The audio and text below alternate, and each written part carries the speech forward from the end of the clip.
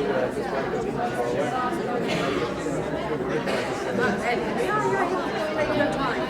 I probably give them this. Actually, I'm going to attach it to the photo, which is the number and everything like that. So, yeah, so I'm going to give it to them now.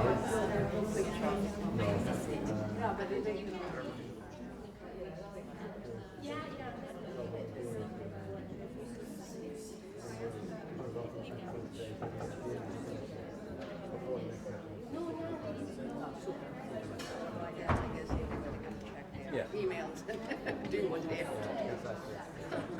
It's annoying, huh? Nowadays.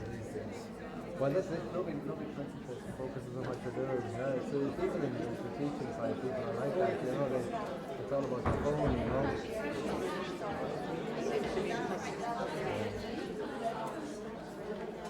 No, it is driving me crazy when I see the students. But at the university, we can't help it. Because in primary, secondary, they are not allowed. Well, it's really interesting, you know, that's the thing, you wonder sometimes who you actually dealing with, and that's the thing in country, you know, people, why are they here if they don't want to be doing this? Exactly, you know? exactly. Anyway. They have to be here, they find it boring. Live mics here first. They feel that they can beat it also. I always thought that I tried to use interesting Yeah, actually, you want to start dancing or, yeah. I could dance can or something. Yeah.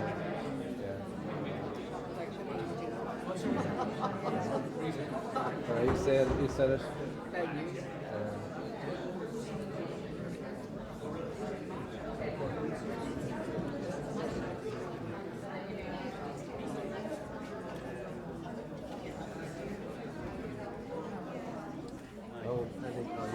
Oh, sorry. I'm sorry. Just take my. Oh yeah, I'm only going to be here for 2 seconds. I just got to say, quick welcome to Galway first. You know. Of course. Are you going to speak first? Are you? Yeah, I'm very brief. Do you think the wind will drop and we'll get sunshine? It's going to be that sort of a day. Tell you what, if we get sunshine, we might get it here. That's the problem. But yeah, the forecast is good. Yeah, but my shoulder turns me. It's a sunny day in Galway. Yeah. Not windy. Not windy. Well, that's not true. That's not 9 o'clock yet, actually. Alright, I'm just to invite people back into Galway.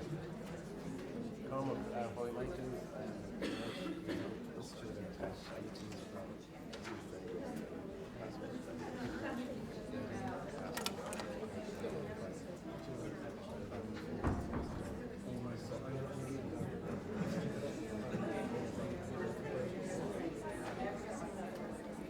Let's see if we can do something. How do we text box to this?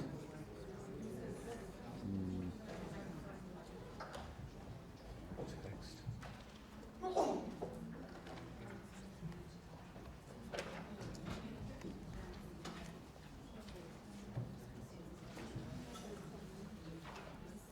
What to say?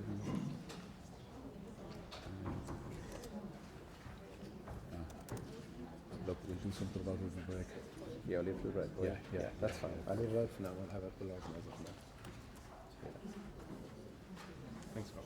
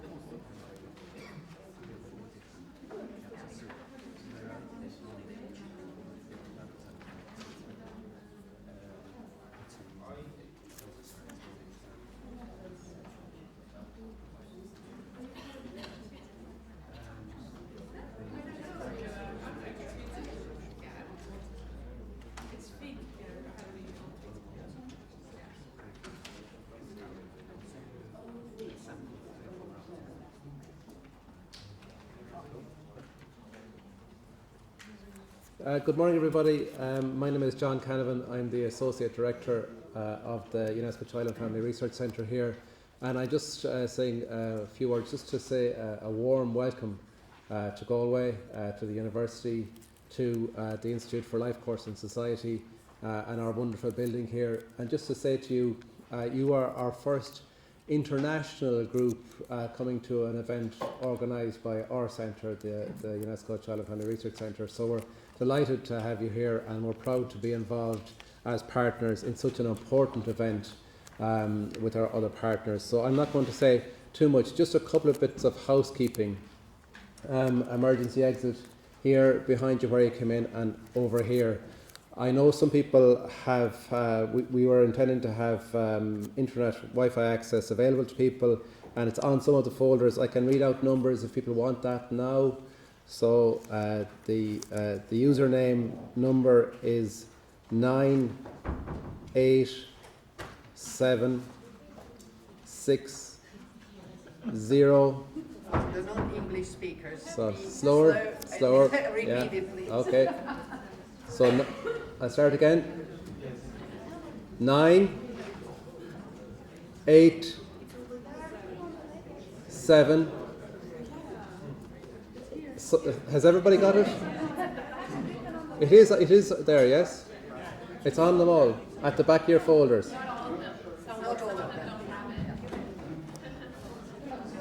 I'll start again then. 9, 8, 7, 6, 0, 0, 1, uppercase T, capital T. And then for the password, lowercase w, I, N, I, X, 5, 5, 8, 2. Okay? All right? Bingo. So without further ado, I'm going to hand you over to Dr. Maria Herzog, the President of Eurochild, who's going to lead the first workshop of our winter school.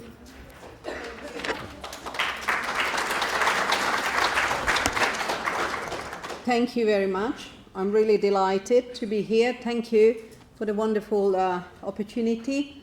Thanks to Pat and his colleagues for organizing this event. I remember 2-3 years ago when we started dreaming about it, and I'm really delighted we got here. I also would like to welcome the cooperation and the support of UNICEF Innocenti Center, Florence. I don't know if Yasmina has arrived yet. No. Yasmina will come later. And the Council of Europe, Agnes. Agnes is here, our dear friend. So it is, as you can see, together with Eurochild, this has been a huge effort made to bring together all the stakeholders, all our friends, colleagues who are interested in realizing child rights through empowering parents and families. As you know, probably, but if you don't, I will tell you briefly, that Eurochild is currently working on an exciting new project on social return on investment in the institutionalization of children with the help of Oak Foundation. And this project is aiming at modeling the possible costs and the outcomes, not only the benefits, but in the broadest possible sense, all the costs and benefits of investing into family strengthening, community and family-based care, and child well-being to prevent institutionalization of children, reintegration of children into the families and communities. So this is a very ambitious program, and obviously it is closely related to our topics here today.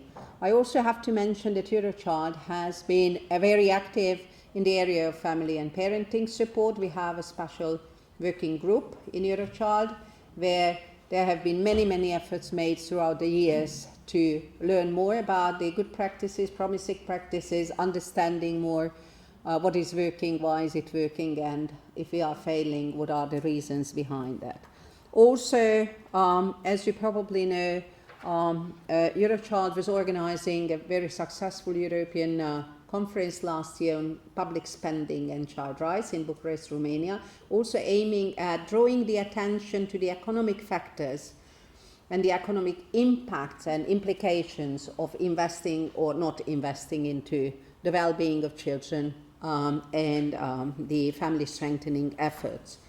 Now, also I have to mention in another hat of mine, as a former member of the Committee on the Rights of the Child, that the committee has started working also in a new general comment on public spending and child rights. And the aim of the committee would be to draw the attention of the governments on child budgeting, meaning that they should quantify the amounts and the sectors where they are spending money on children.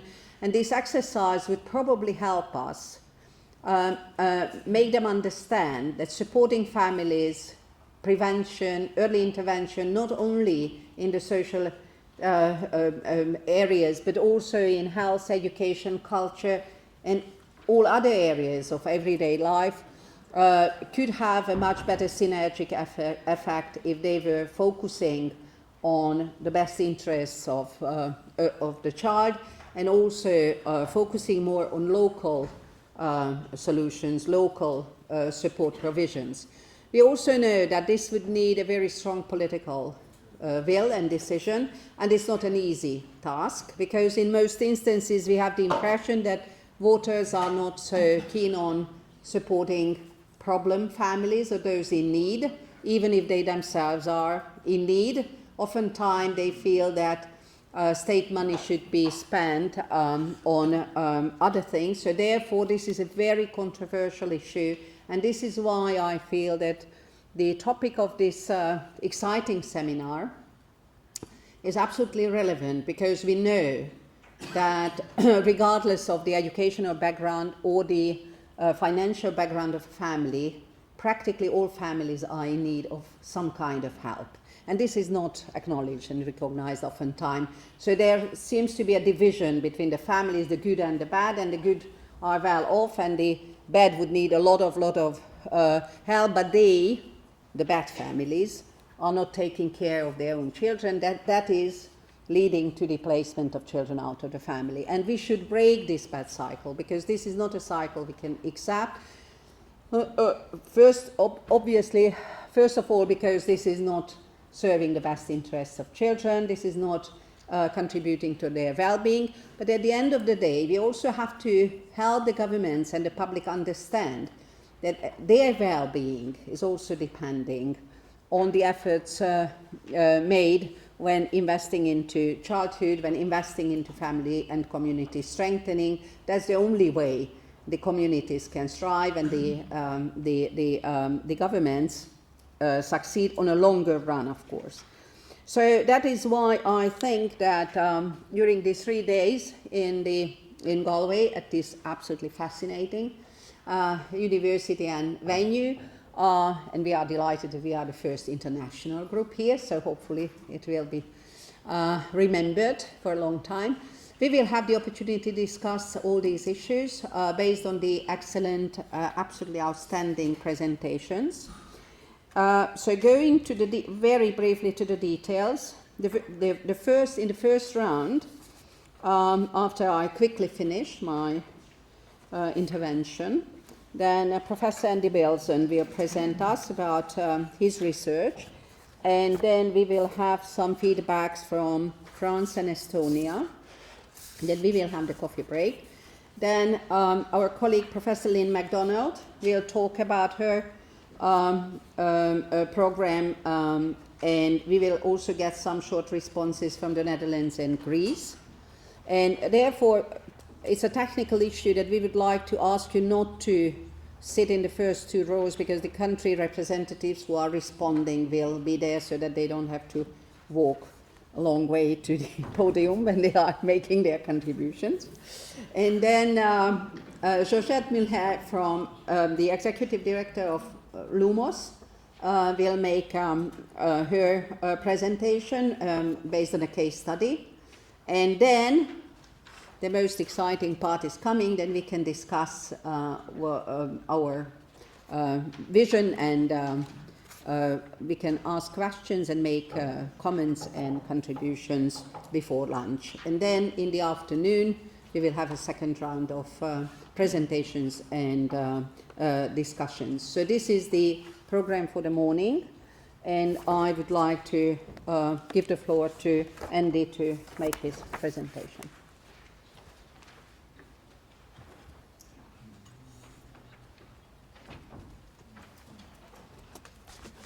Hi, good morning. Some of you, I think, will probably be a little worse for wear after a very welcoming meeting last night when the wine seemed to flow quite dramatically. So that's good, because you won't really be concentrating on what I'm saying. I'm here to talk to you about an issue which I'm not perhaps the best expert in, which is about making an economic case. I'm not an economist, so I can't talk to you about the intricacies of actually making an economic case. I have worked for many years in trying to help people in my own country and then in other countries to reduce the use of out-of-home care for children. And it's been a pleasure since I've been here, because I've met about people from about 6 different countries that I've worked in and who I've worked with previously. So it's been a great pleasure to get the chance to meet them. I want to start and finish on the same point, because I think this is important. Building an economic case is really important, but it's not a silver bullet. It's not.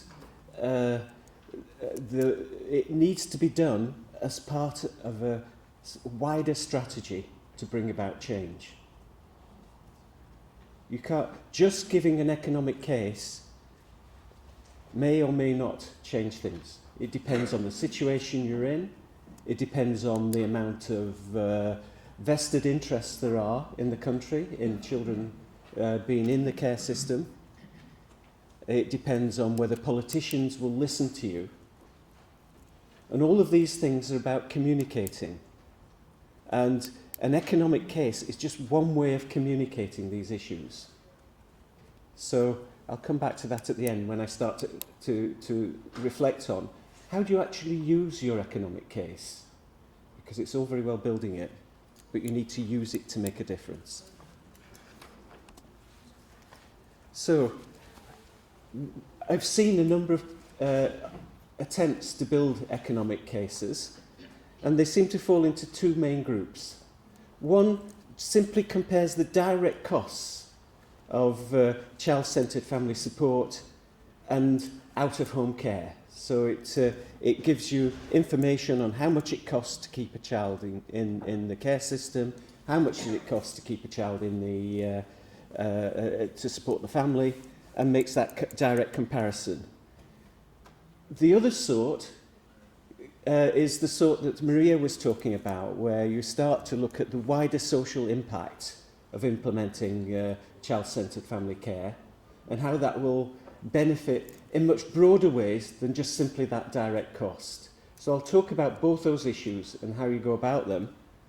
And then, as I say, I'll come back to talking about the strategic issues. How do you actually sell your case, your economic case?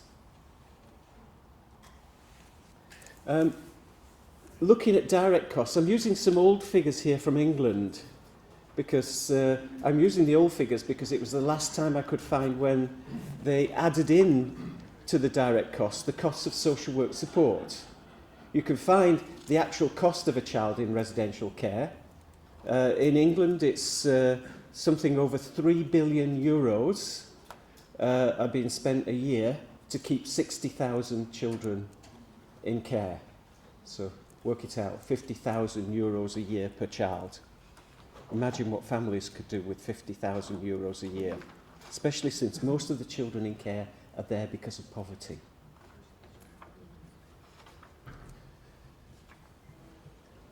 What you see here is that the cost of keeping a child in a residential unit, that's an institution, although most of the institutions in England are still quite small, is 196,000 euros a year.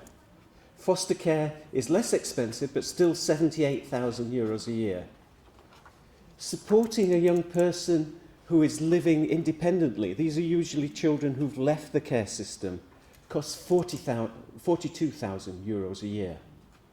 And in kinship care, the cost is 28,000 euros a year. And unfortunately, somehow my slides have got a little bit weird here because for some reason they seem to have expanded over the top of the thing. I don't think I can change that now. Because down at the bottom, there's a statement about Montenegro. And in Montenegro, where they did a similar sort of exercise quite a few years ago, 2003, they estimated that for a child without disabilities and aged under 3 years old, so these are the young children who were very, very worried about being in institutional care, it cost 41,000 euros a year to keep the child in residential care and 13,000 years in foster care. Unfortunately, you can't see that because somehow the table has been expanded to cover the statement at the bottom. If the child has disabilities, then those costs increase. Not significantly for residential care, which was found to cost 43,000 euros, but for foster care, the cost to keep a disabled child in foster care was about 31,000 euros a year. Again, imagine the support and help you could give to a family if you had 31,000 euros a year. You could make sure they had good accommodation that was accessible for the child. You could have somebody working for almost full time with that child in their own family. So this is the first type of comparison. It gives you these crude figures, so you can say it costs a lot more to keep a child in residential care than with their own parents. But it doesn't cost everything. So there are many things that don't appear in these costs, and there are also many different ways of producing them. So I'll just talk briefly about that. This graph, again from England, shows different ways of costing children in out-of-home care.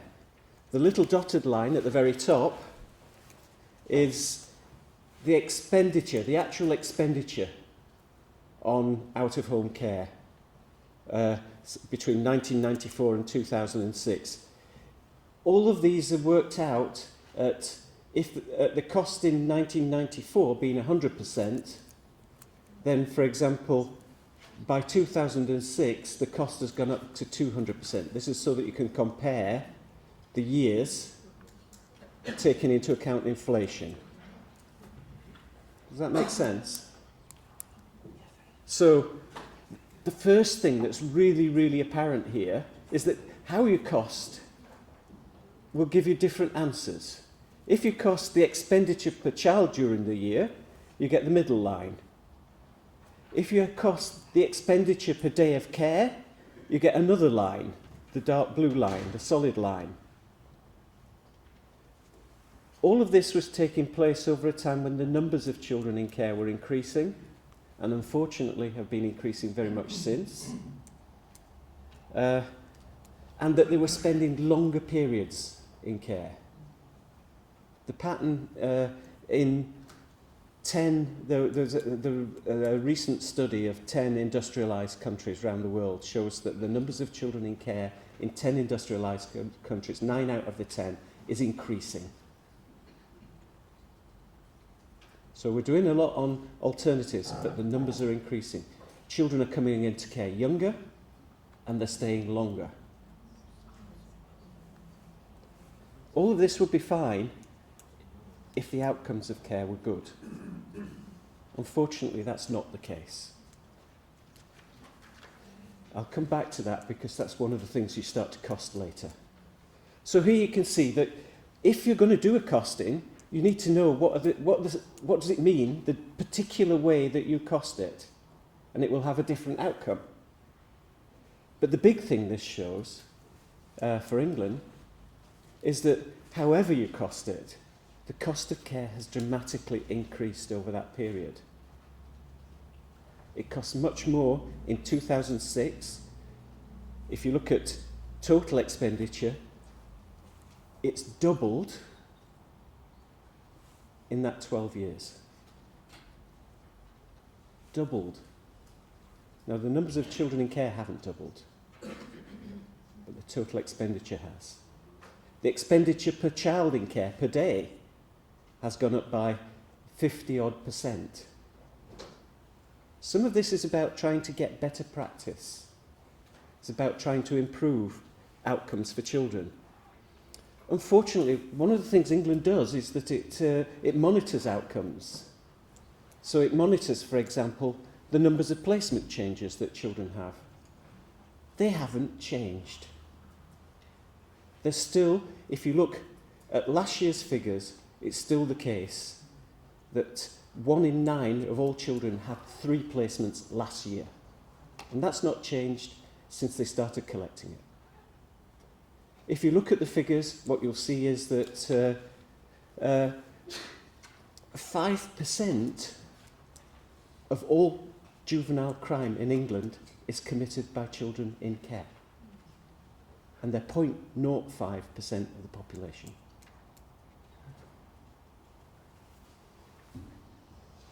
And I could go on. I do go on, unfortunately. So let's have a look at another country. I'm going to give you Western Australia because I'll come back to them. I'm currently working in Western Australia. I've just done a longitudinal study. There's only a few longitudinal studies of what happens in the child protection system. We're very interested in looking at how many children self-report for abuse or whatever. But we're very poor at looking at longitudinal studies. And what this particular study showed was that 1 in 8 of all children in Western Australia were referred to child protection services before they were 18. This is low for Australia. If you go to New South Wales, 1 in 3 of all children were referred to child protection. If you go to Southern Australia, 1 in 4 of all children were referred to child protection. And as my research shows, in England, 23%, between 1 in 4 and 1 in 5 of all children were referred to social services before reaching the age of 5. It's huge. So what you see here is the blue is the cost of out-of-home care. And it's gone up massively. It's gone up massively for 2 reasons. The first is that more children are in care on a particular day. And more children are in care on a particular day in Western Australia because they're coming in younger and they're staying longer. Not because there's massively more coming in. So the numbers of children entering care before their first birthday has increased rapidly. This would be fine, again, if it wasn't that when you look at children leaving care, you find that if you're 16 and a female, you've got about a 1 in 3 chance of being sexually abused after you entered care. After you entered care. I've just done a study where I've connected the child protection to the care records. 40% of all children who are abused for a second time are abused after they've been in care. 30% of them in care. If you want to stop child abuse, putting children in care is not a good way of doing it. So, the yellow bit is family support. And the green bit that's just coming out is intensive family support. what does anybody notice about this graph? Well, I sort of noticed that the blue bit's really big and the other bit's really small. The money we spend on supporting families in this particular way is not high. So what we're talking about here is yet another way of starting to present this. And I'll come back to this because you can start to present your data in different ways. So what are the issues in considering direct costs? The first is, what do you actually include in the direct costs? In some studies, they don't look at anything other than what the state spends. And the argument for doing that is that if you're making a case to the state, then you want to show that the state will either spend less or get better value for its money. So just looking at state expenditure is one approach. But I was involved in the UNICEF and World Bank programme, which tried to look at how to cost stuff. There's work by Louise Fox and Ragnar Gotteston. And what they found when they were doing these costings in a number of countries was that in actual fact there were lots of other costs that went into the direct costs. People raised money from charities to keep children in orphanages. That money came in. There was all sorts of just simple things like food was brought into the institutions. Do you cost it? How do you cost it? Do you see the issue? So you need to think carefully about how you actually do the costing, what you include and what you don't include. And there's a number of people who've done this. Andreeva did it in Ukraine. There's a study that was done in Moldova that have tried to do these different sorts of costing. So they're around. You don't have to invent this. There are tools for doing it. But there's all sorts of other costs hiding in there. The capital costs. Does the cost of actually keeping the building, is that included in your costs? Or are you just looking at revenue? What about wider system costs? If children are in care in England and they're in care on a care order, then they've gone through very lengthy legal proceedings. Those are incredibly expensive. Do we include those in the costs of children coming into care? Where do we put them? How do we cost them? So these are the sorts of issues that you need to think about in terms of what goes into the costing. The second set of issues are, how do you compare these costs? What I showed you before was daily rates. Now, I know from working in Ukraine and from Moldova and from Bulgaria and Lithuania and Latvia that children pretty much coming into care stay in care. You're not talking about a daily rate, you're talking about a lifetime cost. If you're providing community alternatives, you're often talking about short pieces of intervention. So again, another issue, how do you compare that? Do you actually go and cost the lifetime rate, 18 years of keeping a child in an institution, versus the rate of 3 months of intensive family support? So again, thinking carefully about this. The big issue here, if you're using this as a basis for discussion with governments, is to be realistic. Don't try and overclaim. It's better to be modest. Don't try to add everything in. Do what you can do, and then, again, use it as part of a strategy. In many cases, it may be sufficient just to do this type of costing. If, for example, you're working in a country where there's a movement for change, then maybe you just need to cost how much it's going to be to bring that change about, and to give the government an idea of what it will cost in the interim to introduce the new services so that the old services can go out.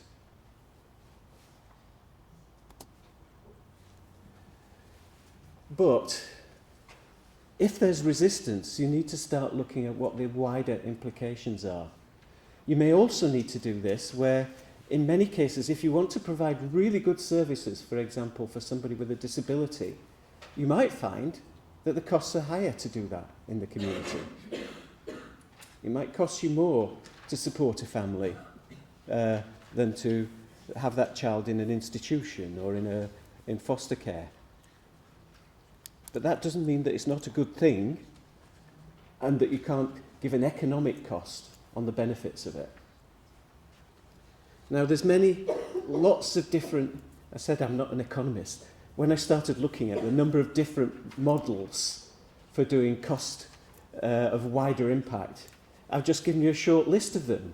Cost effectiveness, social return on investment, which I'll talk about because it's the one that's being favoured by Eurochild and because it's the in thing at the moment. Social return on investment is the in thing. Cost-benefit analysis, cost-savings analysis. This is one where you look at the savings to the state. Social accounting. How do you account for the outcomes of something? Whole range of them. They all include an impact assessment. What is the impact of doing children in out-of-home care, in our case, with supporting families? And they look at intended and unintended consequences. So if you're doing a realistic assessment of closing institutions, you need to look at how do you actually deal with the fact that it will make some people in remote areas, I know this is a thing that's common across a lot of Eastern and Central Asia, unemployed, because institutions provide employment. Now in the UK, what we do is we do retraining. We do various sorts of work with those people to help them to become employable in other ways, or to help them to gain enough skills to work in the community projects. But you need to cost that. You need to show that you've considered all of the wide range of costs. Finally, some approaches involve not only costing these things, but putting a cost value on the whole, a cash value on the outcomes. So social return in investment has this thing where at the end of it you have a thing which says for every $1 spent there's $5 of value. It's maybe helpful in an argument, but it's a very crude measure. What you need to do is to show that the value is much broader. For example, if you continue, as we do in England, to just do more and more investigations for child protection. Investigations for child protection have increased by 80% in the last 5 years. 80% in the last 5 years. You may rescue some children, but you don't do anything about the underlying problems that lead to children being in that problem in that situation in the first place. You don't support the families. You don't increase their chances of getting employment. You probably do a little bit about drug abuse, but probably that fails because you're blaming people, and people who are blamed tend not to want to engage with services. If you instead do, as some studies have now shown in America, work with communities to strengthen the community as a whole, what you see is a different set of outcomes. You see families supporting each other. You see increases in people in employment. So you cost those. You cost the comparisons. Not just the actual cost of the services, but what are the outcomes?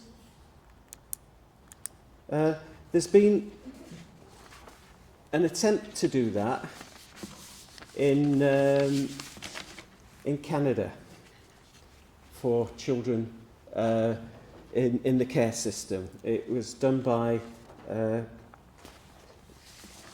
Bounjam et al. I'm probably not pronouncing that properly. It's probably a French. Bounjam et al.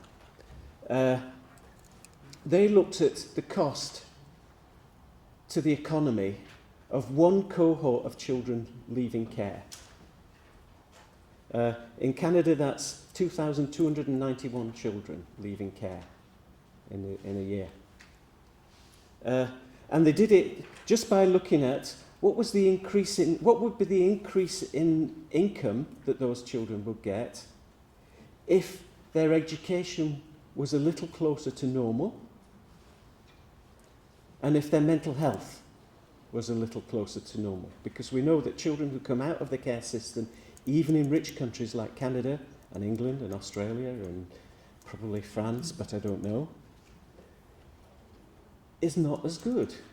In England, we know that 50% of the children in care are not in the normal range for mental health. 50%. We maybe can blame some of that on their previous experiences, but unfortunately it isn't reducing. That figure isn't reducing. Care isn't solving this. So what did they find? They found that for just these 2,000, let's call it 2,300 children, they estimated that the increase in their lifetime earnings would be $747 million. $747 million extra earnings for those children. What did that mean for government? They said, what would that mean? So they said, well, let's take off the costs that we currently have for those children of giving them unemployment benefits and some mental health costs. The saving to the government, they estimated, will be $288 million a year. $288 million in their lifetimes. But this is only one cohort. When you start to add up all those cohorts together, if this improvements happen for everybody, I'm quoting, permanent gains of 0.15% of Canada's gross domestic project, what do you call it? GDP, product. God, my brain, I'm getting too old for these things. So, you can do these costings. And if you look at that case, it's well laid out. Unfortunately, it's been used to make a case for improving care, not for providing alternatives. So all the poor First Nation people and African Americans who are in the care system in Canada will just get better care. In England, what it doesn't include as well is lots of other costs. So in England, I've just said, 5% of all youth crime is committed by children, 99% of whom came into care because of abuse. They didn't come in because of their behaviour. They came into care because of abuse. But they commit 5% of all crime. If we want to create criminals, we know how to do it. Mental health issues. How much does it cost? What's the cost of providing mental health support to people who are leaving care, who commit higher rates of suicide, who are more likely to die, according to Swedish research, before they're 25?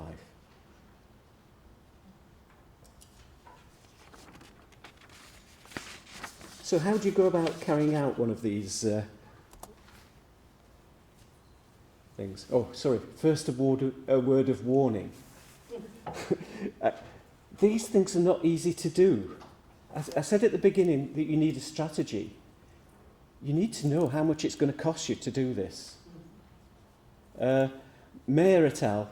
Said in their review of cost-benefit strategies that there are actually few that have been done in child welfare. They're sparse. And that this has been attributed to three things. A lack of suitable data on programme costs.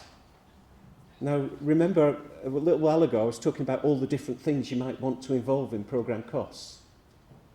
So you might find that you've got data that's available. You might be lucky enough that it's already there. But in many countries, it's not available. The inability to capture quality of life measures of children.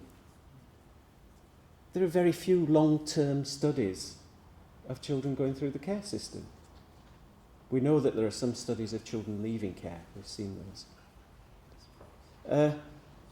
And then it's a lot of resources. You need economists. You need to gather all this research together. You need to... basically, we're saying this is a serious undertaking. Yeah? It's not something to be done lightly. It's not, oh great, let's do one. You need to gather your resources together to do it. So what do we know about the outcomes of care across Europe? A lot of these were taken from a Eurochild report, which reviewed outcomes for children across Europe. So you only need to go and look on the Eurochild website to find all of this. This is, I forget which study it was. It's a while since I looked at it. But there are also other studies. So, first of all, children in institutional care. A very long-term study has been done looking at, that shows that children in institutional care have lower IQs on average than children in foster care or children not in the care system. We often forget that. So, for example, people cite the Bucharest Early Intervention Programme, and they say, oh, well, foster care did better than residential care.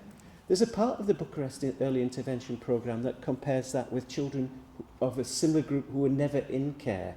They do better still. They do better still. That's without interventions in the main, without help. Higher mortality and suicide. There are studies in Norway, Sweden, UK, whole range of countries that children leaving care are much more likely to die younger and to have mental health problems and to commit or attempt to commit suicide. Huge amounts of data on poor educational outcomes, so that you can start to say that there's something like 30 to 40% difference in children's attainment who go through the care system. And this includes foster care. Unemployment. Children leaving care are frequently unemployed, they're homeless, they're suffering from mental illness, they suffer from sexual exploitation. In England, we've had lots of very bad news about children being recruited by gangs of, well, they're often typified as being Asian men, but it's not just Asian men. In all the examples of this, a large majority of the children were in care. These kids were recruited from the care system. Early pregnancy and their own children coming into care, a cycle is something that you see. So your chances of getting pregnant as a teenager are very much higher when you leave the care system. And we could go on. Drugs, prostitution, autism, many more factors. But what you'll need to do is know that data for your country so that you can cost it. So you need good research. And you need to find where that research lies. Because if you say, oh, well, in England, all the children are going on committing offences, I know they'll tell you, well, here we have fabulous institutions. And here children really benefit and they all go to university when they leave. So you need good research. You can't do this without that. So it needs this foundation. Is this helpful?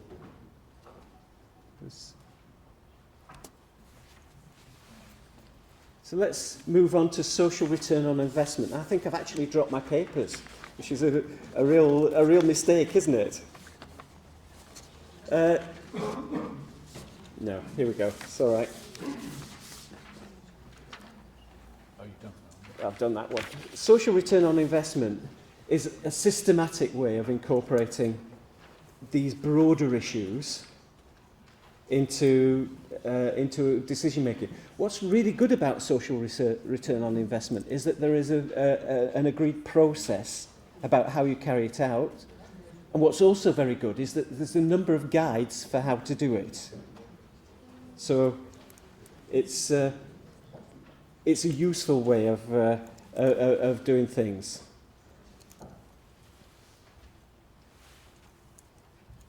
How do you go about doing a social return on investment, to do all this thing, to compare the costs and benefits of the services you provide with the costs and benefits of the alternatives? Well, there's a 6-step process. I'm only going to run through this in some detail. I say there's lots of materials out there, but it fits with the notion that I was telling you that that this is a strategic thing. It's not simply providing costs. There are many, many people who've provided costs and they sit on shelves gathering dust. Reports on costs can sit on shelves gathering dust like anything else. It needs to be something that you work on in order to have a whole strategy that fits with the rest of your work to try and bring about change. So, social return on investment starts by doing two things. What is the scope of what you're going to do? What are you going to look at? What's the range of costs that you're going to include? The Canadian research I told you just chose to look at how the issues of mental health and poor education impacted on children's working. It's a very limited model, but they produce really interesting research. So what's the boundary? Because if you don't create your boundaries at the beginning, you'll end up being overwhelmed. What do we include? What do we not include? Who do we need on board? Who are the people that can tell us about these things? The second thing, and I think this is again why social return on investment is useful, is that it's a stakeholder process. You involve people. If you want to win over the Ministry of Finance, you involve them in doing the study so that they feel confident about it. It doesn't matter that they're critical, that's helpful to you because you can start to understand their criticism of it and respond to it. Yeah? So pull them in at the beginning and get them involved. So who are the key stakeholders? But key stakeholders aren't just those people out there that are responsible for spending it. For me, key stakeholders include families and children. Get them involved too. Because a lot of the issues about trying to bring about change are because there's extensive prejudice about excluded groups in society. Whether it's Roma, whether it's poor, whether it's people from urban areas, whether it's people from rural areas. There's a lot of prejudice. And many times when I've come to your countries and worked with governments, they've said to me, but you should see their families. Yeah, we know residential care is bad, but you should see their families. People need to see their families. We need them to see their families. We need to see them to see that people are just struggling people. They're just there trying to do what they can do to make good in a very, very difficult world. Many of them struggling with extremes of poverty that we can't even think about. With extremes of prejudice that it's hard to even believe still exist. So bring them in. Make sure that they're seen. Make them visible to the people who are going to make the decisions so that this doesn't just provide financial costs. It's part of a strategy to bring about change. The second step is to start to map outcomes. So what are the outcomes of the different types of approaches? And remember, you're thinking about not just the direct outcomes for children. If you're doing this, you're going to cost the impact of this on society. What are the outcomes for society of, well, let's take Bulgaria. What are the impacts for Bulgaria of having a large proportion of children in institutional care who come out, who don't contribute, many of whom end up in institutions for the rest of their lives, because many children who go in end up having disabilities and end up spending whole lifetimes in care. In a country where increasingly it's an ageing population because most of the young people are leaving, and yet the ones that we've got left, the ones that we should be investing in, we're putting into situations where they don't do well. And okay, many of them are going to be Roma, but Roma can be entrepreneurs. They can do things if they have the opportunities. If we can get them involved. So, what are the outcomes? And how are you going to sell them? They talk about a theory of change. I'm never sure what a theory of change is. I've got all sorts of beliefs about theories of change. Evidencing the outcomes, and this is where you need the research. So gathering together the research. Just imagine if you could get the director of finance or somebody from the finance department with you, sitting down, looking at the outcomes, looking at the costs of children not having jobs. If you're talking to finance, you need to talk in financial terms. You need a different language. So you need to think about what language you're going to use and how you're going to engage people, because you need to speak to them in their language, not in your language. Otherwise they'll just write you off. They'll just say fuzzy do-gooders who they don't know nothing. They're just people who care for these, whoever they are that are outside. Then establish an impact. What evidence have you got about the impact of your programs, and how can you design your programs to show that you've got good evidence? So it's not just as simple as doing this. You need to be doing, when you're doing all your work, thinking about how are we going to sell this? How are we going to cost this? How are we going to show that it has the impact that we believe it has? Because we see the kids and we see the families. You haven't got that. You can't do that. So you need to think about how to make sure that you can cost the impact of your work. Then you calculate it. And then the big thing, reporting, using and embedding it. How do you actually make use of this? Make sure that this isn't just a one-off study, that it's ongoing, that people are thinking about these issues over time. As I said, the cost of care in England is going up. We're willing to spend $3 billion a year on failure. We invest $3 billion a year on failure for the most part.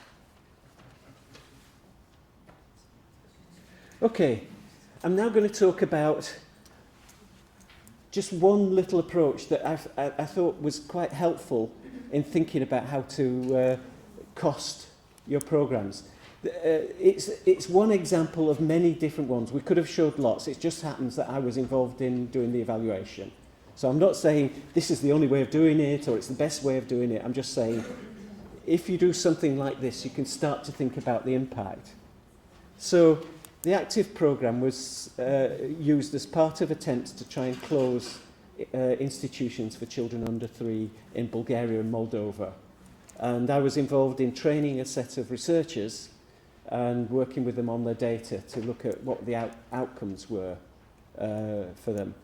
And the active programme is very structured. It says we're going to assess children's families on these 6 domains: their living conditions, their family and social relationships, behaviour, physical and mental health, education, employment and our household economy. Well, we do all that assessment in England. Unfortunately, we don't do anything with it. We just use it as evidence that these families are not going to cope. We don't actually. We're very poor in the main at helping people with employment and so on. There's some good programs, but we do a lot of assessing and not a lot of helping on these things.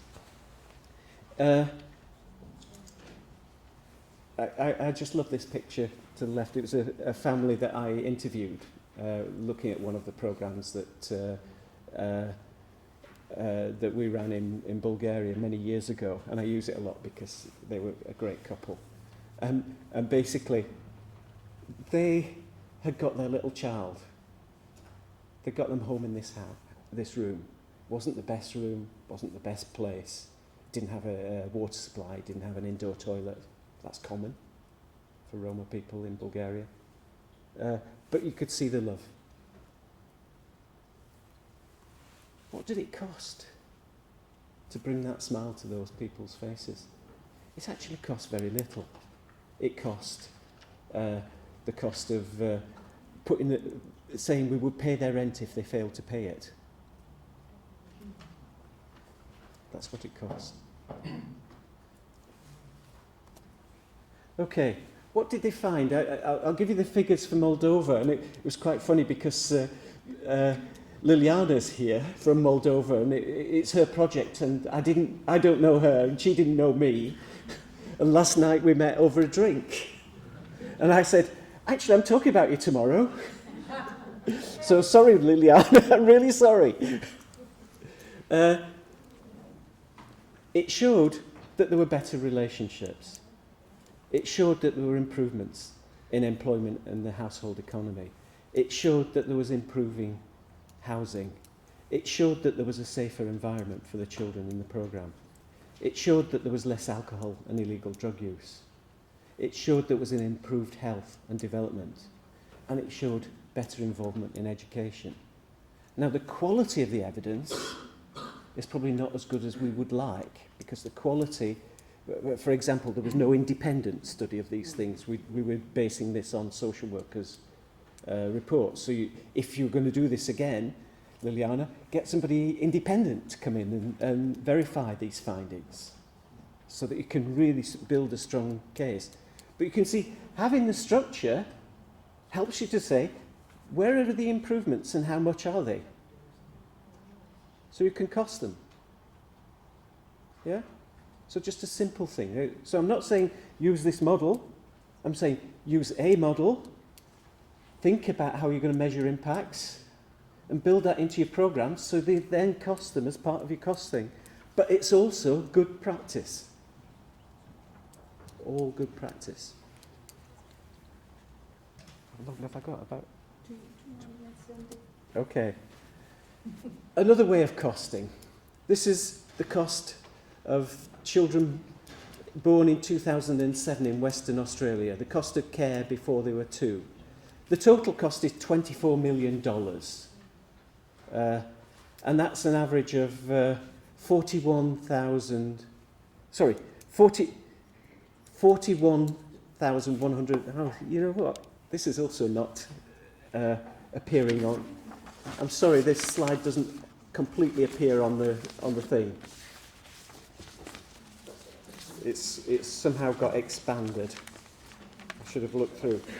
Yeah, $41,116 a year per child in care, which, if you take it over all children in Western Australia, is $414 for every single child in Western Australia they're spending on keeping children under 2 in care. If you look at all the children born in 2007 who were Aboriginal, because in Australia it's Aboriginals just like it's Roma somewhere else, it's African Americans, it's First Nation people, you know, then what you find is that it's $44,605 to keep those Aboriginal child in care. But because they're massively more represented, that's actually nearly $3,000 a year for every single Aboriginal child born in that year. It's costing nearly $3,000 a year. And the big issue is poverty.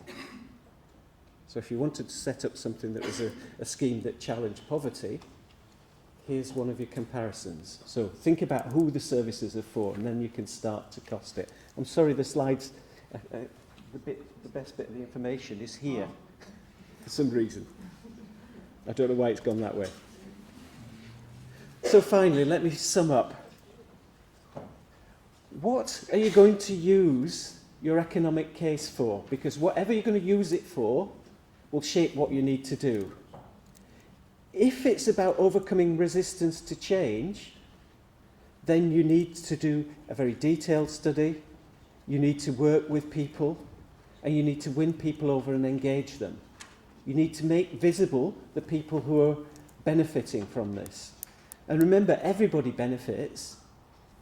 I'll come back to Bulgaria. If all the young people have gone to England, or are Roma and haven't had an education, who's going to look after you in Bulgaria when you're old?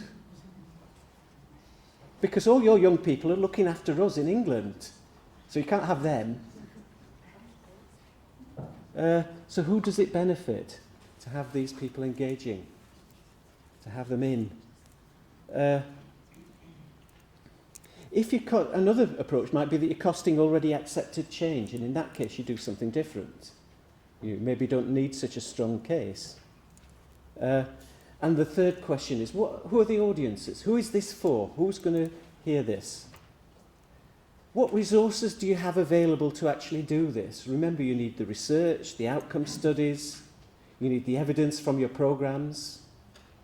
Without those things, you can't do a good economic costing. You can maybe only cost direct costs. And you need the staff time and the expertise to do it. It's not everybody's cup of tea to do one of these studies. And I think the third bit is that anything that you're doing in this field is strategic, and you need to win over hearts and minds. You need to involve stakeholders. You need to overcome stereotypes and prejudice. So that needs to be built into it, even if it's an economic costing. It's not just money. Thank you for listening.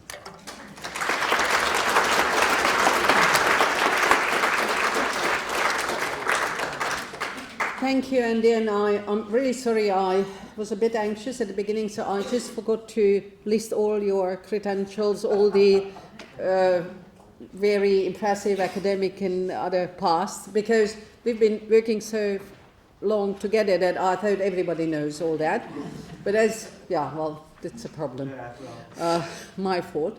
But I also have to say that, as you could hear, Andy has been working in our region a lot, but also in Latin America and Brazil, also in Indonesia, and in Australia. And what I find always amazing when looking at these international contacts, that at the end of the day, the basic issues are exactly the same. So wherever you go, rich country, poor country, a lot of resources, lack of resources, the basics seem to be very similar or the same.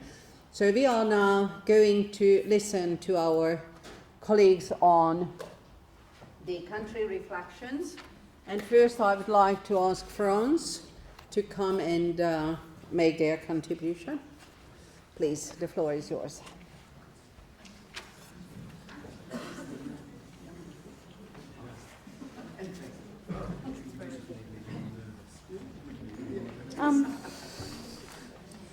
So, hello, I'm France. My name Good to know. Je suis France. Absolument, je suis la France. So, my name is Flora Bolter and I represent a team. We're here in the front row if you have questions later on. So, yes, I work for the Observatoire National de l'Enfance en Danger, just so you know. Yes, so we have been tasked with presenting our comments from our perspective and our context on Andy Belson's wonderful presentation, which was very complete. The first thing we'd like to say is that the economic case for child-centred family and parenting supports is a very solid one that has already been proven multiple times through a variety of approaches. Social return on investment, cost effectiveness, cost benefit. You have explained the different approaches. So the added social value of these services is well documented, and I think nobody can contest that, and I think that's a very solid point to start on. So the evidence is strong, but in France, in spite of this, we haven't developed a very strong family and parenting support sector. About 80% of the 6.9 billion euros spent by France on child protection last year we went to housing orders, which is basically placement in an institution or in foster care, but the most important cost being, of course, residential care. The brunt of the investment goes to interventions after the family is separated, even though 52% of all child protection orders correspond to situations to in-home interventions, which means that the investment on that in terms of, although there are many measures decided, many orders, this receives very little funding and there are very few structures. So our system doesn't systematically provide for family and parenting support unless it is both targeted and mandated either by a court order or an administrative order. So for parenting issues, parents as a rule don't have a service to turn to for advice, which is a problem. So at local level, we have initiatives that try to answer this need and to propose services that that people can access very easily, and they just come into the parent's house or something for advice, for immediate help, for orientation to specialized services. So this is the example of that is typically what Apprentis d'Auteuil has been doing since 2009, so the Fondation d'Auteuil. So that is called the Maison des Familles. They have some in Grenoble, Marseille and Amiens. So these have been created locally, and they're an example of interesting practices in that area, but there are very much initiatives, local initiatives, that are also taken by the civil sector and not by public services. So they've been started that, and that has worked very well, and they're planning to open 20 new ones by the year 2017. So there is a need, and it is, and things are starting to emerge. Despite this type of innovative practices at local level, the overall system focuses, as I said, mostly on so-called curative measures rather than preventative interventions. In terms of reducing poverty and preventing long-lasting problems for children, the system is not necessarily very efficient, and it is important for us to rely on well-structured demonstrations to make the case to develop such interventions, both for the parents and the children, and also for society as a whole, and to meet our social targets. But there is one problem that the presentation doesn't necessarily address, and that we don't know how to address. So nobody has an answer, but when trying to convince decision makers, and that is the fact that the social return on investment comes at a global social level and on the long-ish term. Decision makers for social affairs and services typically have to make decisions that will be accounted for for a very short term, on a yearly basis, for instance, and from a very narrow economic perspective. So the entities doing the spending are not necessarily the ones receiving the benefits. And the results from opening a new service may take some time to become apparent, the persons answering for in charge of the service don't necessarily have, which is a problem for them in terms of the perspective of decision making and taking into account the context of decision making. So even if the cost of parental support services is compared to the cost of a placement measure, so even when we're talking about the same entities, this would be the département level, so the very local level for France, whereas health typically would come at the regional level, which is a wider local authority, slightly different. And justice, anything concerned to justice, the elements you mentioned, that would be the state directly. So you see there are 3 already levels of decision. So even if you compared the cost of parental support services to the cost of a placement measure, which is a comparison that would be immediately understandable, we need to factor in time as well as the necessity to maintain some placement for the children who are already placed, or for situations where a return to the family is not possible. So it's not necessarily very simple to present this case. This raises the issue of what political level could equalize the various departments and entities that should be factored in, and we need to allow for a broader, more long-term perspective on the evolution of society. With social services, benefits, justice, education and employment services being dealt with by different entities, we need to, if we want to avoid a gridlock situation, we have to have an all-encompassing integrated approach that is difficult to construct at local level, for instance, to modelize. In France, this role is typically given to the state as a strategist, as the état stratège. But decentralization has impacted this very strongly, and it is unclear today who we could turn to make this case. So Europe could be an inspiration. Europe could be an interesting level to make this case, and this is precisely what we're doing. So that's wonderful. And it could, and Europe is an interesting place to disseminate promising practices and economic cases that have been made, and try to have an impact.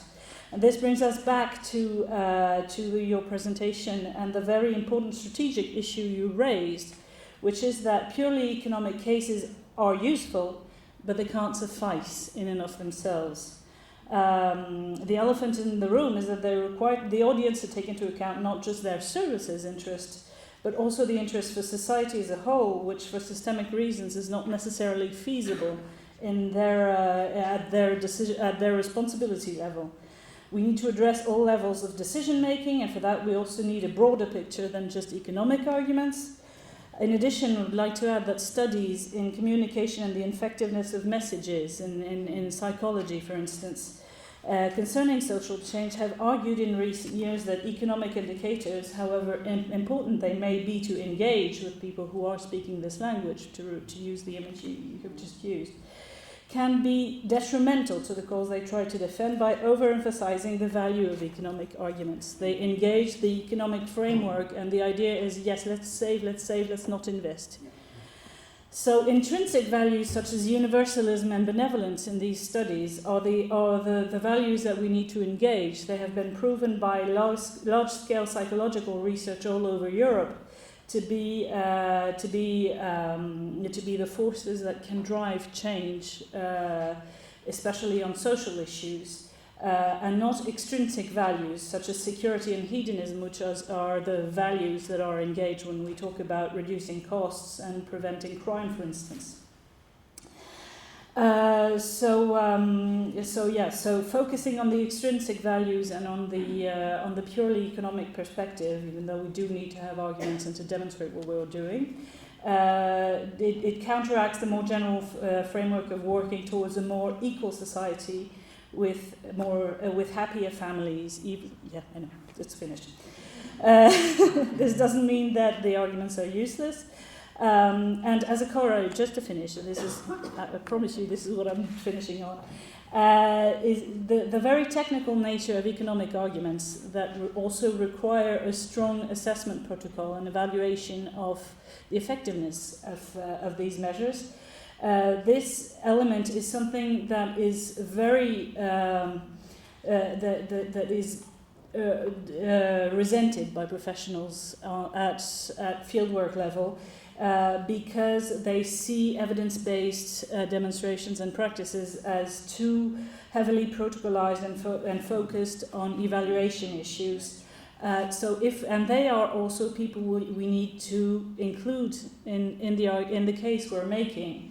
And we can, if we want to address these people and if we want to engage these people, we have to explain how this is just a tool for a broader vision of society and of change, and that there is space for values, inspiration, a view of society, and for their expertise in knowing children and taking each case separately. So I think this is also a way to reconnect with these people and help convince and drive the point at local level as well.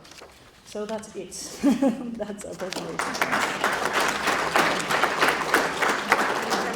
Your written contribution? Can we have your written? Oh, yeah, sure. Yeah. Thank you, France. Thank you for this wonderful and valuable contribution. And as it is absolutely clear, as always, we are short of time, but I'm rushing because I would love to leave enough space and time for us for discussing these issues. The last comment especially was very important because we see often the conflict of interest not taken into consideration when we are arguing for or against something. And obviously, as Andy was just saying, the stakeholder involvement at all levels and all groups are absolutely essential. Otherwise, they see us as enemies who want to either offend them or lose their jobs, and so on and so on. We've been experiencing that a lot in the DI procedure as well. So Estonia is the first. I'm sorry, Lynn. Estonia is the first. The next contribution. Thank you. So you are Estonian. I'm not Estonian. I'm Anna Frank. So there has been many numbers. I would like not to speak so much about numbers, but first I want to thank you, Mr. Bilson, for this paper and for this presentation. Me as a practitioner, it was very interesting to see the numbers. On a daily basis I work with people and with families, and it's very interesting to see the numbers. Estonia, it's a small country. We have population 1.3 million people, and like 18% of them are adolescents. And some of the numbers are that 1,100 children are in institutional care at the moment. And luckily 50% of them are in family-like care, so it's better for them. And 1,500 children are in other forms of care, so quite big number of children who are in care. And there are some reasons why we have so many children in care, because 50% of children who are in care are disabled. And this is the main problem, probably in other countries too, that we have lack of support for the families and for the children with disability. And other reason why children are not care, because it's in this institutional care. It's because it's hard to take away the parental rights. It's a very big process to take away children from the rights, parental rights from parents. So we can't adopt these kids because parents if they want, they can take back their child if they want. So they have to stay one way. They stay one day in institutional care, but the other way they can stay the whole lifetime. So we don't have any data in Estonia. Why? Which kind of reasons are why they are placed in institutional care? This is I think the big reason why we can't make the changes, and there comes the change.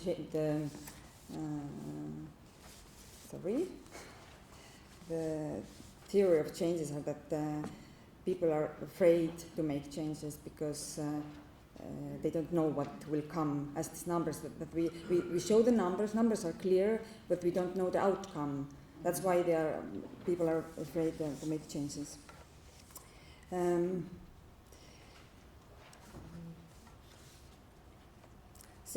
But we have this action plan on alternative care and family support.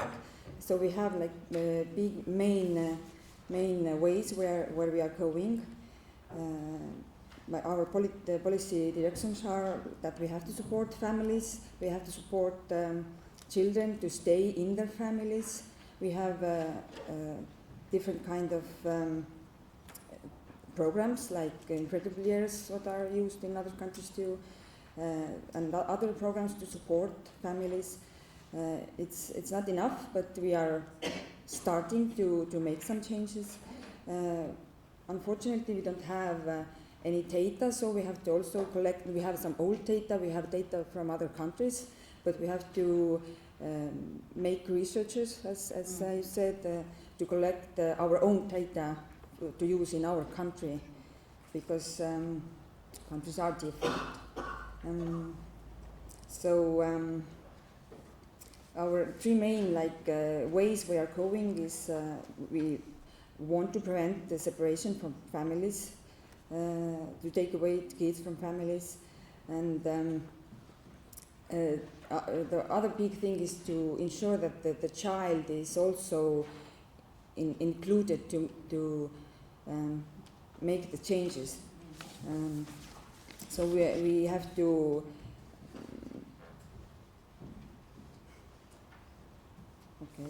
the word, I remember the word, forgot the word. So thank you. Include the children and families, because as a practitioner, I always, when I work with families, even if they're abusing their kids, I always have to believe that even if they're abusers, they still in the heart wants the best for the child, even if they. So it's hard to work. It's sometimes hard to think about if a mother hits their child, that she wants the best, but she really wants. And if you work with the families and you believe this, it's easier to make these changes to support the family and to support the child to stay in the family. Always we have to think, as this paper said, about the benefits. I was thinking before if we saw these outcomes, what was in the slide, how the different kind of the mental health problems and other problems. I think these outcomes in the slide were, for me, it was like enough to start to make big changes, because with these problems, with these outcomes, if we have to manage with these problems what were in this slide, this will cost more. This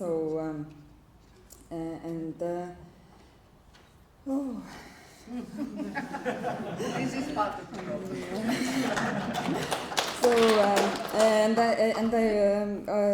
I made some notes when Mr. Pilson was talking. So I think we have to communicate with each other. Communication was the main word for me, because the numbers are easy. We see them, we can put them on the paper, on the slide, but we have to know to whom we show these numbers and how. If we work with children, they don't care about numbers. If we work with parents, probably they don't care about numbers too. So it's about communication with whom we are. And also, when I talk about numbers, I was thinking about in directed costs. When we show the numbers, we know, but we can go very far. And as Mr. Pilson said, we have to put some boundaries. First, I was thinking that we can, this numbers can be very, very, very long way. We can think many things that we can put in numbers. But if we put boundaries, it's easier to understand. So from Estonia, from me, some last words is, I think that we have to, and we will do, and we are doing already, we have to include parents and children, and we are doing it now already. So, thank you.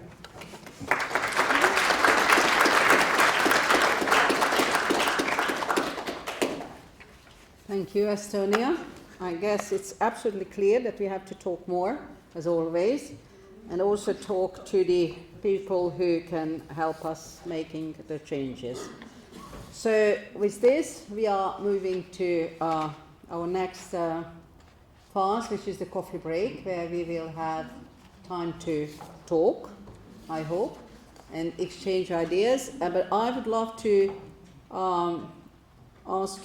beg you, to be honest, to come back on time, otherwise we won't have enough opportunities to discuss the issues.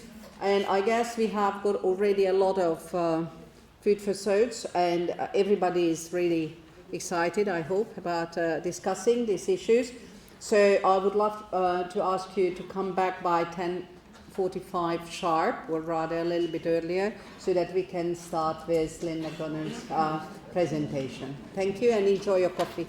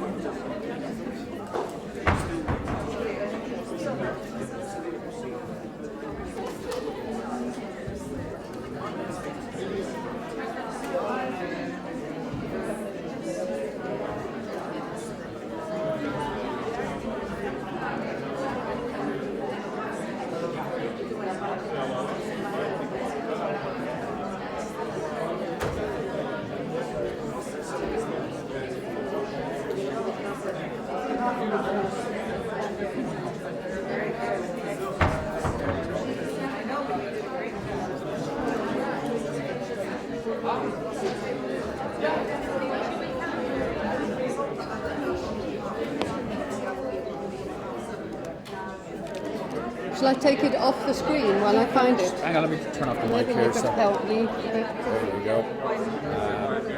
Let's see what we have. Do we have internet?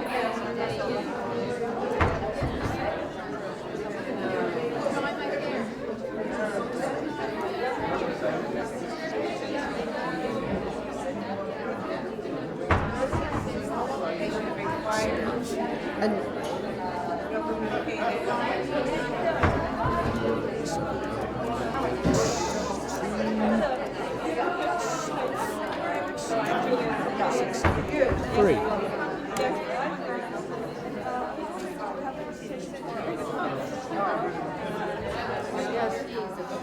Okay.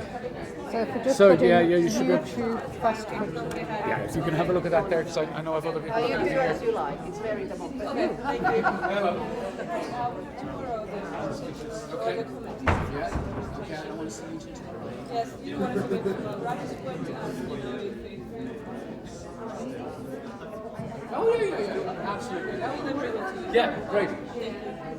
Same as? Yeah. Brilliant. All right, folks. I haven't even got the first thing up yet. I can't even get from this. How do you write in there? Now, go ahead. Okay.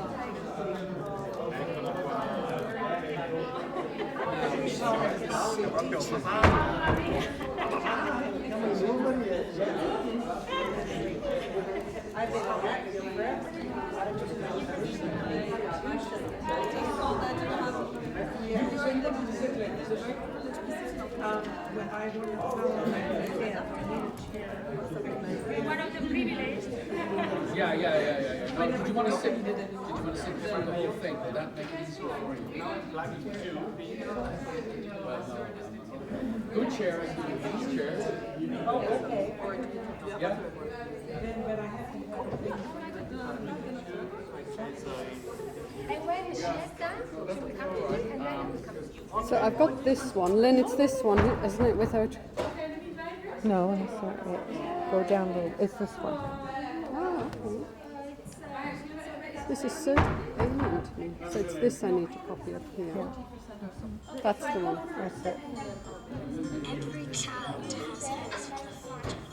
I'm gonna be a firefly when I grow up. Are you ready? Artists ain't that tough. I think I need his help here. How to copy that? Just a little bit. So she said, don't disturb me. You're Help downloading? me. I'm trying to copy that onto Lynn's. Okay, so we have No, we haven't seen the one. We have Beck is trying You're trailing to. now. He is helping. He's been really helpful so far with everything. That's the one, and I tried but we copying the have- link. Because we. Okay, so what's wrong with that? I want to copy that link into her presentation. So she can just click on the link and go straight into that. So there's link there. Yeah. Her presentation. I'm sorry. Okay, yeah.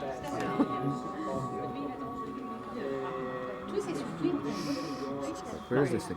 Ma non uso mai, per questo sono fuori da. Perché ho visto che stai aggiornando. So Andy's done, so we can finish it. Neanch'io, no, anche perché ci vuole tanto. Lynn McDonald. So here she is. And it's going to be number 29. After slide 29, so it'll be number 30. God, she's very slides. I mean, if you give me your email. Yeah, because I So sent it's it going to be a new. last Could night. you create a new It's in the a Lancet. new slide after that one? 2015. It's just New 6 slide, weeks. and then copy Yeah, it and directly they're into there. discontinuing it. I'm so glad for what you are. Not sure that it actually creates a link. Yeah, It's just, so, which 6 programs? If you know what to do, please go ahead. Yeah. Use it. Yeah. But so, but you, where did you Yeah. Which ones did you choose? so that should.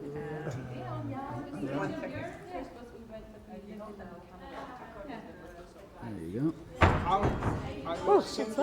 Thank you so much. Okay. She just needs to. But you're on hand if she has a problem.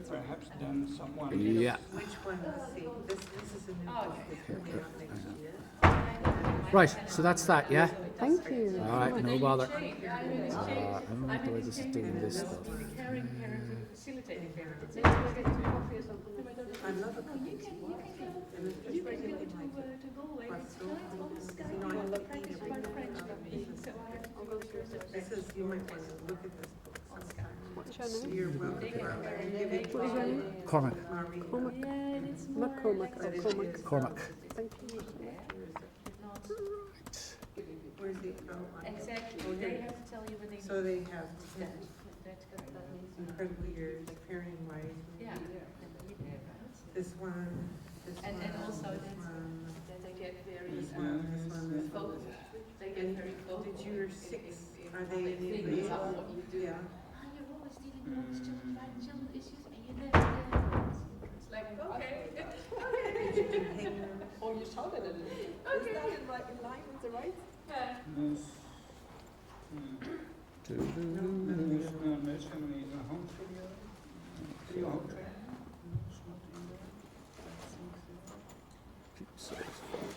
Right.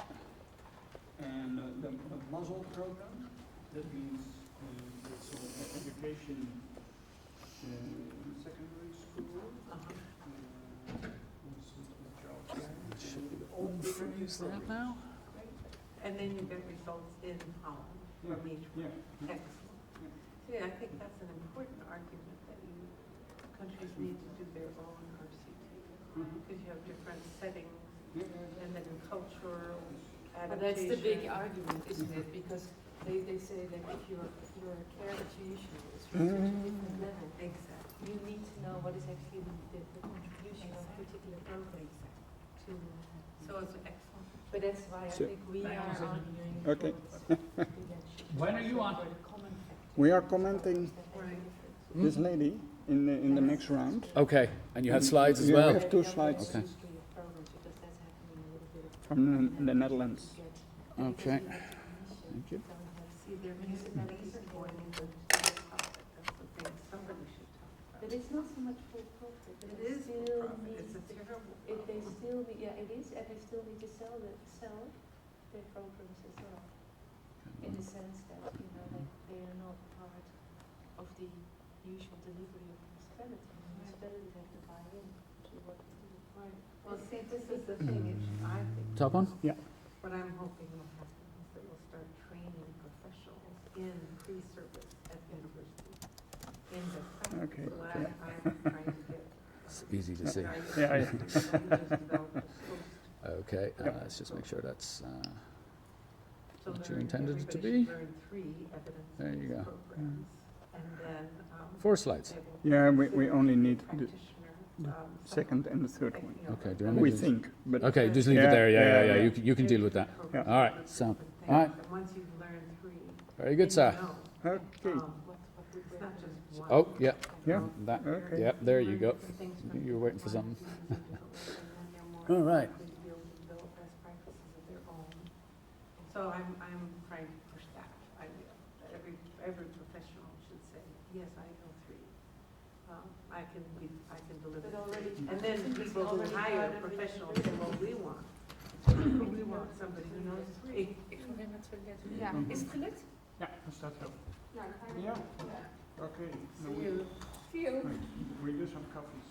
Good. So anyway, if you want to look at this sometime, or now, you can take it. Someone's gonna bring me my coffee, because I'm next. So you all are way advanced. I don't think there's any country who's done that, not even England. We are doing right now the FAST program, randomized controlled trial in England. We've done 6 in the United States. Now this is the first one being done outside the United States. First one, and it's 160 schools. They're massive, big, because they've been scaling up fast in England. They're in over 500 schools now. And so they're trying to make argument to government that this should be in every school, which is in poor neighborhood, because we target the low-income community. And so we don't target children, we target the community. So it's a different approach. I used to target children. Then I thought, well, there's so much going on in the community. How can you? And I didn't want to target and labor children. So they're different kind. I've worked in court-ordered interventions to reduce incarceration rates. You know, court-ordered family therapy, like Scott Hengler's work. Do you know his work? It's excellent. Randomized controlled trial. It's called, anyway. Yeah, so I thought that was in Holland, the Hengler program. They told me they had different. And you're with the government? Are you? No. Oh, no. I'm independent consultant Oh. nowadays in the Netherlands. And before I worked in the National Institute of Youth Care. I see. Oh, I see. Oh, I see. Well, it's a very interesting issue. So right now, my argument is we need to get into professional training of social work, professional training of nurses, professional training of teachers, psychologists, and that everyone, in order to graduate, should know at least 3 evidence-based programs. Because then you learn from different ones, different approaches, different strategies. And it should be in the system. It shouldn't be you buy in a program. It should be, okay, in our community, we have many professionals who know these programs are certified, and they will make them happen. Yeah, and we're not there yet. Yeah, that's just like a debate in the Dutch system. We are now talking about the generalist. And that also means what are the competencies of these generalists. And that also means what programs or what capacities or what basic training, etc. are they needed. Yeah. And that's a huge debate. Very interesting. And so, for example, there are people in England who've been trained in triple P, incredible years, and FAST. And that they start seeing how they can be brought together and how they can supplement each other and how, you know, it's a whole nother level of thinking rather than one program here, one program there. Yeah. Yeah, so that's exciting that you guys have done that. Fantastic. 6 RCTs in your own country. That's To re-engineer everything here. she's working in Utrecht. Yeah, Maya Dekovic. She's from Holland.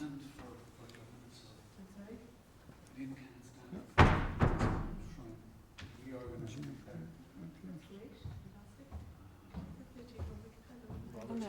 Okay. Are you from Greece? No, I'm not. I'm from the Child and Family Research Centre. I'm a postdoc. Oh, here. Yeah, Okay. nice to meet you. Nice to meet you. That's very good. I have to notice Yes, it in a please, moment. take it up Yeah, with you. yeah. Because it just for around, it has to end up with Maria at the end. I brought it for her. It doesn't come out till next year. It says 2016. So I have early copy. Yeah. Do you want to just say it? Maybe people come in? Yeah, sure. Then we'll Did you find anything to eat? Yeah,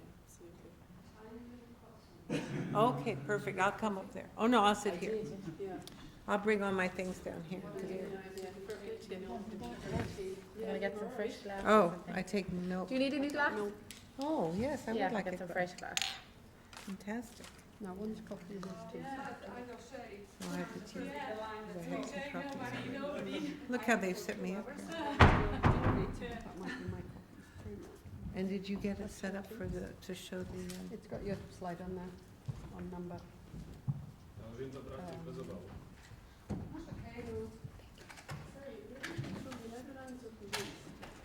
So, unfortunately, the meeting began to Yes, we did. We changed. Yeah, we did. 6, 7, and 6 miles, and we didn't move fast. Yes, we have beer. We're the 3. Oh, no. I mean, we're here. We're here. Yeah. I hope he doesn't say that.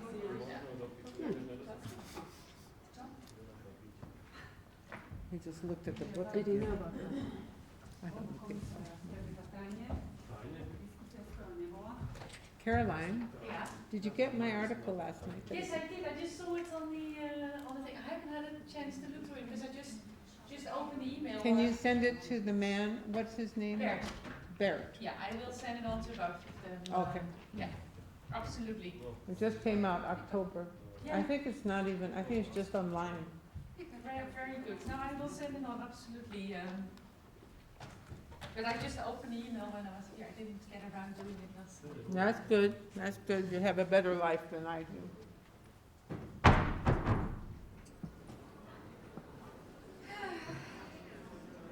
I feel like being back in uni, isn't it? Sitting here listening to all this very interesting presentation.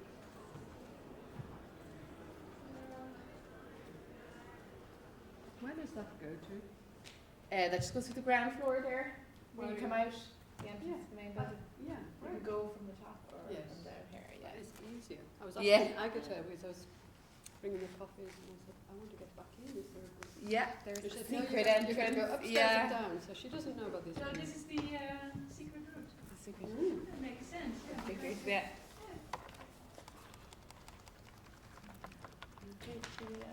No, I don't need to be here. Loitering. I just want to see if the link is here. Yes. And does it work? See if you can tap on it though. Where's the tap? Yeah, there it is.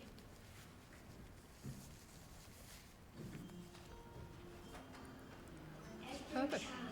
Is that loud enough? A little louder. Can you make it a little louder?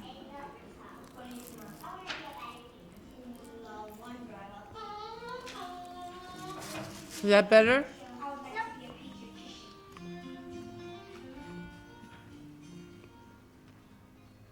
Do you want another croissant since it's a little shortcut to the Now, how do I get this back? escape? That's what my students shout to me. I'm saying, how do I get back? And they all shout, escape. That wasn't escape.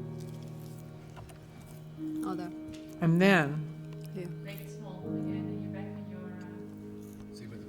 bottom.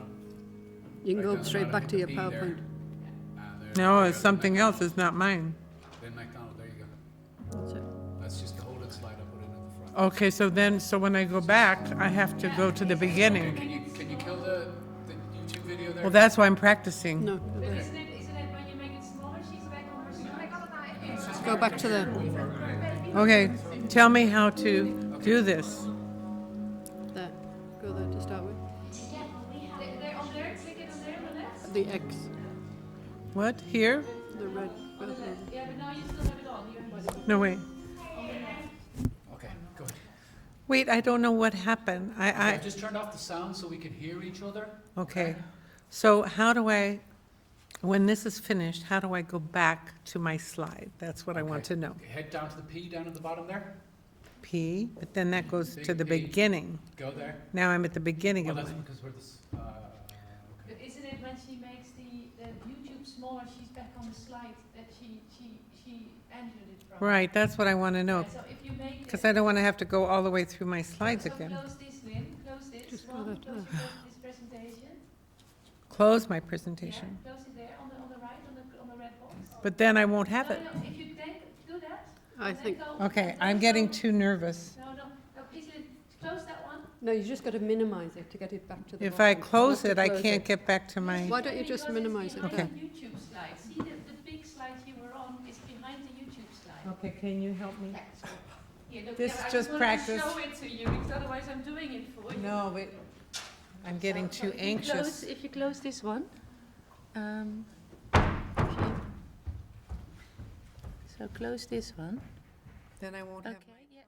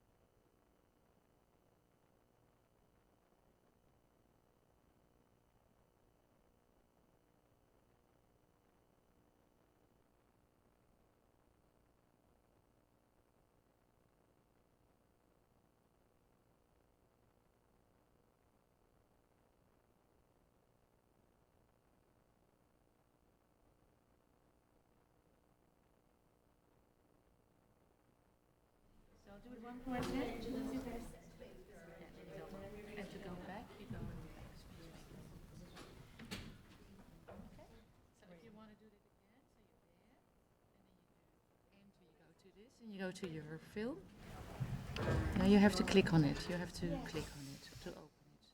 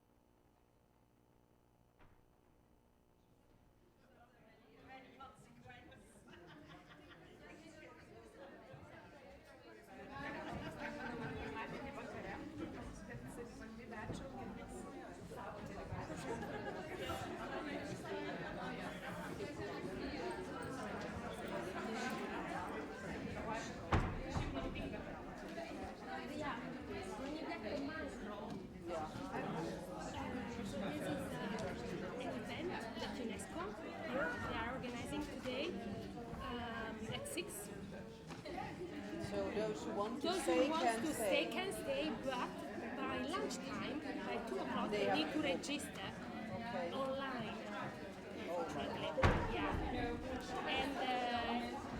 And then a taxi will be organized for them, for those who stay. But they need to register online, that's the issue. Would you like your papers back? Yes, please, that's what I was. I'm sorry. Is that one mine or yours? Because That's mine. Then I put mine down Where did you somewhere. put yours? Who knows? We will ask you. You okay? Yeah. And it was not at all boring. No, You it lied was me yesterday. fascinating. Sorry? You lied yesterday. No, it's excellent. It's very good. Well, we needed the picture of the baby. Got to have the picture of the baby.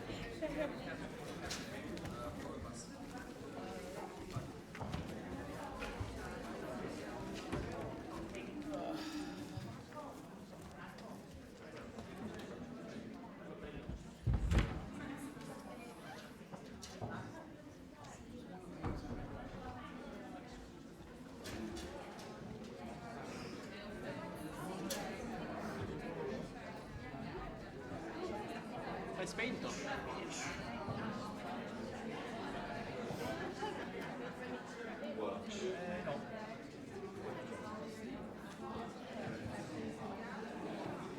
No, Milano.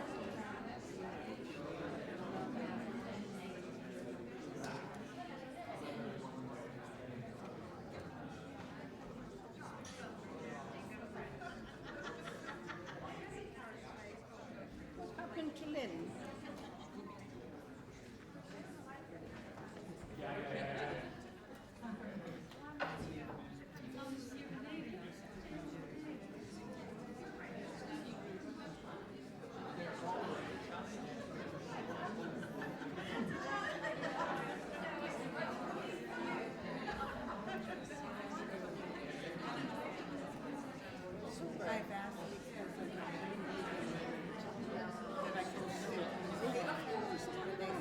You do whatever you like.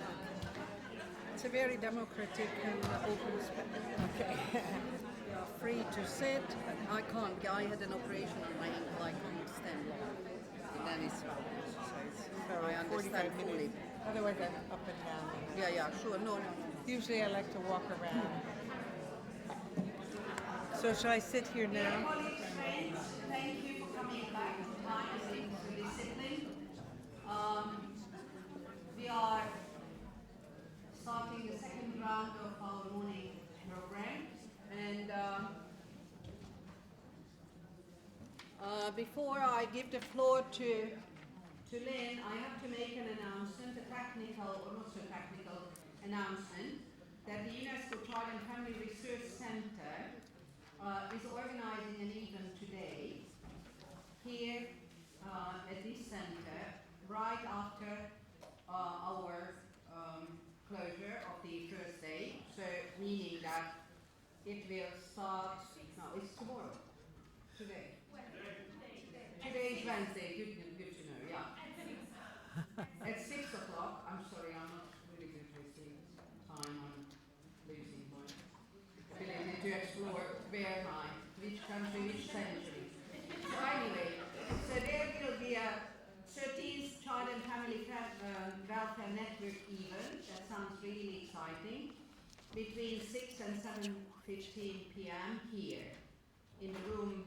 I can give you the details later. However, Professor Mirja Sutka from the Department of Social Research, University of Helsinki, will present on the knowledge and know-how for preventing over-generational social problems for families with children, a partnership approach, which is in line with our topic.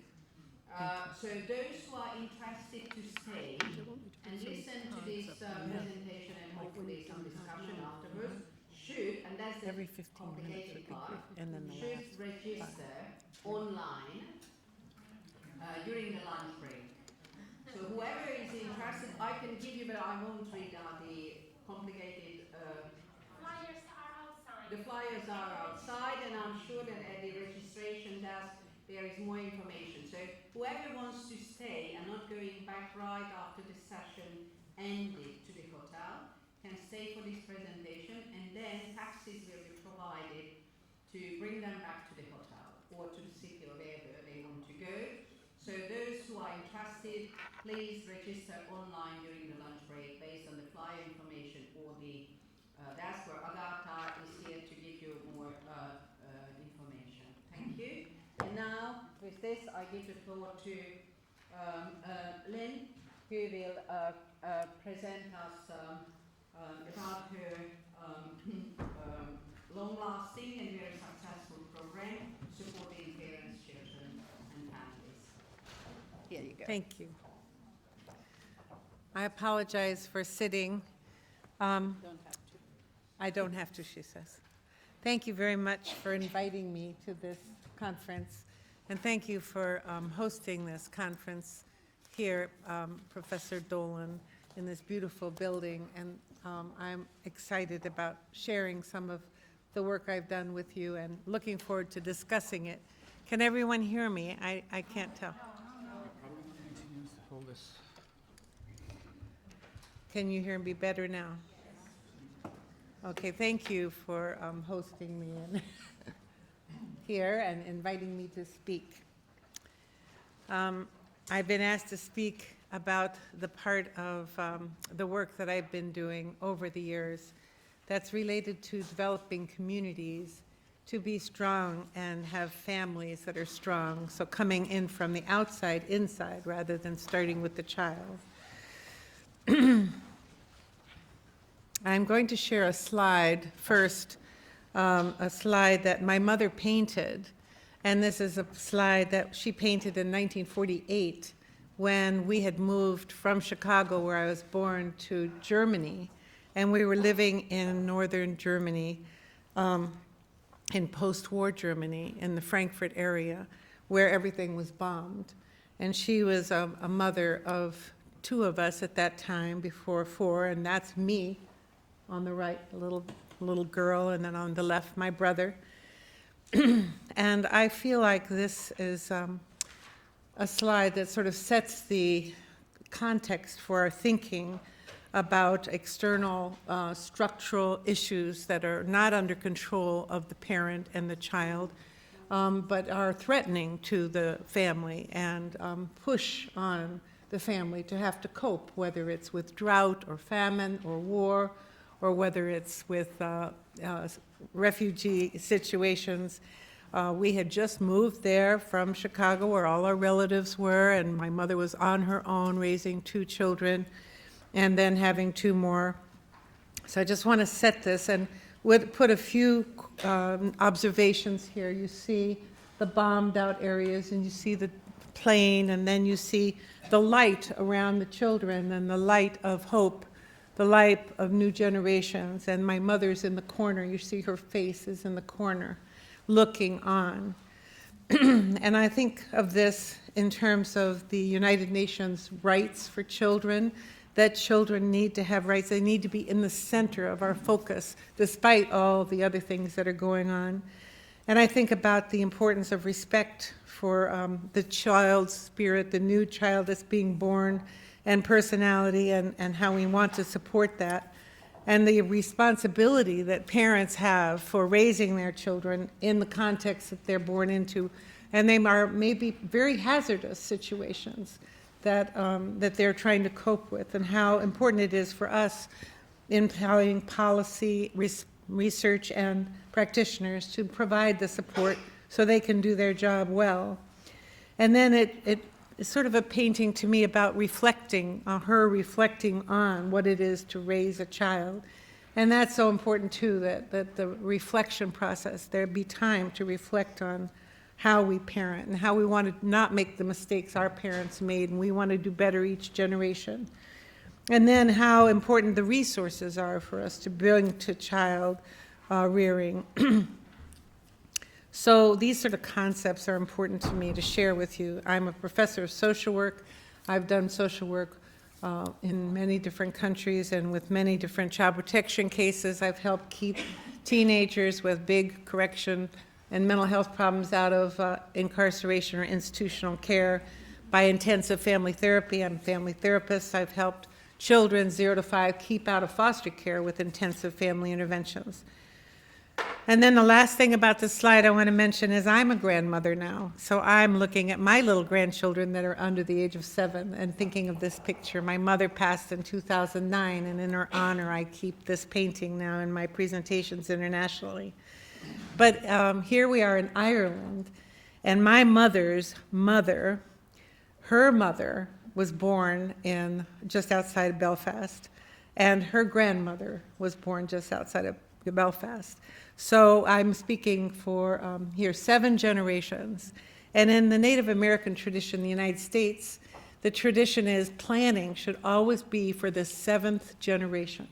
Everything we do now shouldn't be for the next 2 years when the next politician is elected, but rather for 7 generations. So 7 generations ago, my family left Belfast area. And now I'm back here speaking, and very, very much a moving thing for me to do.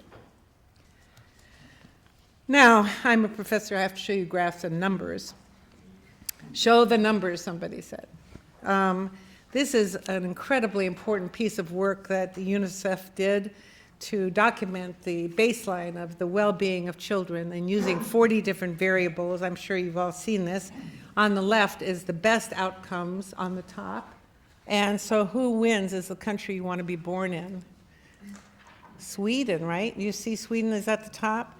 That's 2007 data, but that's very important. I think most children want to go there because that's where they'll be the happiest. And then which one is at the bottom? UK. Well, UK was pretty shocked when that came out, I can tell you. I was there. And they were like hiding the information as quickly as possible. But the fact is that they put into place some different programs and evidence-based interventions, which are documented by Professor Mary Daly in the new UNICEF book on family support. Very excellent booklet you should read. And she has the case of England and what happened after this happened. And the 2013 data moved England up, UK up to 16th rather than the bottom. So that's important that you could do that in 5 years and make a concerted effort on a policy level to change some of the outcomes for child. Now, Wilkinson is a brilliant researcher. He put in another dimension onto this because we have to think about the issues of economics, not just in terms of how much it costs to raise a child at home or out of home, but what are the economics like in your country? And so he put on the issue of income disparities. How wide is the difference between the super rich and the super poor? And does that matter for child well-being? And so this is very important work if you have a chance to look at it. And you'll see over here the lowest disparities, that means the lowest difference between the rich and the poor. That has nothing to do with the USA. But you go way over there, and the highest income disparities were in the United States. Nobody's surprised by that. UK is a close second, along with Portugal, Austria, Israel, and New Zealand. So on that end, you see where there's the biggest difference between how rich and how poor, meaning the fewest income transfers, the least taxation that moves over and shares in a civilized way the economic benefits. And that's when children are happier. So even though I'm going to talk about a social intervention, I just want to put it into the larger context because of the policy people here. And everybody who thinks about this has to know that economics is incredibly important.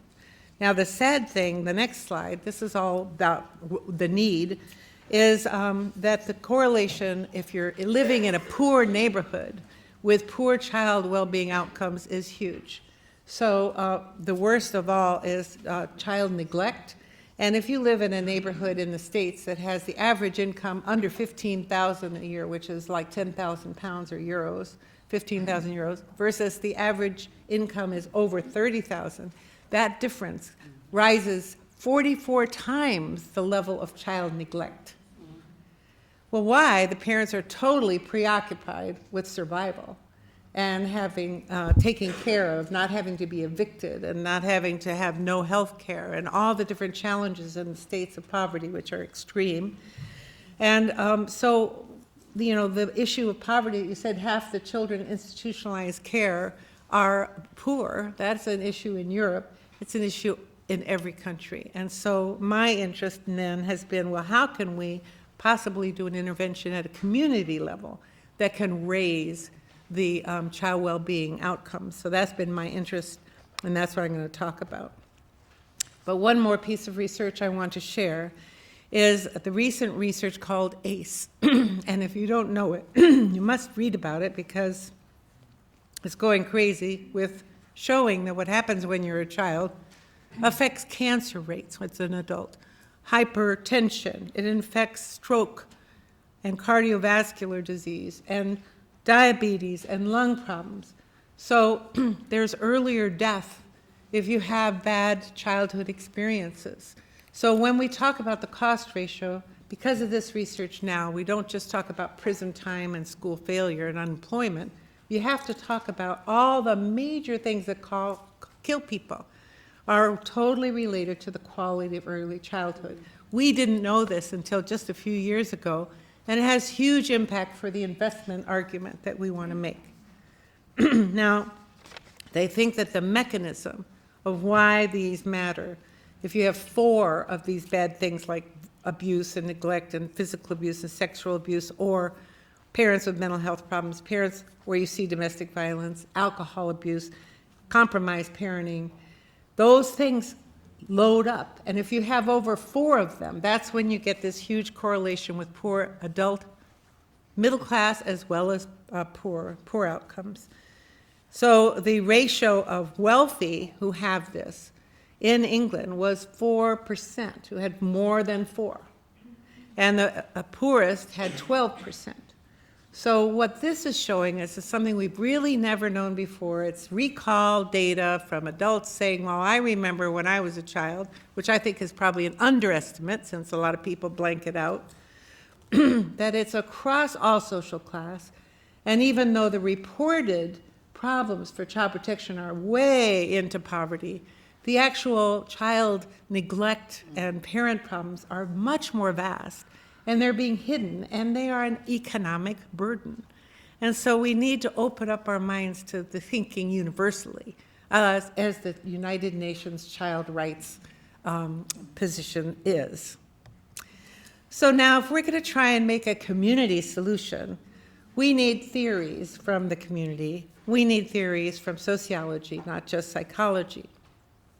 So I have a few of the theories of my favorite theories that I put into my little program. And I'm going to talk about social capital theory and social ecological theory and family systems theory, because I'm a family therapist. But there are all these other ones too, and one of my favorite is Freire's work in empowering collective voices of small groups of low-income people, a pedagogy of the oppressed, one of the most important concepts that has functioned to help many, many different interventions around the world. And so this is a heavy theory program I'm about to show you about. And this is a short list of our theories. But theories are not enough. You must have values. You have to decide what are your values. And I love the woman from Estonia who said, we believe that all parents want the best for their children and love their children. And that's a stated belief of my intervention, the FAST program.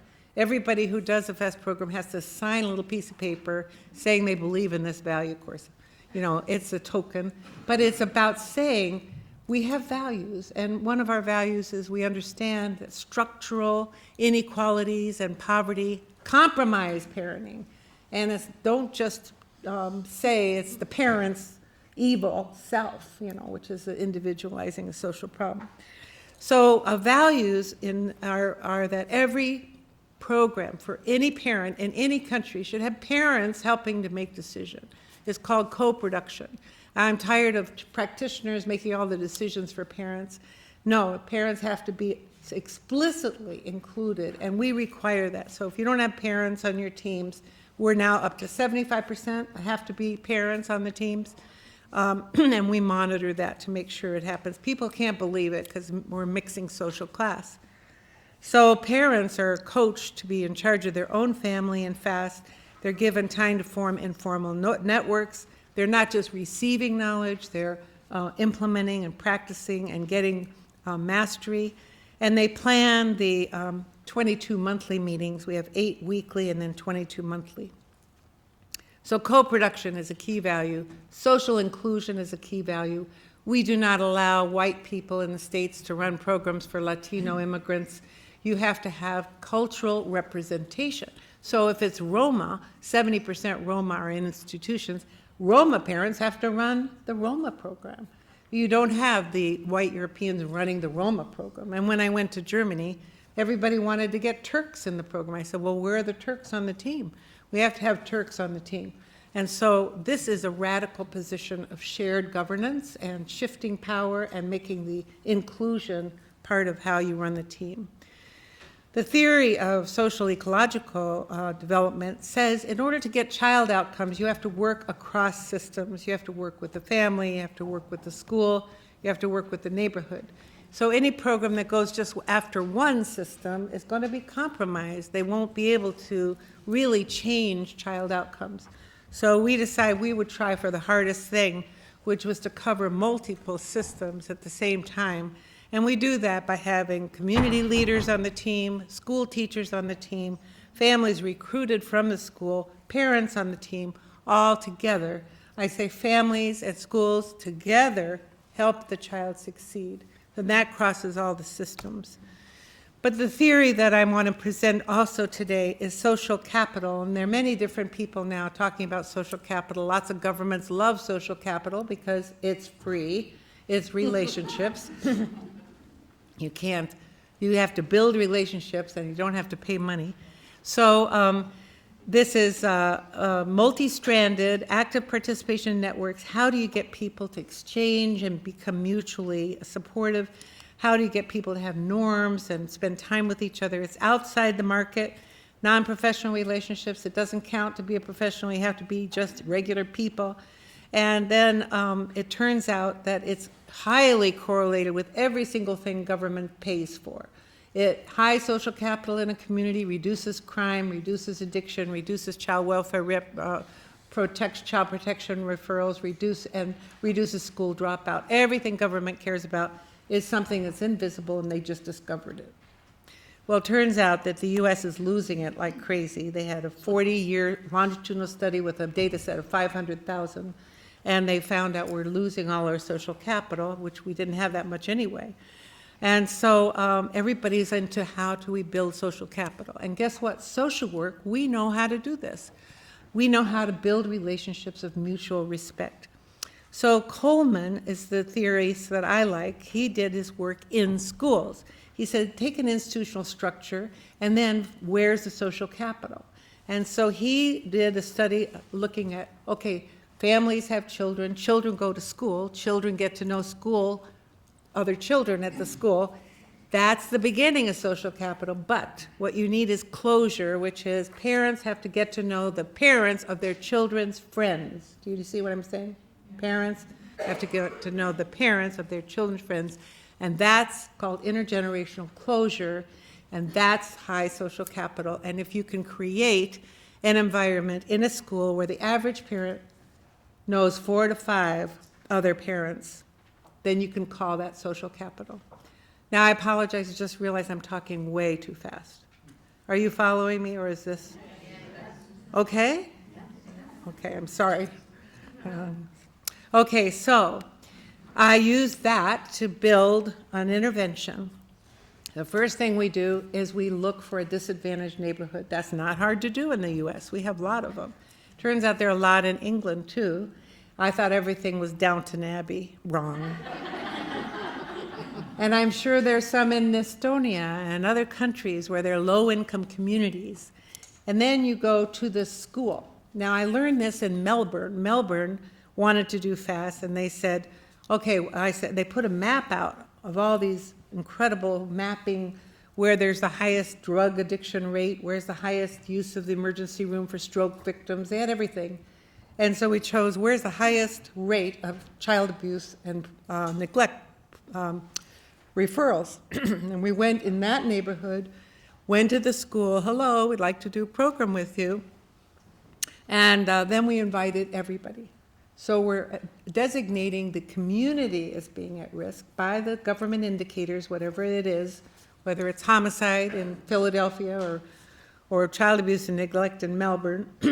That's a local decision. And then you go into a primary school right at the time when they're entering school. You invite the whole family, so you get the babies, you get the teenagers, whatever the whole family is, you get the aunties, you get the grandmothers, and then you bring them all together at the school.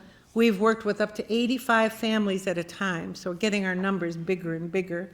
And then we have strategies for building the relationships so that we can build social capital, and encouraging parent leadership so that we can empower the parents, reduce the family conflict, because family conflict is a huge problem in child well-being cases, and then enhancing the attachment.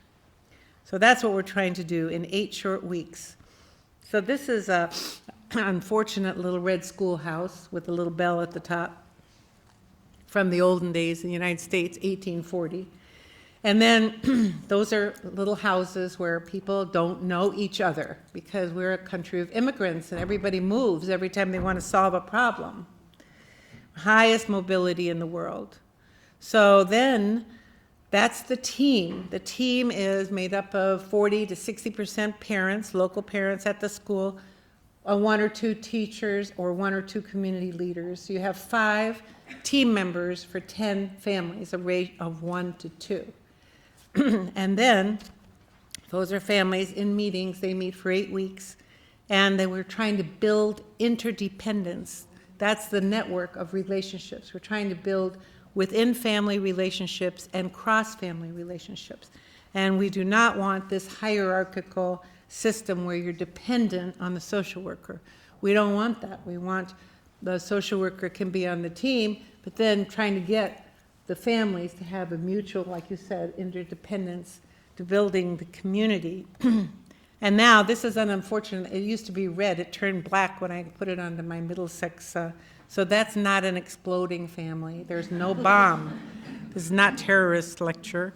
This is a lecture about empowerment.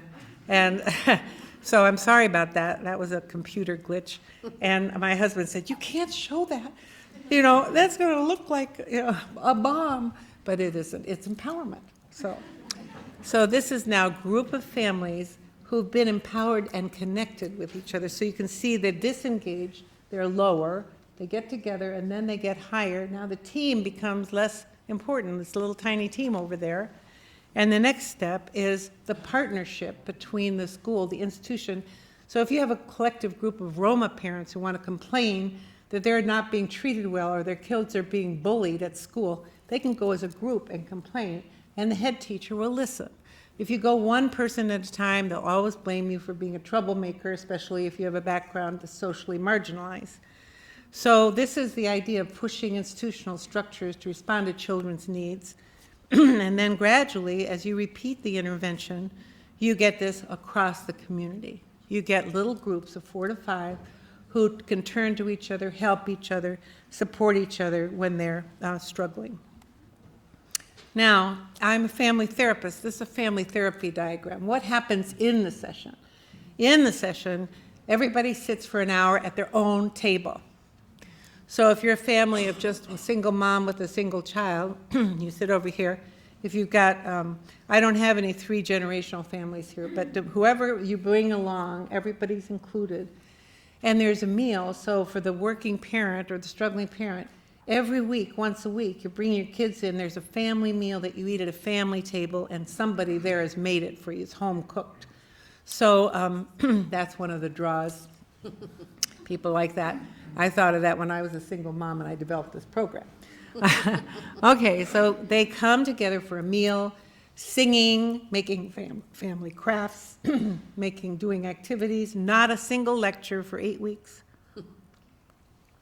Nothing like this. Everybody's talking the whole time. 2.5 hours, talk, talk, talk. All we do is switch the subgroups. So an hour, you're at a table. To keep a 5-year-old at the table for a whole hour is a challenge to any parent, and they can do it by the 8th week. But before then, the team is going around saying, "Would you like me to run after your child that's running around the side?" And the parent says, "Yes, I would like you to." And then they run around and get the child and bring them back. So you ask the parent for permission to help them get their kids to the table. Sometimes you have to sit on a child. No, I didn't say that. But depending on how wild the situation is, it's a chaotic situation at first, but gradually the parents practice in this positive environment. They see other people succeeding, and they start succeeding, and the private business of family has become public. So this is a way of seeing how other people manage and learning from each other, the strength-based approaches, which is very important for universal programs, that there have to be a range of models for you to look to. And then you get the support of the team, which is other parents from the community. Everything we do in there is Salvador Minuchin's work. He'd originally developed family therapy, called Family Therapy in the Slums, and he was committed to working with disadvantaged, disempowered families, and I use all of his stuff, other people's stuff too, but his is brilliant. Then we put into place marital therapy, or how to make a closer friend. And this is where we have 15 minutes. So if you're a husband and wife, or a mother and grandmother, or any two adults living in a house together, you have time just to be without interruption for 15 minutes. And the team brings you tea or coffee, depending which country you're in. And then if you're two single moms, you hang out together and talk with each other. And we found out 86% of the people who go through FAST say they made a friend in that 8 weeks from this time that they still see 4 years later. So that's what we're trying to build, is less isolation and real friendships. So then this is the parent group, a la Paulo Freire, where there is no lecture, there is no handout, there's no agenda, we're going to teach you to be a better parent. No, no, no. This is a time for people to come together, share their own knowledge of lived experience in that community, whether it's the barrios or the slums of favelas of Brazil, or whether it's in Tajikistan, now the poorest country in the world. We have had high success with this program, and this is part of the basis of it, is the networking of parents getting to talk with each other in a safe environment while someone else is watching the children. And then this is the magic part. We are getting parents to deliver the most powerful thing that research has shown for 4 to 8-year-olds, which is one-to-one responsive play. And this was initially studied by Carol Hanf and then Kate Kogan. This is included in Incredible Years. It's included in Strengthening Families by Carol Comfort. It's included in many different practices. People who've said they want to know what are the core, this is a core. And I wanted to have every parent know about this because the research is so powerful. And I used it with my own children when I went through my divorce, and they loved it. And my daughter even made a star chart on me saying, "Mommy, give me special play every day. And if you do, I'll give you a candy bar at the end of a week." So I knew she liked it. So children crave this. They love this. All you're doing as a team is delivering the parents uninterrupted, positive focus for 15 minutes. Free play, you have things that don't have to be done a certain way. And then the coaches encourage you to not criticize, not boss, not teach, but only follow with full attention. And that is the core of this intervention, as it is the core of many good parenting programs. But we practice it every week, and they have homework assignments to do it at home. So those are all the relationships that we build in only 8 weeks, all of them with different combinations, and then there's the team. So we can call that social capital. So what we don't do is lectures. We only do experiential learning. This means you don't have to be literate to benefit, to be a better parent. You get to practice, and you get coaches who are just like yourselves, neighbors, who give you a little nudge and support, and think, good job. And these are the corny games. They're very corny. If you walk in there with a funder, you have to have a researcher with you. Otherwise, they think their money's going down the tubes, because it just looks like fun and games. Families are laughing. Oh my God. So then this is the core, parents practicing responsive play for 15 minutes. So now I'm going to show you what it looks like. This is a 3-minute video. This is in England. Every child has hopes for the future. I'm going to be a firefighter when I grow up, an artist, a doctor, a policeman. I want to be a ballerina. One grow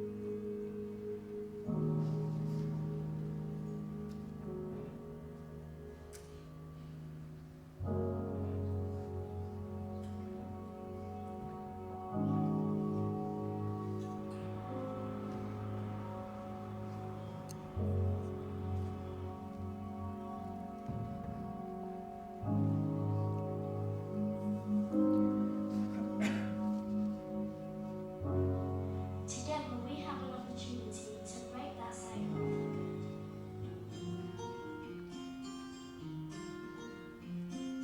Hello, my name's Emily. I'm the day and we are the Klein family. My favourite thing about BUS is that you get to communicate with your family and you get to spend more time with them.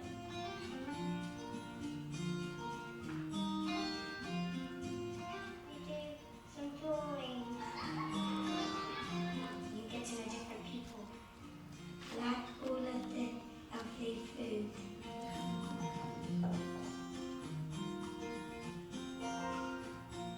And it's lots of fun, I swear.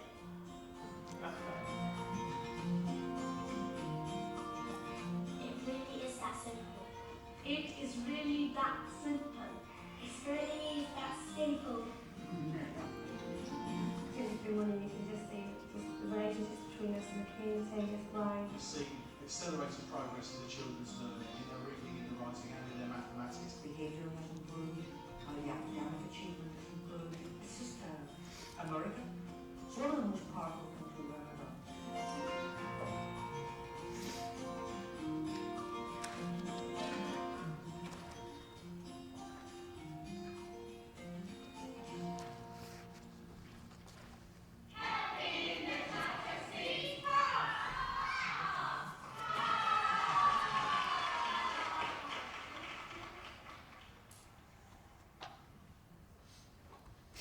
So Save the Children.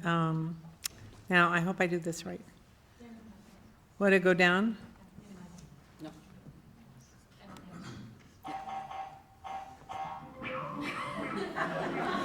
The other one is running.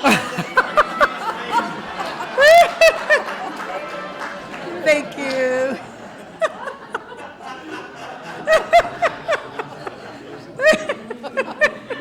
Technology. Thank you.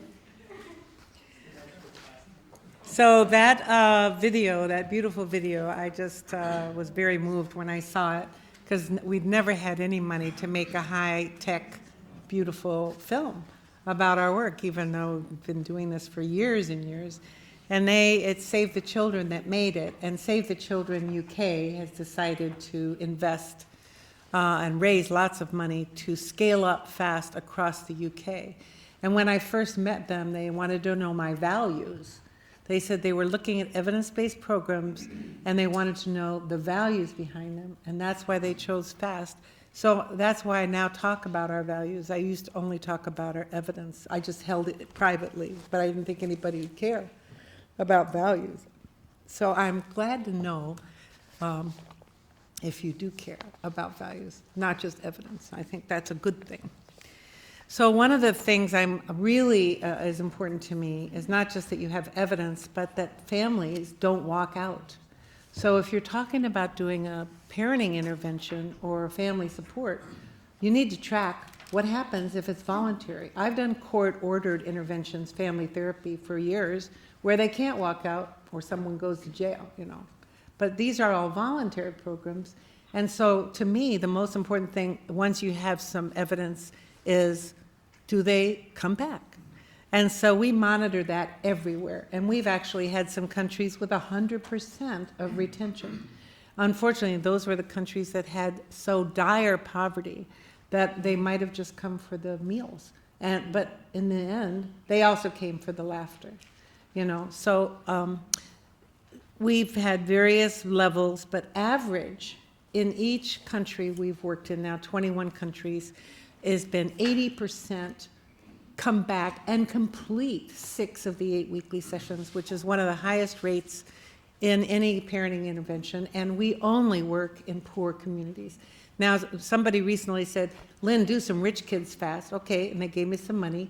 And so it turns out rich kids and their families love it too. There's nothing about the program that shouldn't be wonderful for rich people. So the government said, well, can you work with rich people? You know, I said, well, I'm a social worker. Why do I want to work with rich people? We just want to know it works with rich people. Okay, so anybody who wants to work with me to get rich people off their cell phones these days, you know, I think we could do that because we don't allow them in the room when they come in. Okay, so monitoring retention rates is very important, and across England in over 500 communities, all the poorest key indicators in the, Wales and Northern Ireland, Scotland, and England, average retention rate across all of them is 79% after 500. So that feels really good. And the average in England for the scale-up has been 22 families graduating per group. And so that's really good. That's not just a little bit. That starts affecting the system. And if you run it several years, then this whole school starts having a different feeling. We're trying to get that number bigger. I said I wouldn't work with them unless they do 40, but we have gotten 85, like I said, at one. So what do we record in our implementations? With implementations, we have a very tight quality assurance structure. We have program integrity checklists that you have to, for example, have parents on the team. You have to have cultural representation on your team, things that people don't want to do. So we have certain things, whatever we think they might not want to do is on the program integrity checklist. And one of the things that they don't want to do is evaluate. So we insist you have to have pre and post evaluation or you can't do fast. And so that means that any country that does a pilot gets a nice report they send to their government for ongoing funding. So this is the kind of thing we look at. We do social parental self-efficacy. You have to show, if you're going to empower parents, they should show up on a scale to have improved, even if it's a little. It's significant, 0.05. There's just one report that I found to put up here, not everybody, obviously, because we've worked with hundreds of thousands of families in thousands and thousands of schools around the world. So parent-child relationship, that's the bond of attachment, and that's extremely important. And when we do a study about where do most people change, of all the people who go through, forget about how much change, but a little bit or change in the positive direction, number 1 is parental self-efficacy, and number 2 is the parent-child bond, which is exactly what our values are. The next one is reciprocity, building that community tie of trust and exchange. And I couldn't find a tool for that, so I just made up my own, which is suspicious. But this is what we get for change. I'm dying for a good instrument that has validity and reliability on social support networks. And then we use a standardized instrument called the FES to do our assessment pre-post of families. And what's really important to me here is that it has the norms, and it has the norms for, quote, normal families, whatever that is, and then distressed families. And that allows you to place your data, even if you don't have a randomized controlled child, within a context. And so you can see, and this was our pilot for in the UK, that the pre-FAST levels for total relationships and families were a little better than normal, and then they went up even more. So pre-post-FAST in the UK, in these few sites that we started out with, went up at a highly statistically significant, which you can do with t-tests, and paired t-tests is what we use. And then the conflict level, you can see, went down. It was lower than the normal.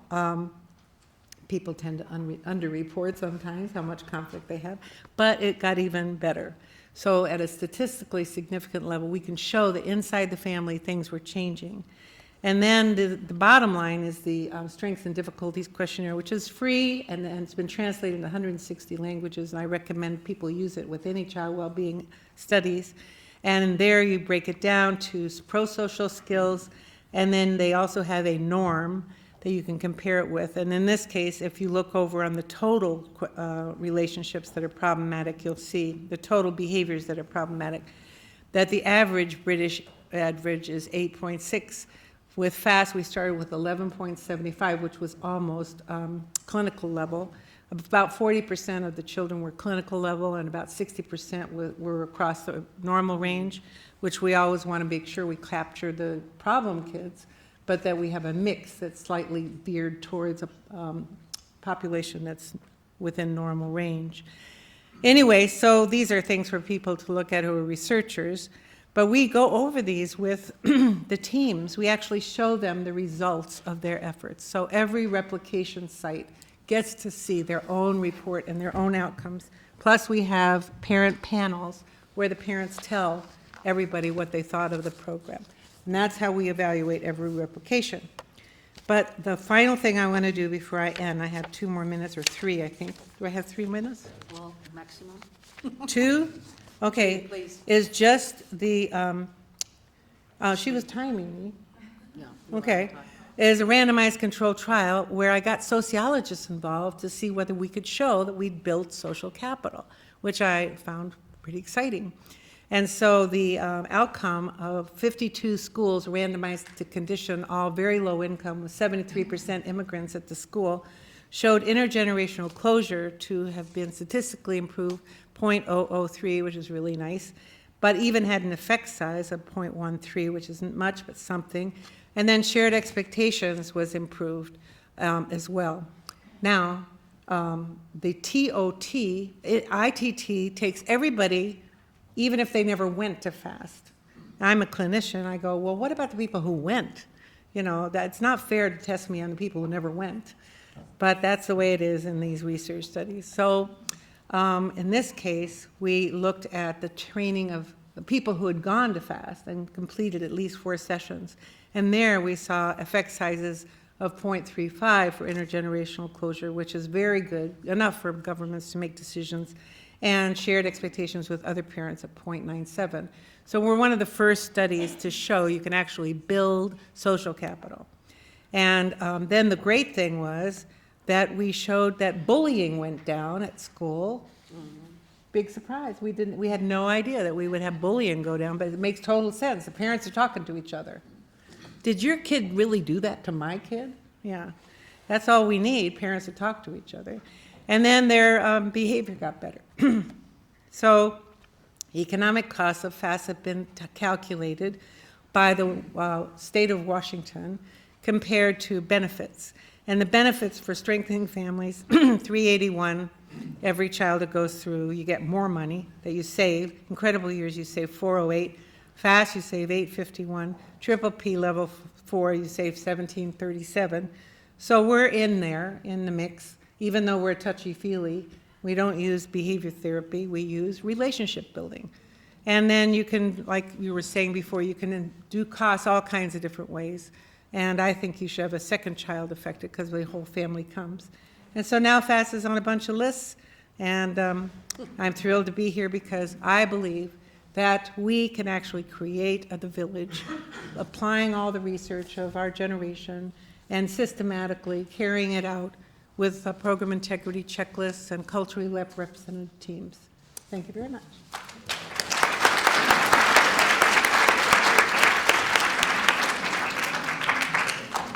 Thank you, Lynn. This is, breathtaking. I guess we are all familiar with some programs in our region, in different parts of Europe, like school-based anti-bullying program, like the Eurochild program, which is the philosophy is very similar. Family to conference saying that it's also based on this kind of notion, different kind of mediation techniques, conference models. So it seems to be quite obvious that if we are including children and families, this is the only way to succeed. And our only surprise is always, how is it that it's so clear for all of us and it's not happening?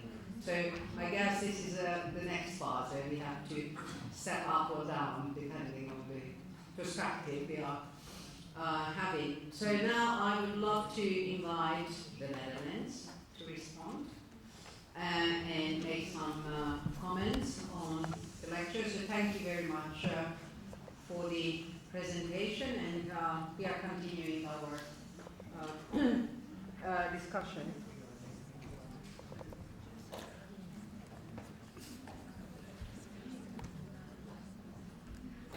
Good morning, all of you. We're Team Holland, and so we do it as a team as well. We'll just try to be very brief. But first of all, I would like to say how privileged and how wonderful it is to be able to be here and to sit and to listen to this really interesting presentations that come from Annie and from Lynn. It's so out of our ordinary work as well, so it really feels at the end of the year, after a really hard year working, as a real privilege. So I'm really excited about this next few days. But just a few small comments from the Netherlands.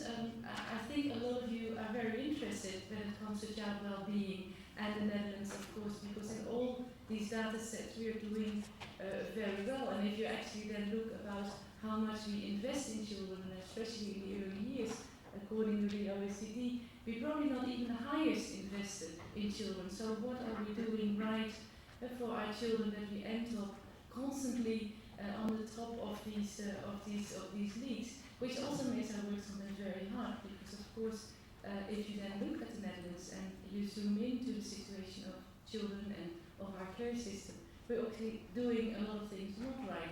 And that's what we are in the middle of in the Netherlands at this moment. We have since the beginning of 2015 a total system change around the care of children, where everything not only has been devolved and decentralized to the local municipalities that are now in charge of the entire continuum around the child, but there is also very much of a push factor behind that change, where it turned out, just like what Annie this morning was showing, of the westernized world, of this increase in care also being the case in the Netherlands, of more and more every year, more children going into care, and also an increase in cost of the care.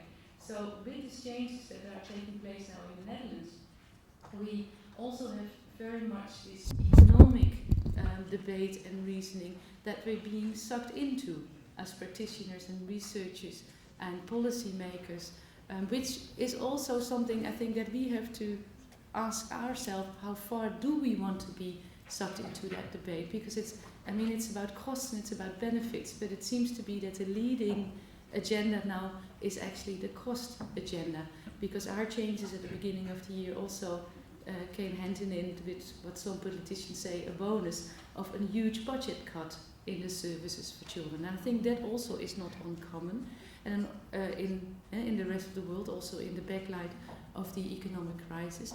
But I think then it's very important for us to ask, let's not just only talk about the cost, but especially also about its benefits. And for that I'm very grateful for Lynn's presentation about showing actually that we also make effects and have effects on the children and the families, even though, and Flora mentioned that already in her comments, that we have to be aware that sometimes maybe they can only be seen for the next generation or in a longer term thing, but we have to keep putting that in agenda, not that we just make a better economic case in the programs we do. And I think so I think we have a role there, and I think that is also something I think we have to discuss here among ourselves, that we keep that benefit issue on the agenda and the outcome as an importance and not just the cost. And the other issue I think is how far, if we do make these better investments and we do make these benefits also on the cost level, are we able to reinvest those things that we gain back into, for example, the things that we do know, what works, and into prevention.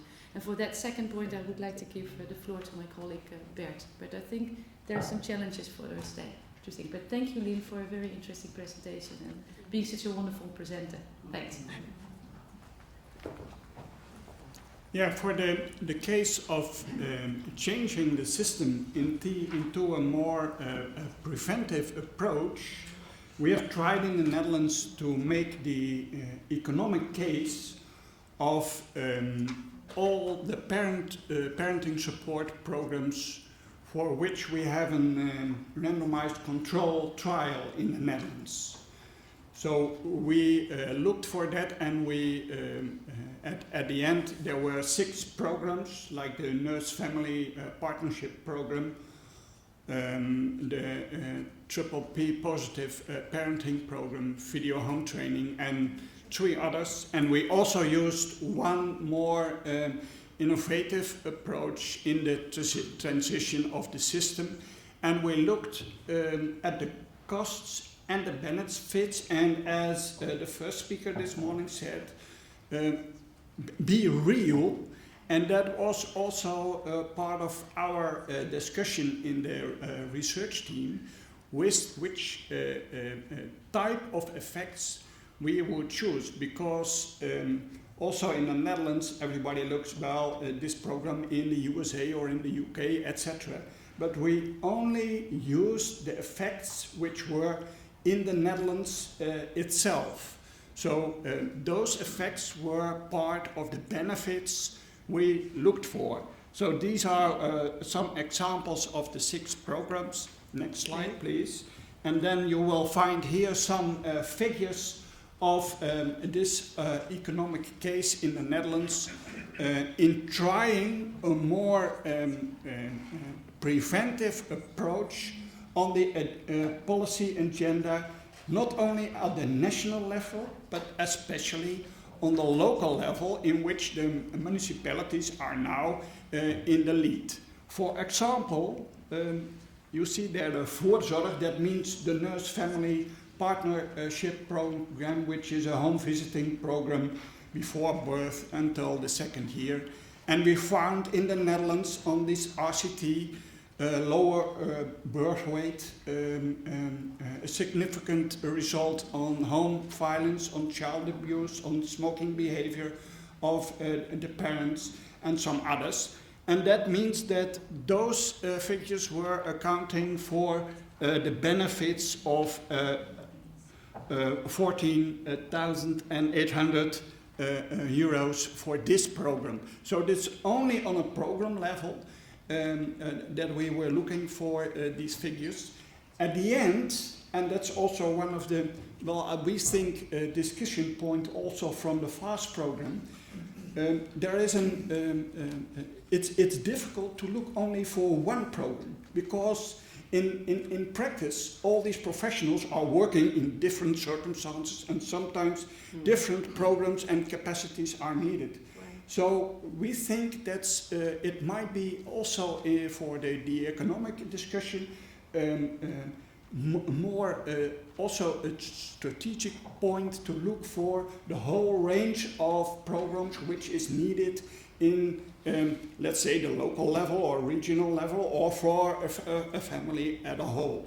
Well, keep these figures for what they are worth for. It's especially used in the Netherlands in this paper for doing the discussion, not only on the economic level, but also on the level of policy, on the level of values, and on what is society for the next generations. We agree fully. Thank you very much.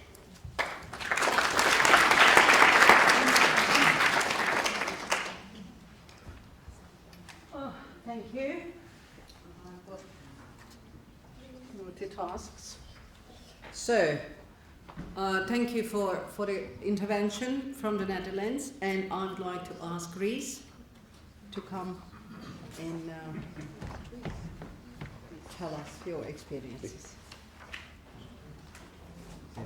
I would like to thank Professor MacDonald for your presentation. You showed us that change is possible, so we keep your optimism. If I had to say some numbers, all the numbers would be bad numbers for the Greek context. So I will avoid this difficult task for me. But if you see the unemployment rates, and especially in youth, people, which is the highest in European Union. You will understand how deep is this crisis. Also, as a professor in the university, almost every day I have to write recommendation letters for students to go and work abroad. The investment of the families and of the states goes somewhere else and not in the country. I am sure that all of you know the refugee issue. I don't want to say the word problem, as well as the immigration issue, which is becoming worse and worse every day. And this, perhaps for people who live northern, these refugees are numbers, but for us, they are neighbors and families and persons. And we are discussing about families here, so this is another thing. And we speak a lot about poverty. For us, it's not only the poverty, it's also the despair, because we are not poor in the sub-Saharan terms, but that there is no optimism, no hope in the near future. This makes the situation more complicated. And I liked very much, I am teaching early literacy, so I was really happy that I saw Freire in your slides, and how language can be used to empower people to advocate about their rights. So I was really happy about that.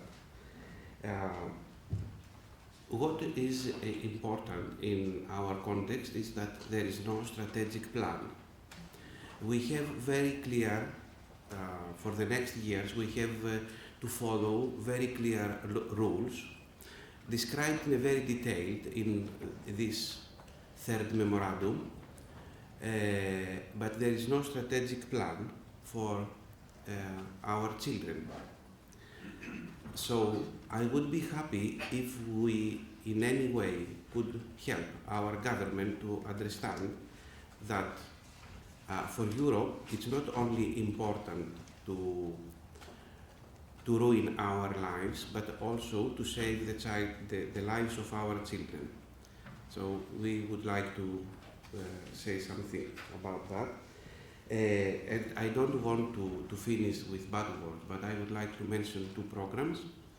One of my colleagues here is the Vice Mayor of Athens, and in Athens there is a big program named Open Schools, and it is for families. When schools are closing, there are volunteers and educators and psychologists and social workers, and they are working with children and families. And another one, which is in Piraeus. Piraeus is the port of Athens, and also in families in vulnerable situation. There is a Head Start program. The third person of our delegation is Anna Merjani here, who is working with children's rights.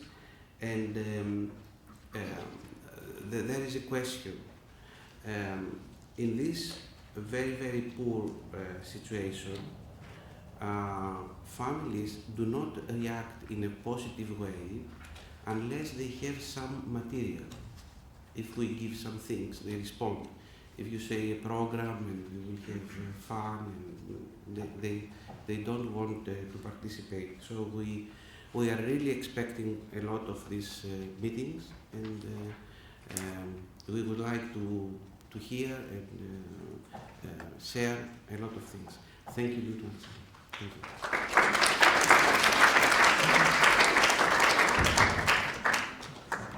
you. Thank you very much. I guess there are more and more questions coming up as we are listening to the presentations and the contributions. And before I give the floor to Georgette, I would also like to raise the issue of the early childhood period, because what we have been facing or experiencing so far was that starting in school may be too late.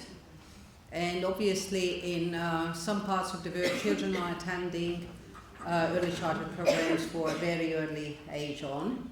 So the question is concerning the FAST program also and the other programs, whether we should start much earlier than when children are starting school, like the Head Start or Short Start, that has been proven to be really effective. So I don't think there is any objection to start this program earlier than when children are starting school. However, obviously it depends also on the number of children attending these programs, and this is related to the Greek situation also, that if the children and the families are living in isolation and are not accessible, then obviously you can't provide.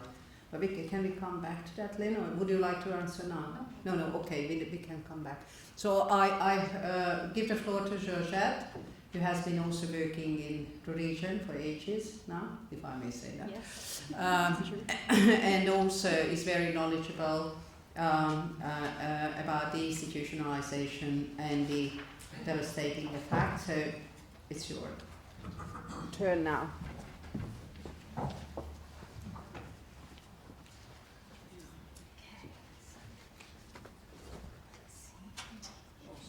That's okay. That's okay. It's fine. Let's see if I can do this. So, can everybody hear me okay? No? So what if we Sorry. put... Yeah. Are you okay? Yeah. Everybody hear me now? So, very briefly, but I did want to start, I'm sure everybody knows these words really well, but I am always reminded when we talk about money of what the Little Prince told us, and that is that grown-ups like numbers. When you tell them about a new friend, they never ask questions about what really matters. They never ask, what does his voice sound like? What games does he like best? Does he collect butterflies? They ask, how old is he? How much does he weigh? How much money does his father make? Only then do they think they really know him. And we all know that problem in our work. So bizarrely, I am now going to give you an example of where a focus on the numbers, and particularly on numbers around money and numbers around children, has been used to try and address a fairly intractable problem in Bulgaria. And I am going to be very brief because everyone's listened for so long, so maximum 10 minutes, and I'm going to rush through some numbers with you. People may know there's been a big, major experiment in Bulgaria using EU funds where there's been a strong commitment from the Bulgarian government, civil society and the EU to try to find ways to work together. It has not been perfect, but it has been quite high impact. And it represented a major shift in policy and funding. Where since 2009 there's been an investment of approximately 58.5 million euros of EU funding in a major shift to try to dramatically reduce numbers of children in institutions and hopefully at the same time be doing some good things for those children. I just want to remind you briefly of the situation in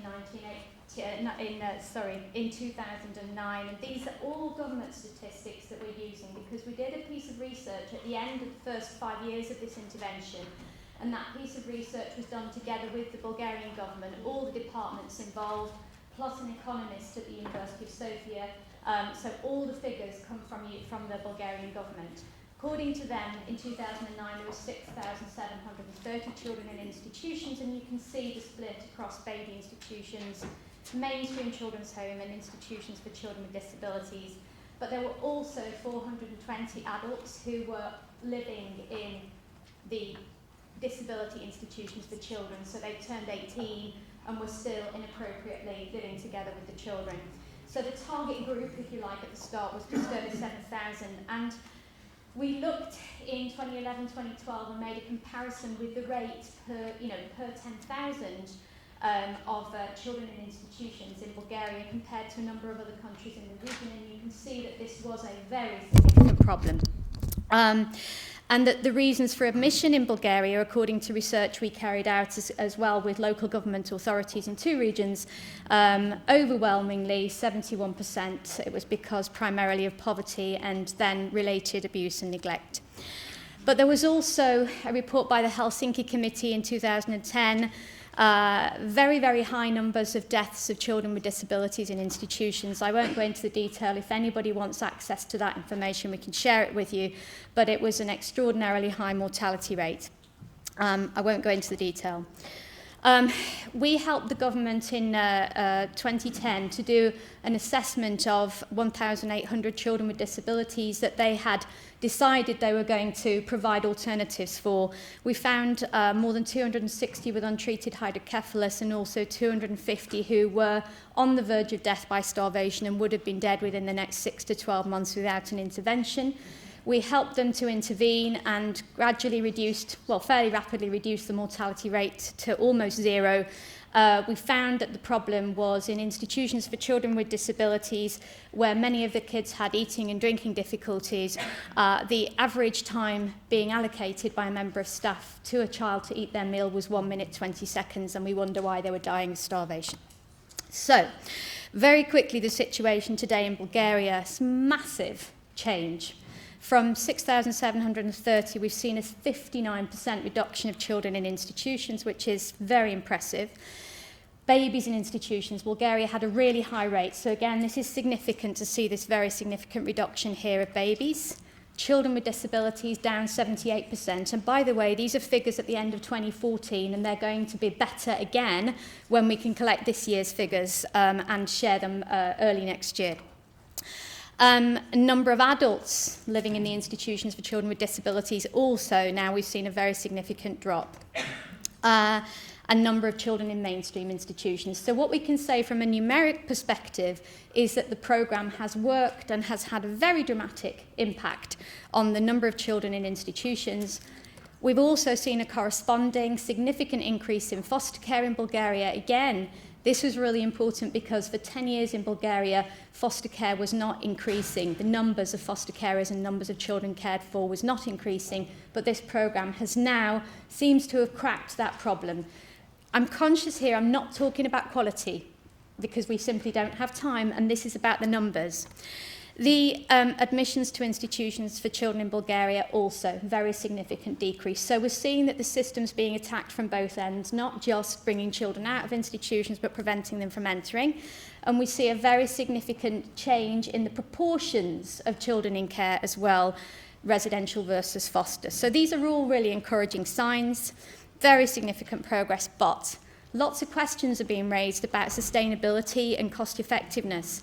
And in many respects, the Bulgarian government itself was raising concerns, saying, can we afford this change? We've set up all of these extra services in the community. Once the EU money runs out to fund them, can we afford the change? There are key issues about quality and outcomes for children, and that data is being gathered at the moment, and there is a risk of reinstitutionalisation because a lot of small group homes were set up for children with disabilities and not enough resources have been put into trying to ensure that they are not institutional environments. So we asked a set of questions in the research, and this was about how much did the change process cost and is it value for money? How much does it cost to run the new services? How does this compare with the previous budget? And is sufficient funding provided to these new services? So this relates very much to what Andy was talking about earlier. This is a complicated graph. The key figure that I want you to see is that top line, the orange line at the top. Significantly, although there have been these massive reductions in numbers of children in institutions, we are actually seeing a rise of the number of children in care. The same problem that was raised earlier, because the focus has been on development of small group homes and development of foster care, and no real focus as yet on the support to families in the community, the same thing that everybody's been talking about. But at the same time as this, I just want you to look at what it's costing the government. Yeah. So whilst there's been a 57% reduction in numbers of babies in institutions, the cost per child per year in the baby institutions has gone up by 100%, and this is according to the Bulgarian government, the Ministry of Health figures. This is because their annual budget for the institutions, even though the numbers have reduced by 60%, the budget's only gone down 15%, and the predominant reason for that is because they're desperate to hang on to their buildings. So this is really common. Again, you know, this resistance to the process of change. We have to keep our service open, our building open. We'll have a big building with just a few children rattling around in it without thinking about the money we are wasting on maintaining a building rather than investing it in the community. We see very significant similar figures for the other types of institutions. I'm just going to run through those, but just to show you that overall, this is what we're seeing, is that we're in this transition phase in Bulgaria. The numbers have gone down. Not all the services are in place yet. Resistance is still really hanging on to these buildings, and so we've got these extra costs going on that are not necessary, and if that money could be ring-fenced and diverted to community-based services, Bulgaria could solve so many of its problems. And please don't see this as a criticism, because I think what they've achieved in 5 years is absolutely extraordinary, and it's a big experiment, and of course you never solve all the problems straight away. So again, as we see, these reductions in budget do not correspond with the reductions in numbers of children in institutions, and therefore there's this increase in cost per child. Now, we were asked by the government a couple of years ago, would we put in place a family support programme that we could cost out and we could show how much does it cost to actually support children to stay in their families. So very roughly, over 2 years, paying for extra social workers to be in the social work departments. We spent just €52,000 over 2 years in 2 regions of the country and helped 625 children either to be prevented from separation and supported in their families or to be reunited. So the cost per child for that intervention was €83. If you therefore compare now with the situation we've got where the baby institution's cost per child per year is €14,000, and to support the child, a baby in the family, is costing €83, we can see that the money isn't necessarily in the right place yet. The total budget, this is a really important point, because the Bulgarian government, the costs for the different kinds of institutions are across different departments. Nobody was tracking how much are we spending altogether, and lots of people we were hearing from were saying we can't afford to run these new services, we're very worried. And those of us in civil society were saying that the new services, you're not putting enough investment in them, and you're not doing enough investment in family support. What we found when we got their figures, how much they're spending on their institutions now, even though they're very inefficient, plus all the new services, they're spending €37 million per year, as opposed to what they were spending on the institutional and foster care system before they did the reform, which was 44. So there's already a saving of €7 million per year, and that's even before they've taken the brave step to let go of the buildings and let go of all the costs associated with that. And we did a quick analysis of what could be done with that money, and I won't go into the detail, but you can see from there what could be done with those savings if we can get the government to ring fence and reinvest its money. So we're not saying spend more, we're saying spend what you were already spending in 2009, but spend it more strategically. And so there are still some key issues about quality, as I said, that are being looked at now, but I very briefly just wanted to mention the number of deaths in the disability institutions per annum. As I said, a lot of work was done on this, and as a result, very, very significant decrease in mortality. So many of these deaths were preventable. However, similar work was not done in the baby institutions, and the rate of mortality there is still high, continues to be high, even though that cost per child now is €14,000 per year. So this is very, in terms of looking at quality, it's just quite a significant marker. I'm not going to go through the rest of this, but if anybody wants access to this research, very briefly, we do have a link, and I think that Agatha is going to send people the document. But what this has helped to do is it's helped the Bulgarian government to refocus and to see that actually they're spending less now already than they were, and so the arguments around we can't afford these new services are not holding water. Thank you very much.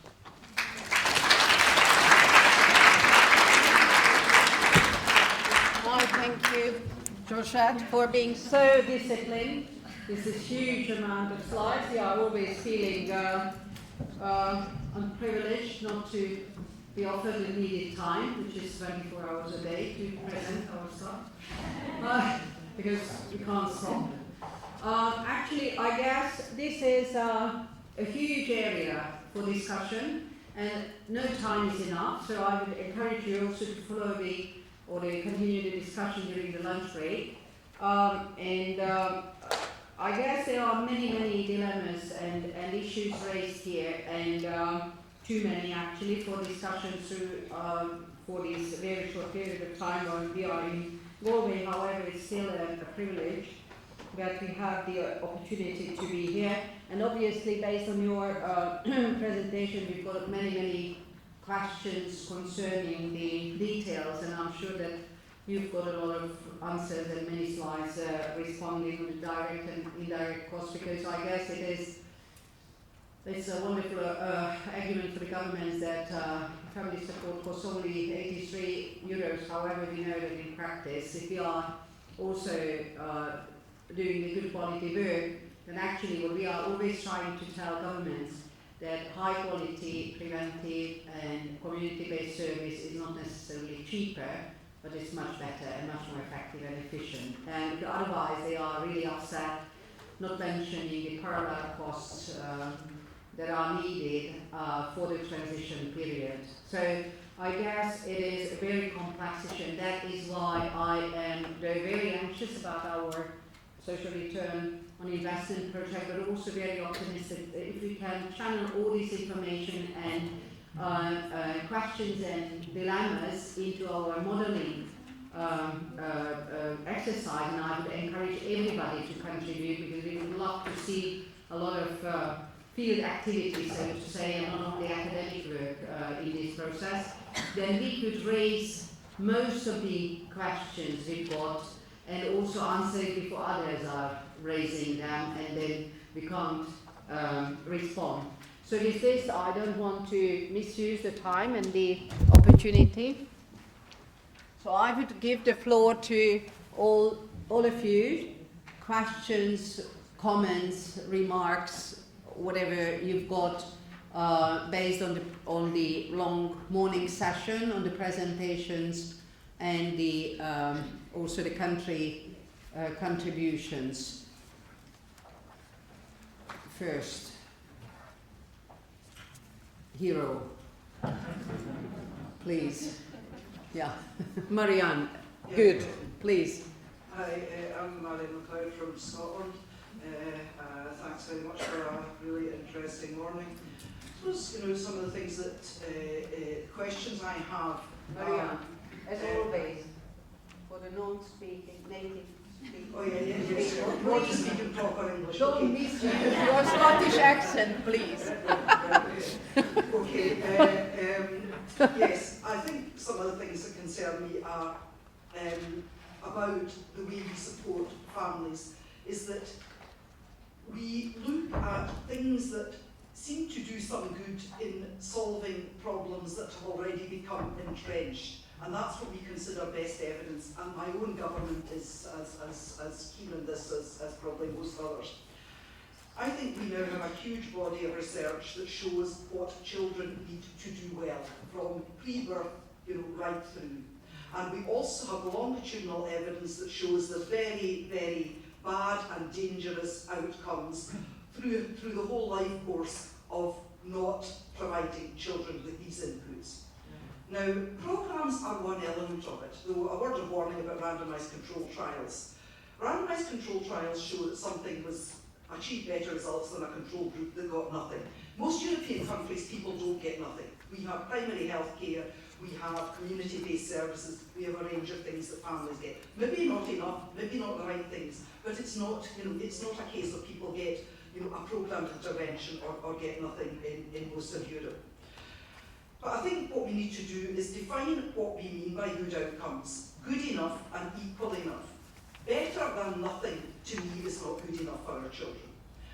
A slightly reduced rate of drug addiction or criminality, to me, is not good enough. As a parent, it's not what I aspire for my children. You know, I wanted my children to do well educationally, to be happy and healthy, to have a fulfilling life, not just to avoid prison and drug addiction. So, you know, that's one thing I think is really important when we look at the outcomes of programmed interventions. I think, you know, the other thing we need to dispel is the myth that you need to wait 25 years to see the results of early intervention.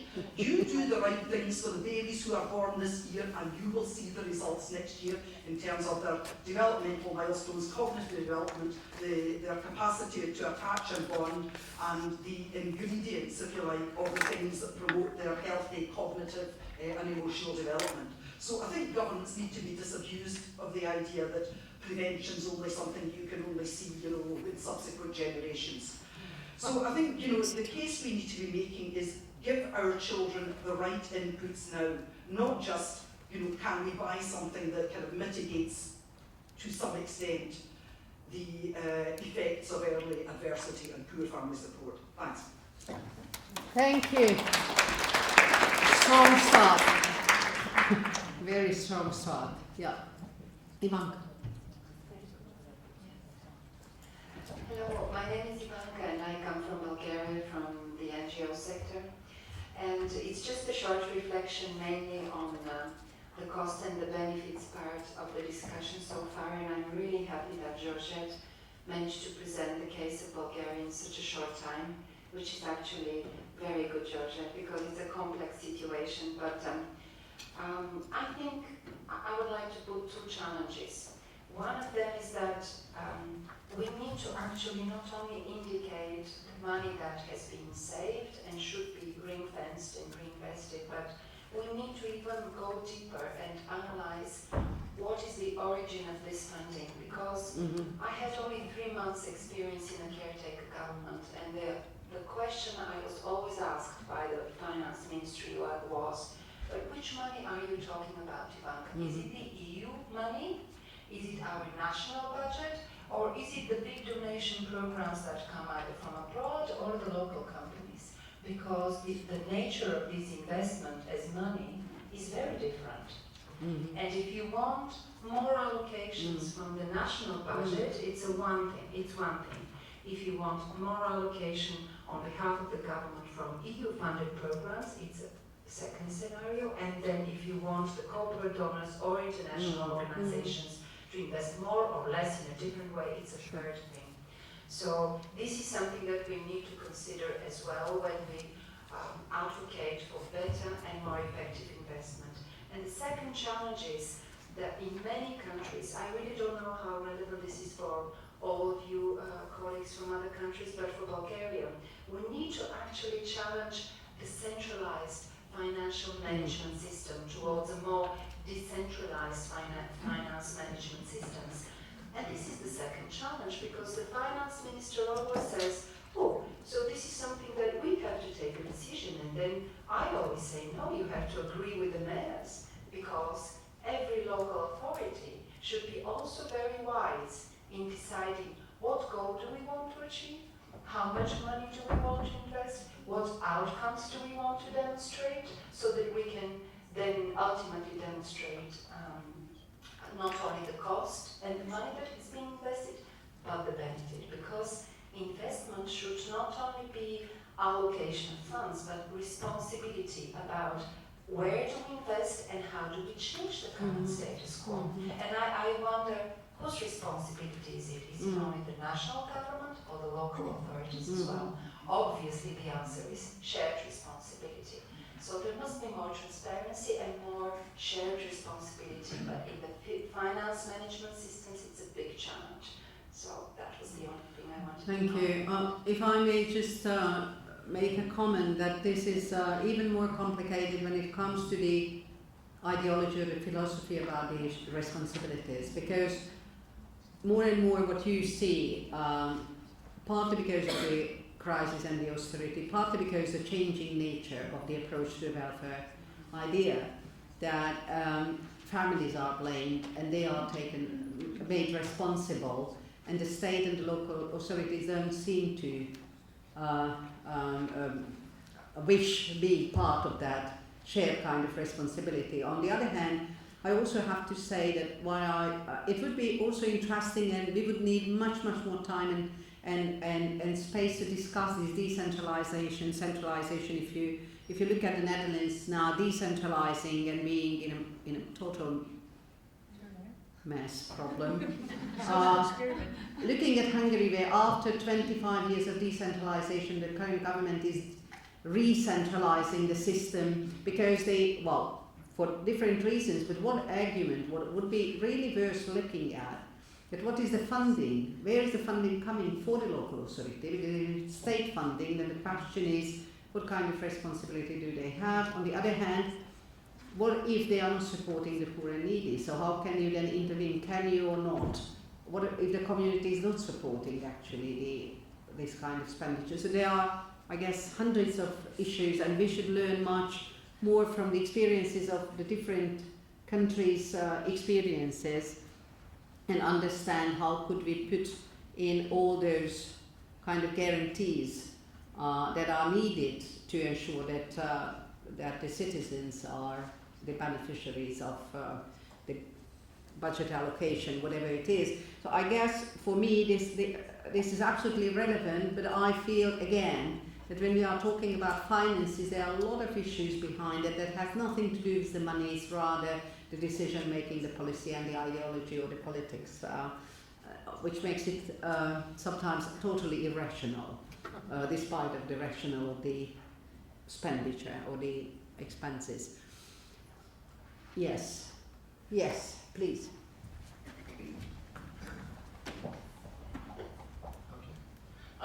Just to make a comment on the issue of the calculations of costs and benefits and the returns to investment, and I think Andy made a point in his presentation earlier today.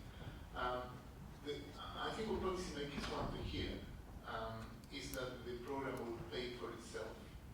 I think you know we have to do the calculations well. We have to kind of use appropriate methods and standards and transparency in the calculations. But at the end of the day, if you say, as the colleague from Scotland just said, you know, this will bring X benefit, it's hard for policymakers to actually internalize that unless you say, or you're able to demonstrate that the program will pay for itself. And perhaps that is where you want to get to at the end in terms of communication. Yeah. Thank you. Andy? Just a very quick comment, which is about the total cost of this. We've heard about Bulgaria, and I remember sitting with the person from the social development programme in the EU, and he was saying, all my colleagues are telling me off because I'm spending so much time on such a little sum of money that we're giving to Bulgaria. It's less than a few miles of motorway. We shouldn't just be looking to get at the funds that are currently invested in childcare. We should be looking at other funds as well. Oh. Thank you. Yeah, Pat? Thank you. I sort of reflect on a few things, I think, and not in any particular order. I think Marian's point about evidence and randomised control trials will certainly come up tomorrow morning in the session that I'm moderating, and I think there's a complete need for a new discourse around the word evidence, but we'll get to that tomorrow, I think. Yeah. More specifically on the whole argument of economic argument or cost-benefit analysis, and in a way it's following on from what Andy opened up with, but I think there's a moral argument that we haven't discussed. And what I mean by a moral argument, first of all, you could argue that if this was a flu pandemic that we were talking about, and we knew what the vaccine was, we talked about what the vaccine looks like, you would not be having this discussion with policymakers. It would just be delivered. So my query is, why are we not, and asking this is a rhetorical argument that I asked in UNESCO with Mark, you know, why are we not treating this the same way? We should not have to go down to pennies and pounds, to be totally honest. Having said that, I'm pragmatic. I realise that we're talking about different populations, but I think our opening argument, we are not, I'm using a collective we, I don't think we're starting in the right place from the argument, the argument that we need to make. Also in relation to, I was very struck by Lynn's comment, which I'm increasingly interested in, is this issue of co-production. Yeah. But I would say that two comments on it, and it relates to something that I'd be speaking on next week, but actually getting in Dublin next week, which relates to it. But I think there are two key issues for me about co-production. Why is it that people who work most directly with children, who are the most important people in their lives, are least paid, sometimes least qualified, definitely least respected in the system? We, in ways, treat people who work directly with children the way we don't do co-production, and we judge parents and children. So I think, and this is a challenge to social work. So I think what if you look at the pioneers, Grace Tippert, people in Chicago in the 30s, the way they approach social work and the way we're approaching it now is completely different. So I think there are a variety, more positively, and I like to be positive, I tend to be positive, more positively, I think we turn negatives into positive around all we've heard this morning. And the realization that no one agency can do this. No. Absolutely no way one agency can do this on their own. There is I think, a moral imperative on us to work as a collective. Thank you, Pat.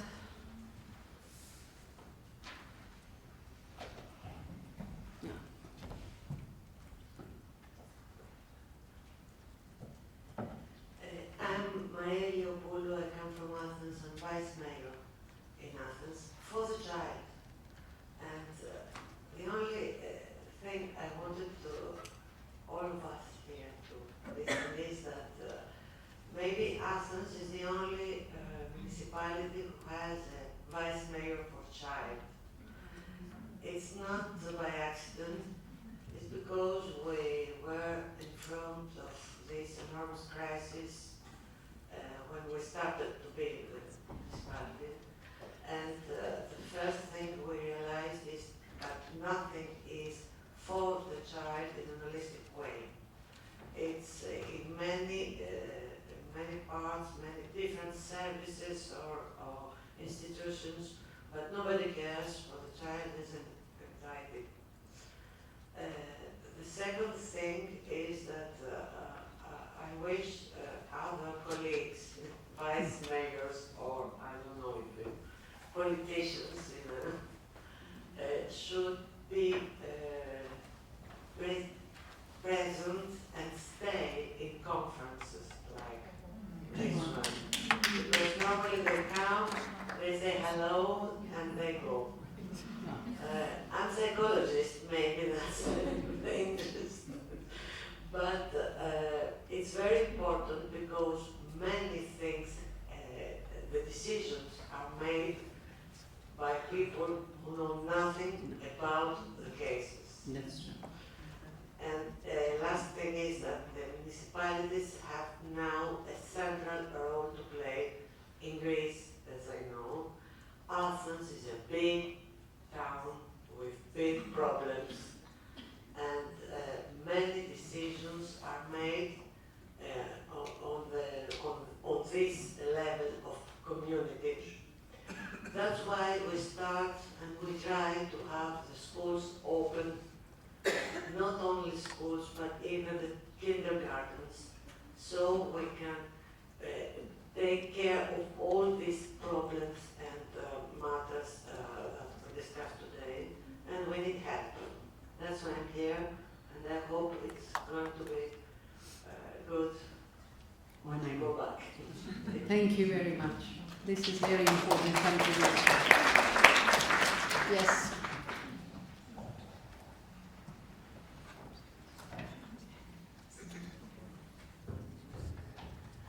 Hello, greetings from Finland. It's very interesting to be here and listen to the discussions, because in Finland at this very moment it's this ongoing social healthcare welfare reform, and the new social welfare or Welfare Care Act that is basically now during this 2015 has been starting to work. emphasizing on the preventive care, basically because in Finland has been before the same problems with the institutional care and the high cost and the growing amount of clients in the child protection. So what was decided is to stop or try to stop this from growing further and to invest into the preventive care. And that was basically now what is going on. There has been very many, or not many, but few pilot projects that have been showing that invested in prevention in the very beginning of the family life is crucial, and that prevents the problems to grow more. So basically, this situation in Finland is very interesting, and we are wondering how this law will be implemented in the local governments, and how the workers and how the local communities will start to work together in order to implement this new social work act, and what kind of results will be shown in the near future. Thank you. If I may just make a comment, coming back to Georgette's remark on the quality issue, but one of the risks currently, as always, but I see it as a fast-growing risk, is that the quality is not measured, and the quality is not an issue, especially because it is much more complicated to measure, and especially at local level or even at national level, it's not clear what is meant by the quality and the well-being of children and families. On the other hand, also, my fear has been, and it's a growing fear as well, that in many countries, and this has been our experience on deinstitutionalization for many years, many governments only hear the word closing institutions, and they don't hear the need for setting up first services locally, providing high quality, accessible and free, preferably free, services in all areas before stopping the inflow of children or even closing down the institutions. And as we could observe in Romania before they joined the EU, closing institutions can lead to devastating outcomes, because we know that after the accession, there were over 4,000 children who left infant homes, and no one had a clue of the whereabouts of these children. So the issue is that it's not enough to plan the steps taken to deinstitutionalize children, but also we have to be absolutely sure that we know that what we are doing is better, and also that we are following the children and the families. Otherwise we can end up in a situation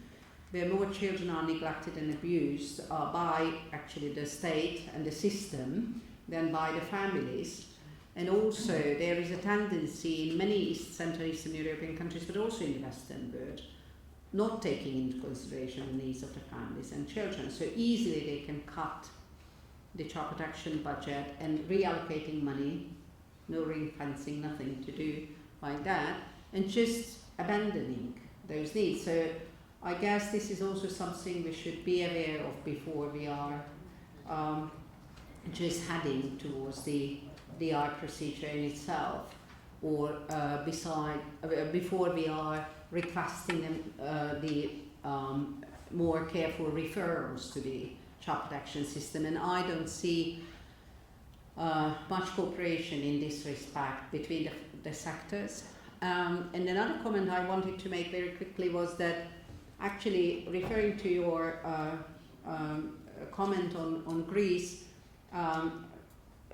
Eurochild is a member, together with some other organizations here, of the expert group on deinstitutionalization at European level.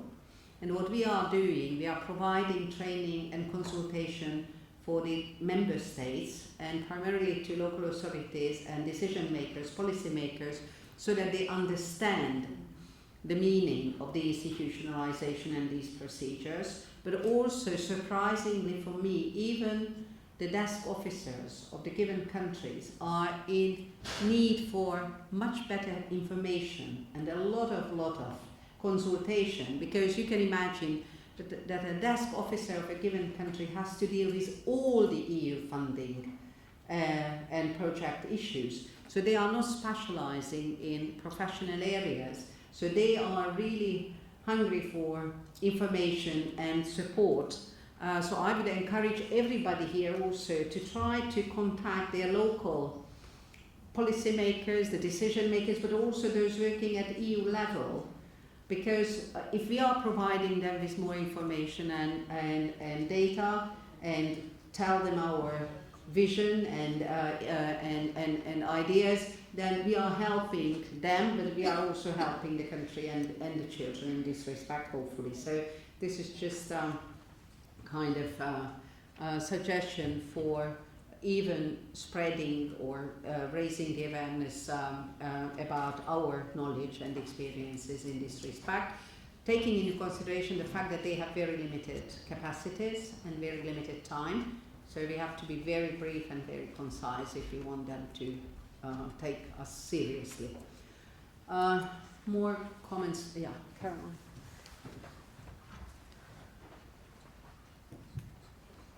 Yeah, running the risk that we're jumping from issue to issue, I would like to go back to some of the things that were raised by Lynn, and especially about the knowledge that we have about what is evidence, what we know, what works. I was wondering, because one of the things that Bert introduced in our comments is one of the things that we're struggling with in the Netherlands is how can we go from all the individual programs that are there and knowing what is effective and sort of showing what is effective in the particular programs. We're really trying to struggle with the issue about what are the common cores, what are the common factors, what are the common working ingredients in all these programs where we can actually make a change and where we can actually make an impact and where we can actually have effect. And what I am wondering about, because that is something that we are not doing yet as well, are there already examples in the countries around Europe where that is also being integrated in the training of professionals? Because I think one thing where we can make a change about what we know, where we make the difference is, I mean, of course we need to make the policy makers, we need the evidence, but we really need those professionals that are actually directly working with children and families to make that change. And I mean, they know doing what they're doing and they're probably doing it forever, but they also need that knowledge and need to be aware what actually is the impact that they're making, what it's doing. And so for us, a big question at this moment in the Netherlands is how can we integrate that also in the training of the professional, but already in the pre-training, because I think if we then look about who in the end can make the difference is that person that is working directly with the families and the children. I think if you read Professor Mary Daly's new UNESCO report about what England did, you'll see that they created a national center for reviewing evidence-based programs like you have been doing. And then they got a lot of government money to invest in training professionals across England and Wales and maybe it was only England, I don't know, in evidence-based practices. The local authorities would look at the list of recommended strategies and would choose which one they wanted training in, and they could use their money as they wanted. So that was for already professionals in the field, practitioners. That made a huge impact because people were starting to think differently and say, oh, there's something new, as opposed to all the things I learned when I went to school years ago. And then the other issue, which is pre-professional training, is being grappled with, I think, by different universities in the States and in England, who are starting to set up that we teach evidence-based practice.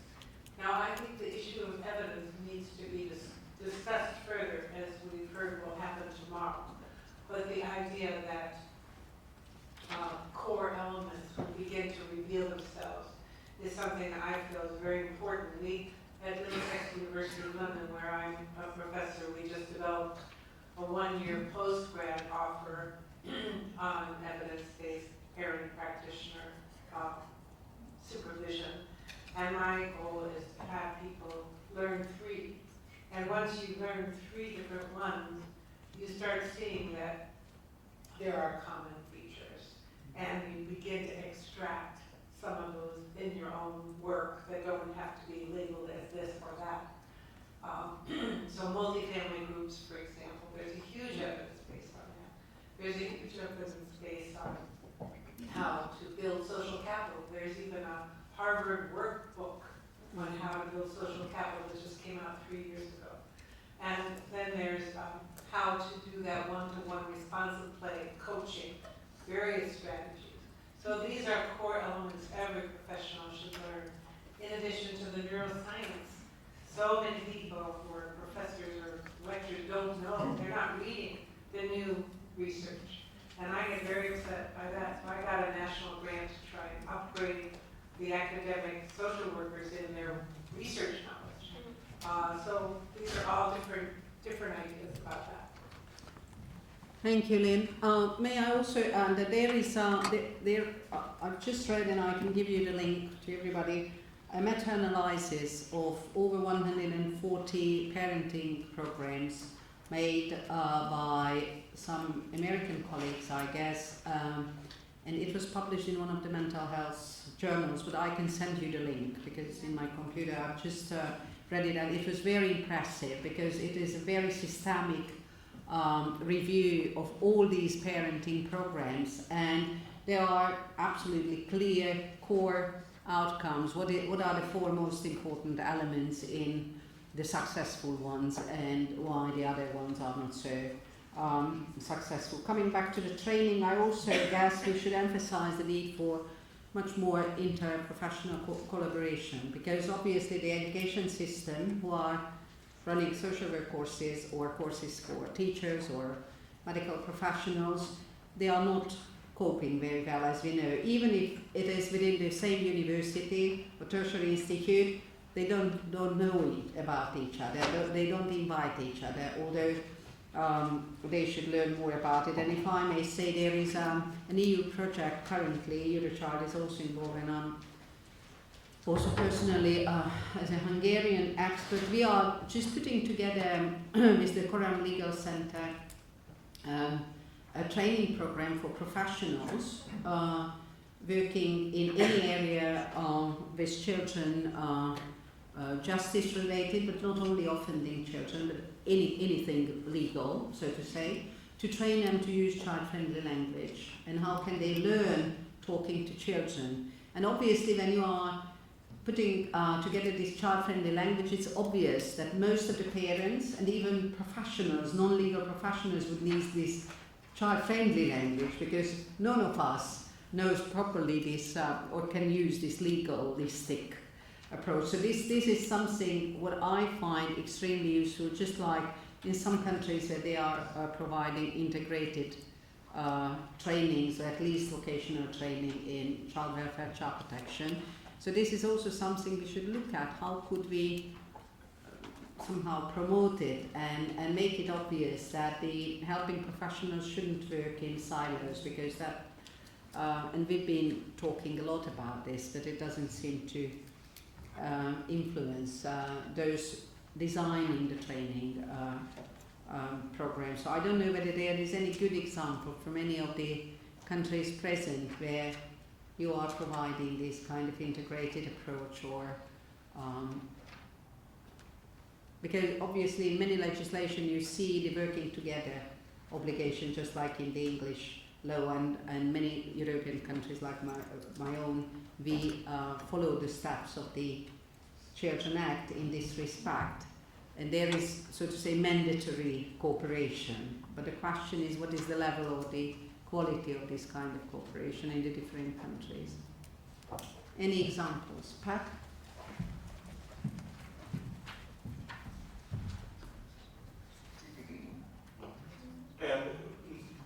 Well, in relation to an example, and in relation to answering the question about the common features across all programs, our different sector. In 2004, Bernadine Brady, with myself and John Canavan, did a review in Ireland of family support programs and interventions.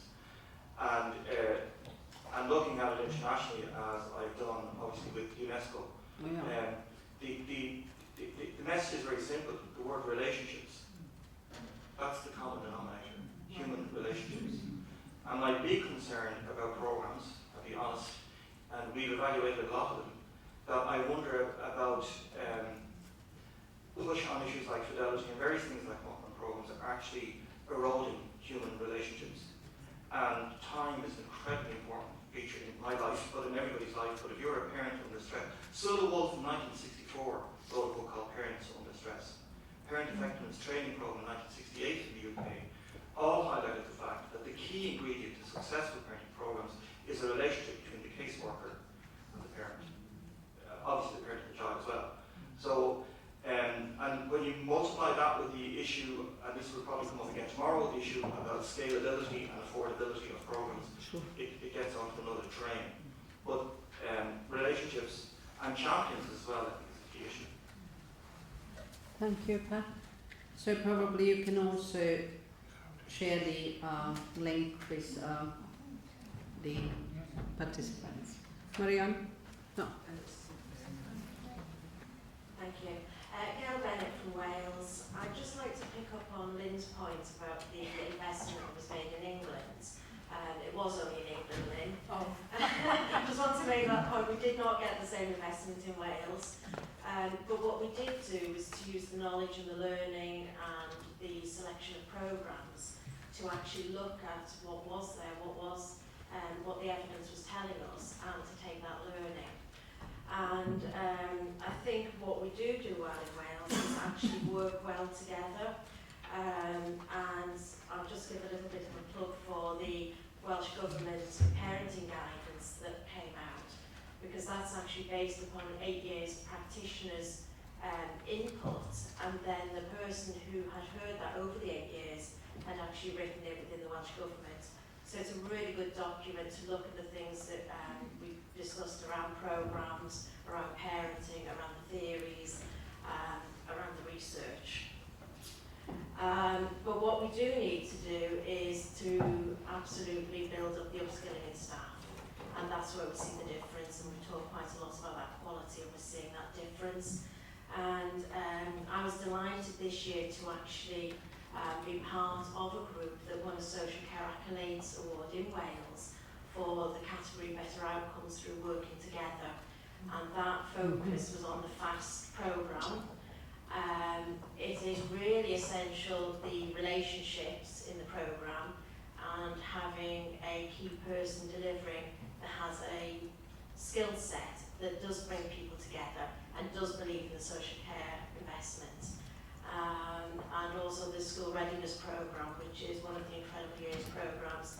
It's a generic programme, but again, it's about that co-working and the partnership that's really, really key. And we've still got a long way to go to seeing that in all schools, but for the schools that are adopting it, we are seeing the difference. So. Thank you. Hi, thanks. There's a number of things. I'm very grateful that Pat raised the ethical dimension to this, because I think that's the kind of beginning and end of it, really. This seminar is titled Child Rights in Practice and Research. It's not titled up, like interventions that, might or might not kind of make a difference with families. It's about the right of children to a good quality of life and to achieve equitable, sustainable, positive outcomes. So if you take that as your starting point, I think Pat is absolutely right. It is morally indefensible for us not to provide the kind of support and the kind of relationships that help children develop well. And I think as professionals, as governments, as policy advisors, or whatever we are, I think we have a moral duty to be very clear that where parents are unable to provide children with sufficiently good inputs for the children to develop well, somebody else should be doing it.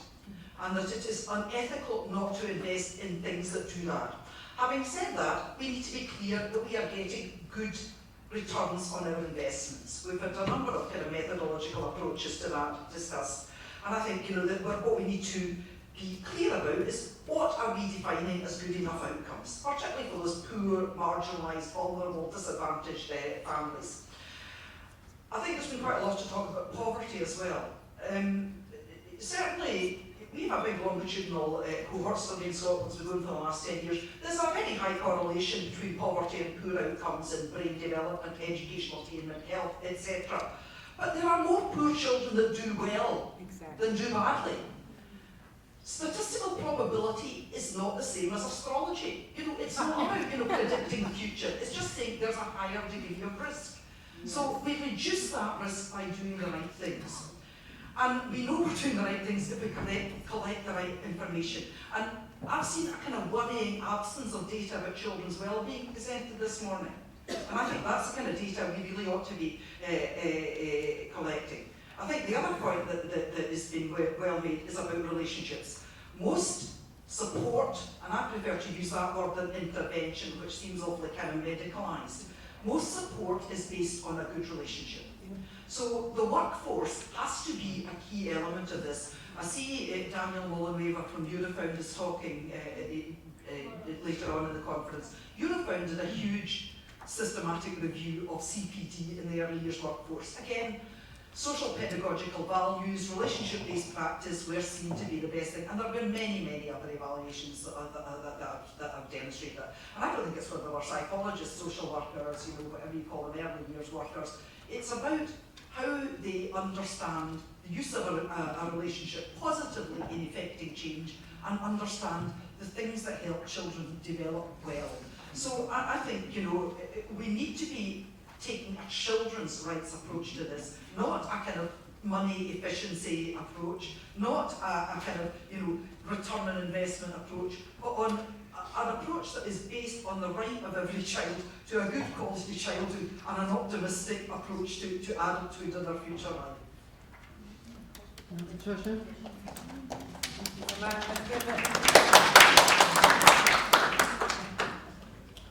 Just two brief points related to a couple of things that were raised earlier. Maria talked about the dangers in terms of a reform programme that doesn't do proper monitoring and follow-up and what have you, or perhaps is done too quickly, or perhaps focuses too much on numbers or money.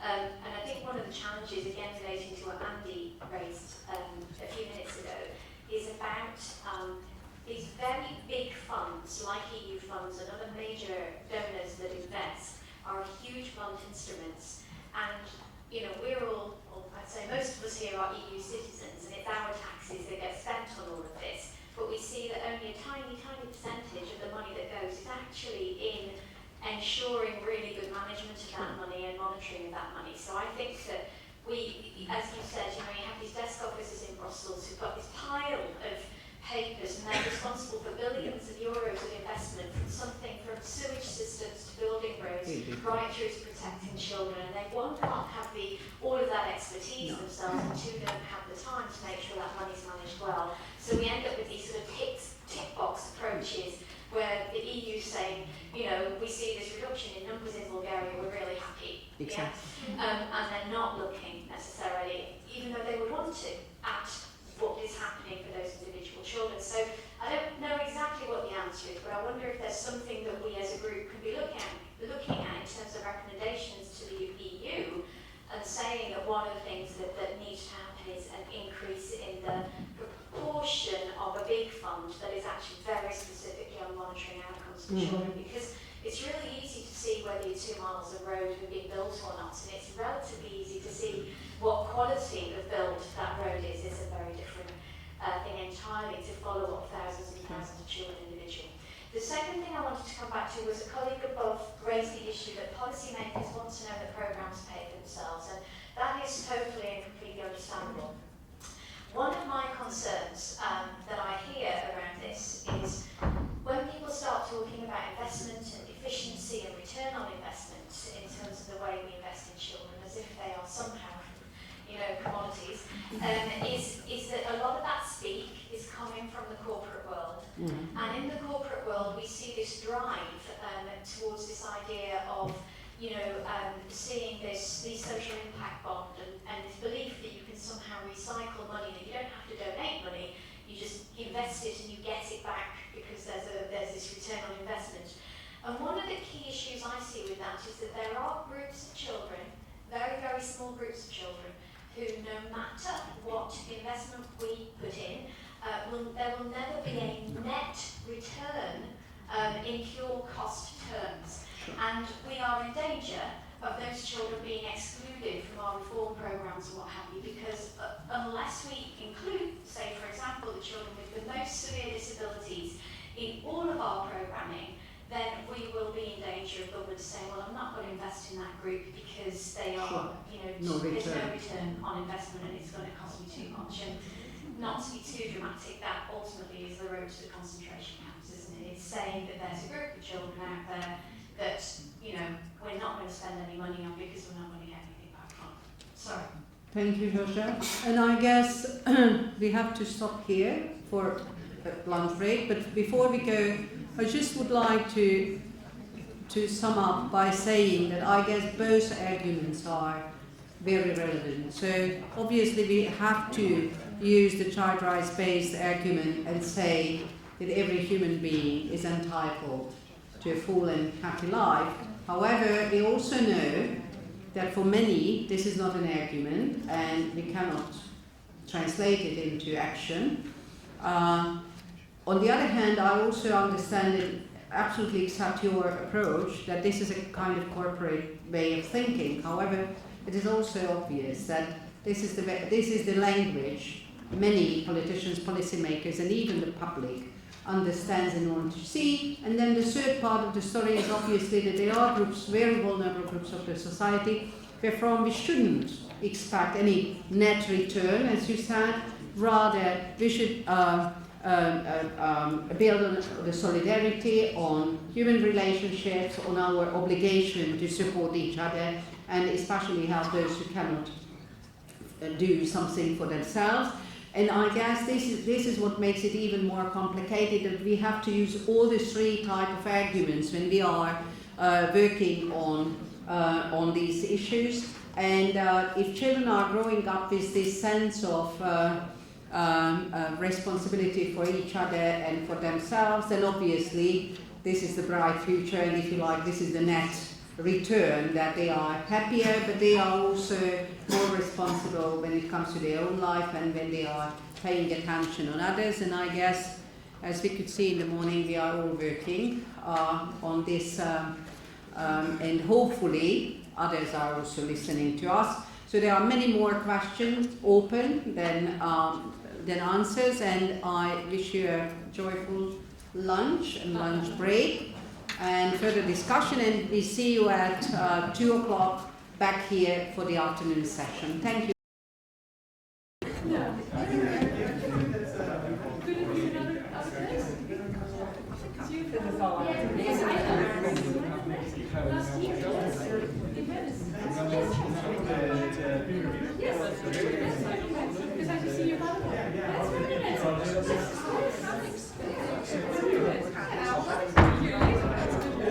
After that.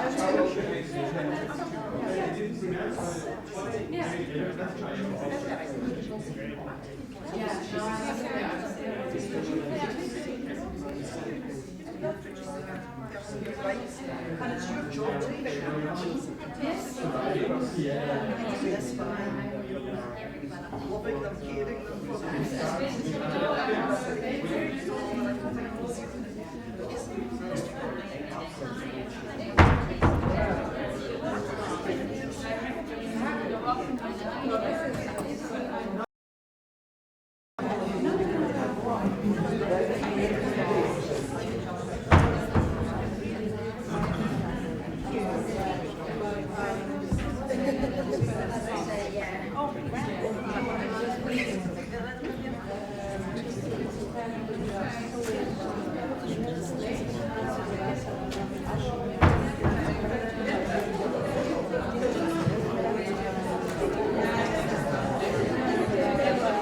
What?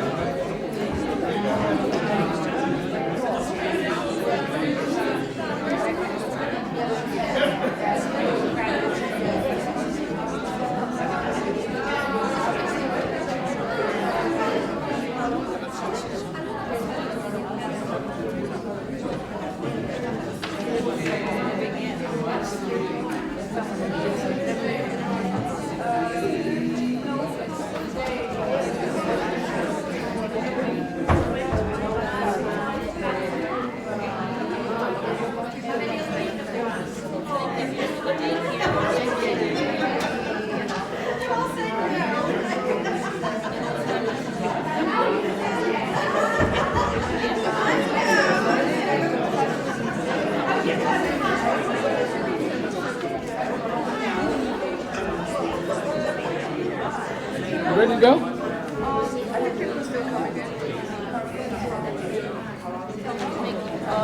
People out there with whips.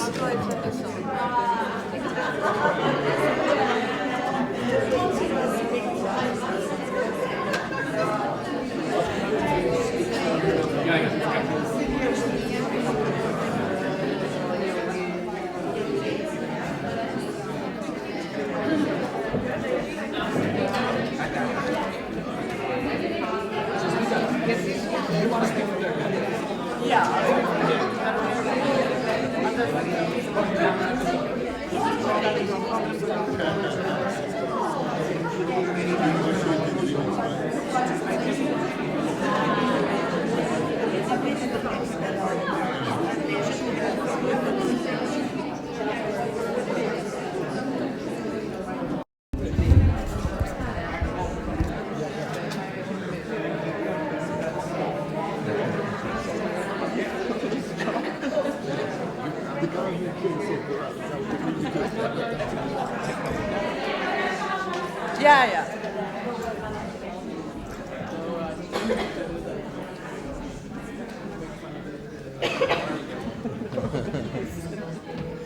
How we work. Also, these are okay. Shall we start? Good afternoon. Can you hear me? Oh, like that. Like this. 1, 2. Yeah, like this. Okay.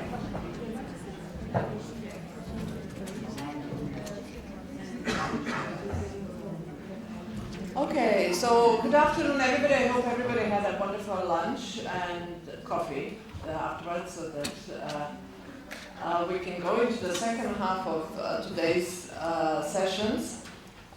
This afternoon session is going to be about investments again, but not the types of investments we discussed earlier, but rather investments in families through transfers, social transfers, and combined impact and for better outcomes of children and families through transfers and services. So my name is Yasmina Byrne. I come from UNICEF Office of Research. I just joined in this morning. I apologize for being late. Our office is based in Florence, but we do global research on many issues that concern children. And I'm here with my colleague Heidi, who is in the, sitting over there. So we'll be happy to interact with you during these 2 days and 3 days and talk about your interests and your work. But before I introduce the next speaker, I just wanted to say a couple of words about why this session is important to us and why this topic is very important to us. In UNICEF, we invest in support for families and parents in many different ways through our sectoral interventions and in health, in nutrition, in education, and in child protection.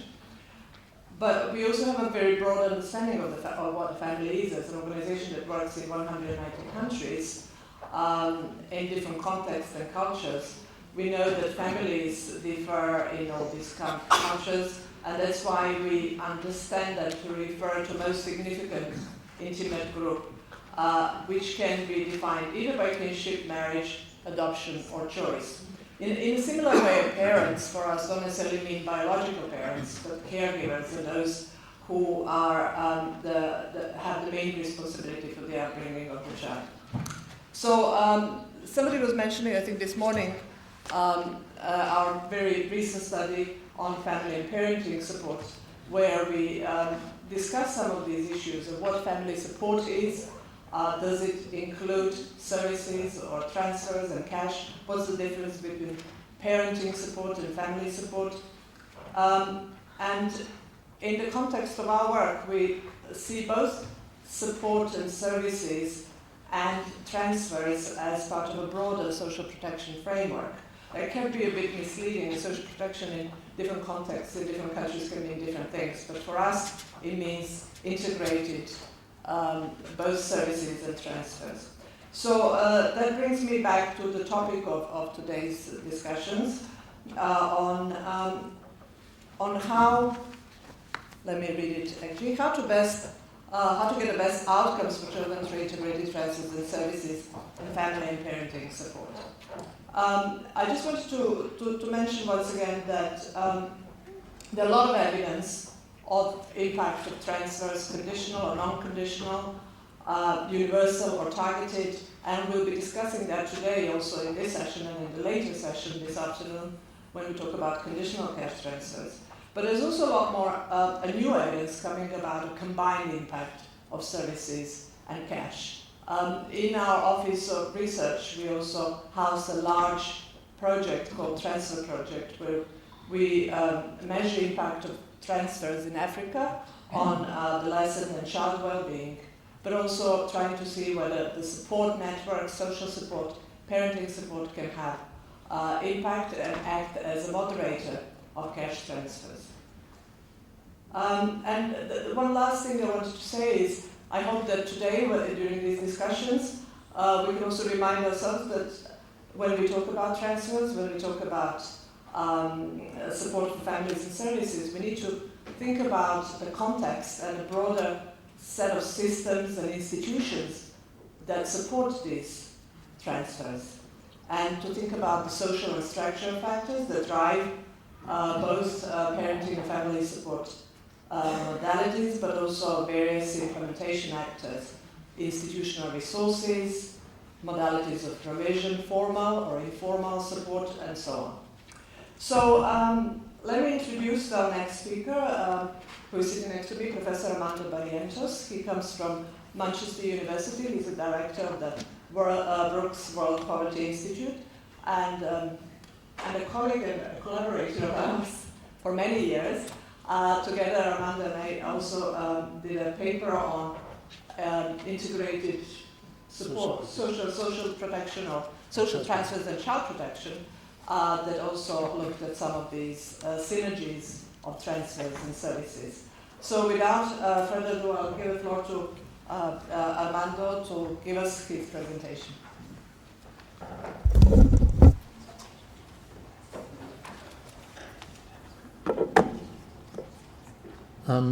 Good afternoon. I hope you've had a good lunch. My curry was really excellent. I'm very pleased and grateful to the organizers for inviting me to contribute to the school. When I was first invited, I was intrigued by it because I work mainly in developing countries, not in European countries or high-income countries.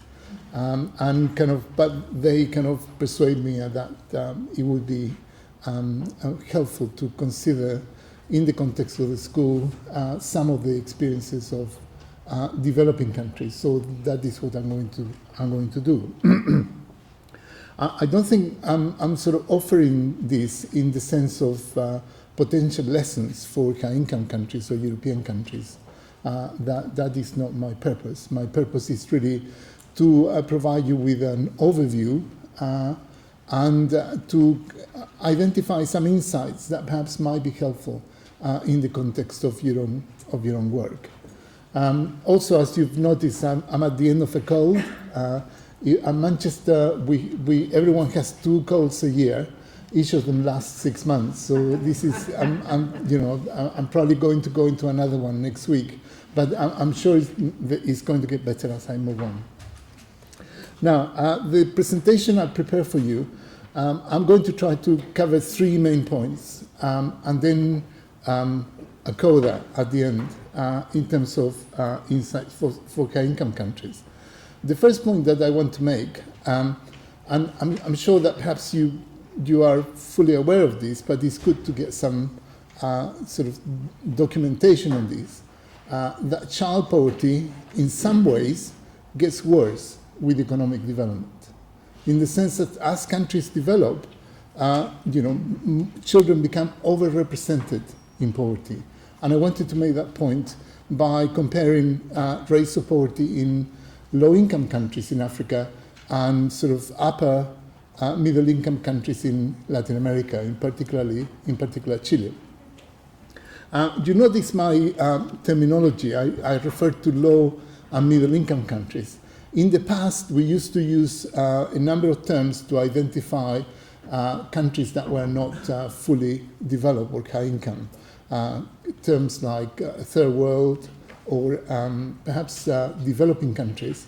But it's now becoming much harder to consider countries like China or India or Brazil or South Africa as developing. So the kind of terminology that we have come round to using identifies low-income countries, which are basically countries with per capita incomes of less than $1,000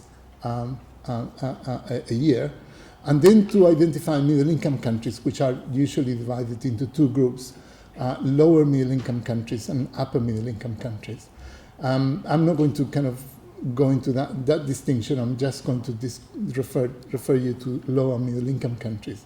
It's a bit cumbersome, but it's perhaps more precise in terms of where these countries are at the moment.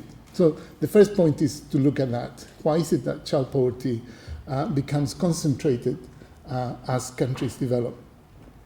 The second is to say something about how the middle-income countries are addressing this point. And over the last kind of 15, 20 years or so, there has been a very significant expansion of programs directed at families and children in developing countries, and especially in Latin America. And I'm going to spend some time discussing that.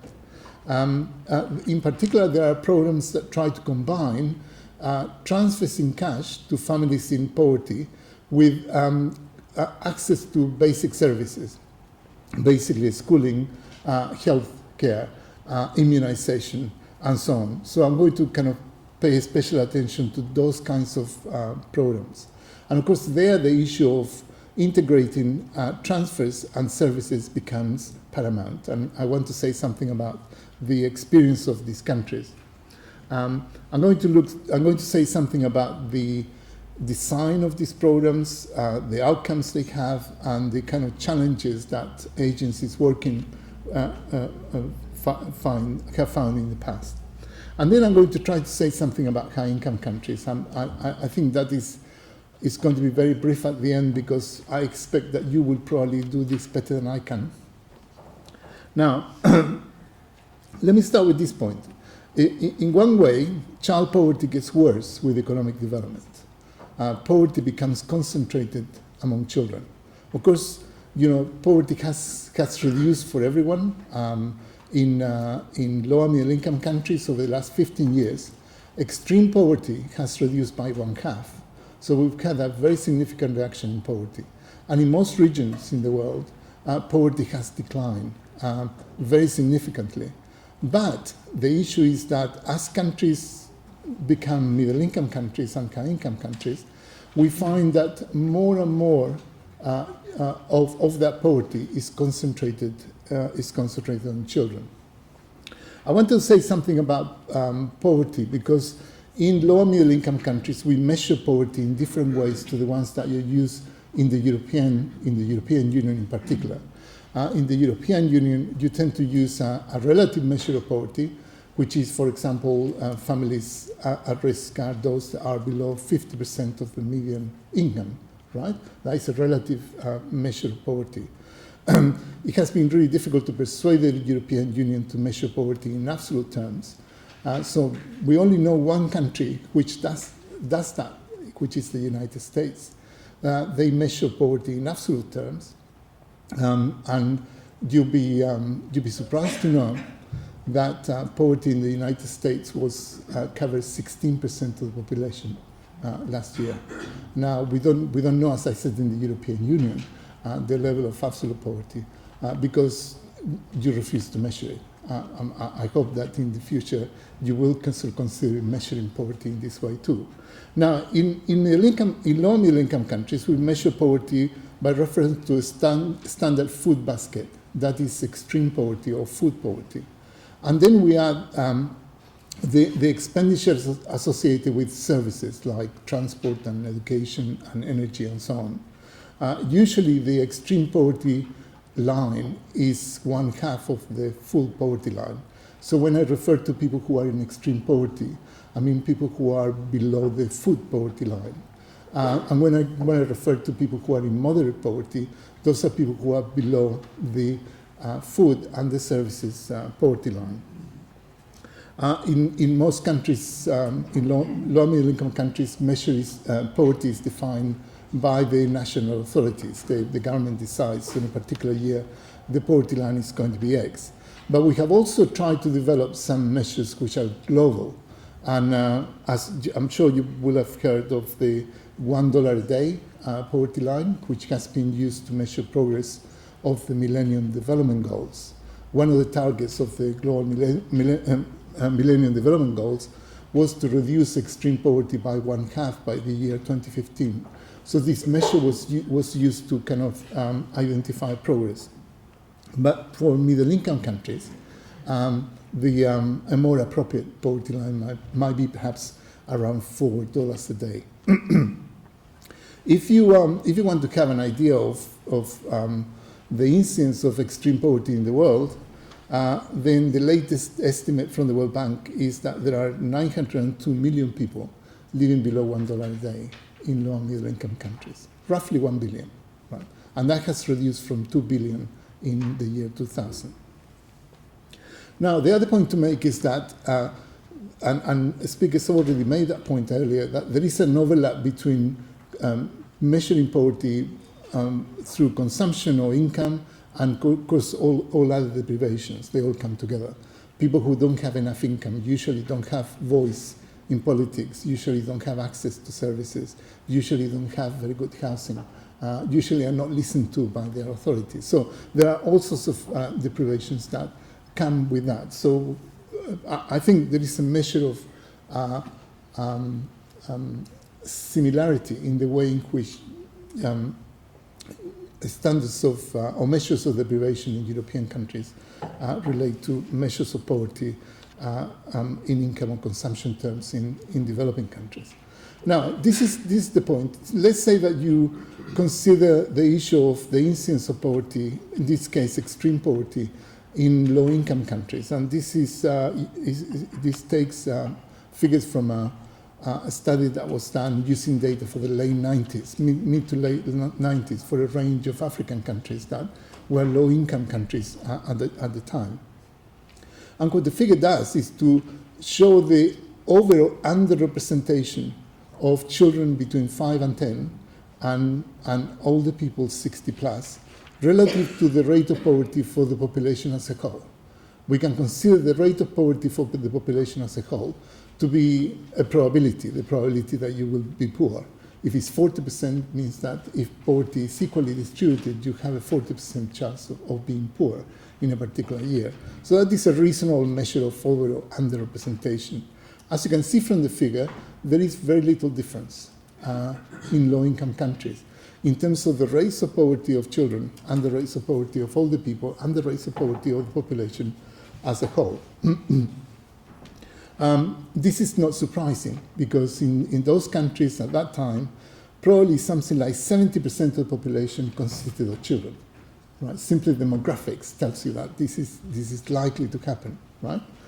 Now, compare that with the case of a country which has now become a high-income country, was an upper middle-income country until very recently, which is Chile. I'm sorry about the Spanglish in the picture. Right? It's the figures at the bottom are basically the age range from 0 to 4, 5 to 9, and so on. I'm sorry about some of the Spanglish there. I'm just testing that, or those of you who are Spanish speakers will pick that up. Now, if you look at extreme poverty in 1990, which is the blue line, you'll find that it's much more pronounced for children is about 20%, 21% for children between the ages of 0 and 9. And notice how it declines. It's much lower for older people. So if you look at the age range from 65 plus, it's only 4%. There is a very significant imbalance to the kind of age incidence of poverty in Chile. Now, of course, between 1990 and 2009, the economic growth in Chile and social policies managed to reduce poverty very significantly. So the red line is what happened in 2009. At first sight, poverty has reduced for everyone. At first sight, it looks as if this kind of age profile has flattened. But what I did was to scale it differently on the right-hand side, on the left-hand side. So the left-hand side is the scaling from 1990. The right-hand side is the scaling for 2009. And as you can see from that exercise, the profile of poverty has not changed in those 20 years, which indicates to me that as countries develop, poverty continues to be concentrated among children. To some extent, and I'm not going to go into the kind of different factors that explain this, is to do with demographics, is to do with the opportunities that women have. For example, if you have early pregnancy, it means that girls will not finish secondary school, which means that they are not going to have good labor market opportunities. And there is a differential in fertility between better off women and poor women. The poor women tend to have more children, so you have demographic factors that affect that. But I think the most important one, and I'm going to say that and leave it there, is really to do with politics. Because governments in Latin America and Chile and other developing countries have paid a lot of attention to old people because they vote. They have the right to vote, whereas children do not have the right to vote. It makes sense that politicians who are interested in getting re-elected are going to look towards groups in the population that are going to vote for them. And I think that, to me, is perhaps one of the most significant factors explaining this kind of age profile of poverty. So that is the first point. Poverty and deprivation reduces with economic development, but becomes more concentrated among children. And notice that partly this is because of social policies. I mean, partly it's to do with demographic factors, labor market factors, and so on. But partly it's also to do with the design of social policies, and of course the distribution of public expenditure in different services and different programs. So my point is that child poverty is a key issue for middle and high income countries. So middle income countries have to worry a lot more about child poverty and have to be much more proactive in addressing child poverty. Now, as I mentioned at the start, since around 2000, most governments in low and middle income countries have really taken this seriously, and they have tried to address the issue of poverty. In particular, there has been very rapid growth of programs providing transfers in cash and in kind to families in poverty, with the purpose of facilitating their exit from poverty. And Manchester, we run a database of these programs. Our kind of estimate is that by 2010, something like 1 billion people in the world were in households where someone was receiving some form of transfer in one way or another, right? So, and the growth was very rapid from 2000 to around 2010. If you had done the same calculation perhaps in the 1990s, you would have found that at most 200,000 people lived in households which were in receipt of a transfer. So there was a very rapid expansion of these programs. As you would expect, the world is really big. There are different governments, they do different things. So there are all sorts of different types of design of programs. But I would like to kind of distinguish three types, which roughly cover the whole spectrum. There are countries that have simply provided transfers in cash to families. Normally, for example, when we talk about pensions to older people in poverty, they tend to just be a cash, nothing else. It's just a pure income transfer. But In other countries, governments have understood poverty in different ways. They have thought that income is not enough, that they need to combine those income transfers with measures that improve the assets of these households, and in particular human development. If you can improve the schooling of children, their nutrition, their proactive capacity, then you are more likely to reduce poverty in the medium and the longer term. And there are two programs that are mentioned everywhere, which is Mexico's Oportunidades and Brazil's Bolsa Familia, that do precisely that. They provide transfers to families in extreme poverty on condition that children are at school and on condition that they utilize health services. I'll say a lot more about these programs later on. There are other programs, mainly in South Asia, where the focus is on infrastructure assets. There is a large program in India called the National Rural Employment Guarantee Scheme, which guarantees 100 days employment to families in rural areas. Now, that is a very significant employment guarantee. It covers 45 million households in India. So it's a massive program. Now, the issue there is that there is no human development. The focus is really on improving irrigation, improving road infrastructure. It's really a public works program.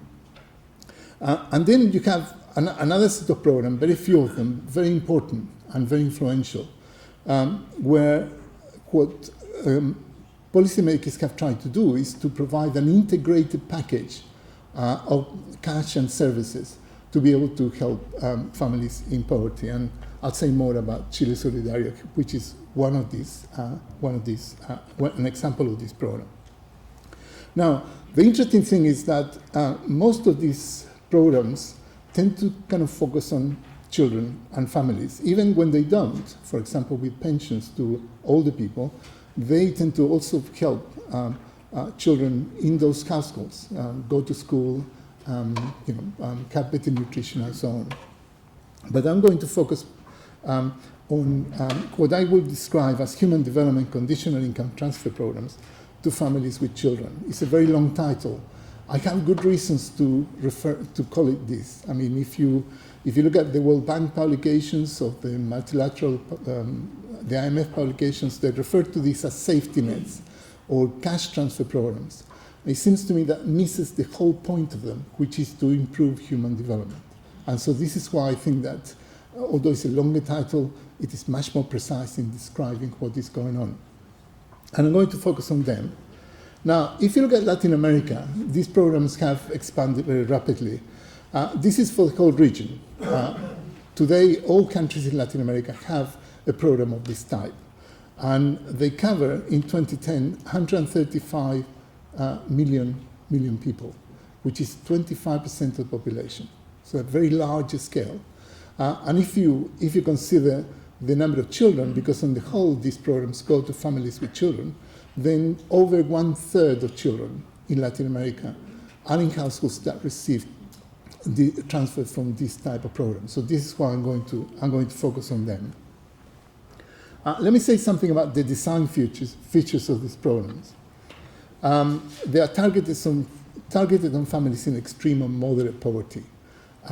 We have developed a methodology which is able to rank households according to their socioeconomic status.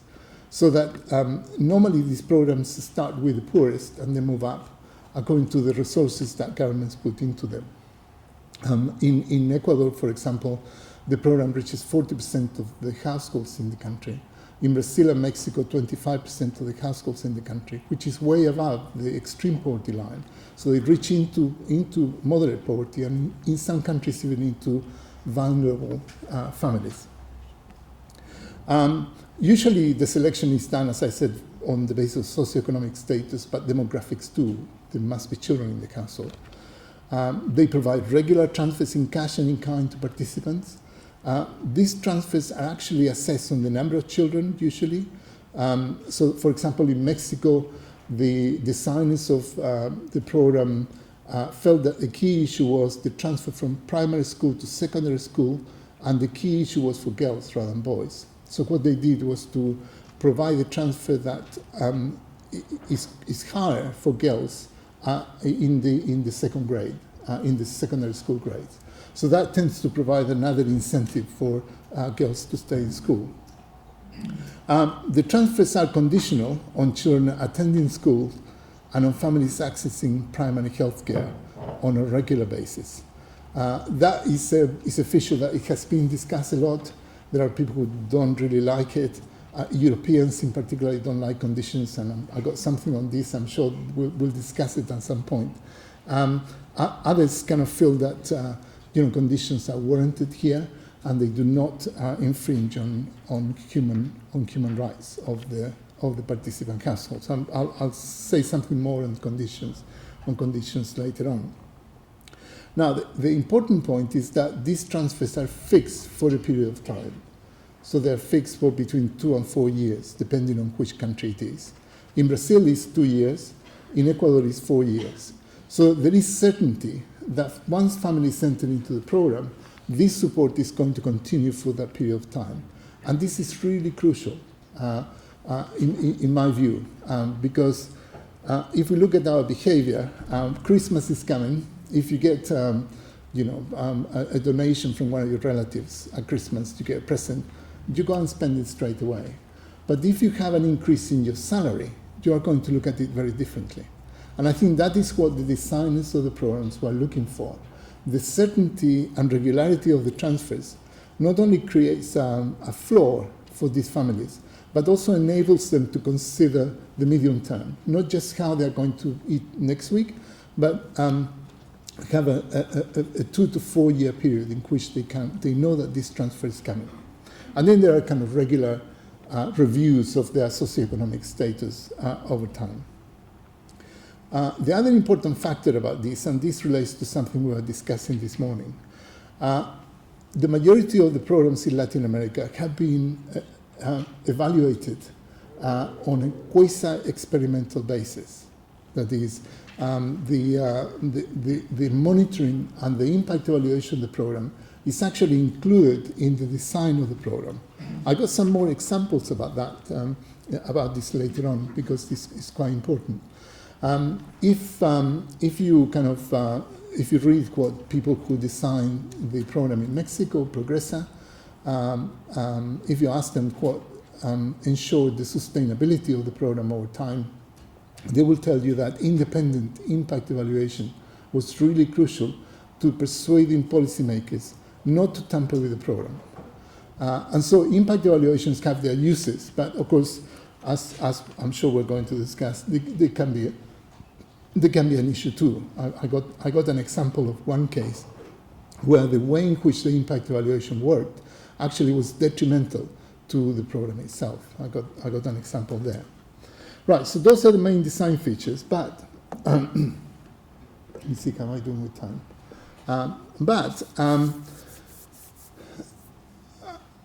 As we're also interested in the context, and we were discussing that too in this morning. How you persuade policymakers this is a good idea, how you ensure that programs are well funded, how you avoid political interference. And I think it's important to know something about the political and the social context in which these programs develop. So I got 3 examples. I'm going to rattle through them very quickly. Brazil is an interesting example. Where do this program, Bolsa Familia, comes from? In 1994, there was a very significant economic crisis in Brazil. The economic crisis led to very high rising poverty, rapidly rising poverty.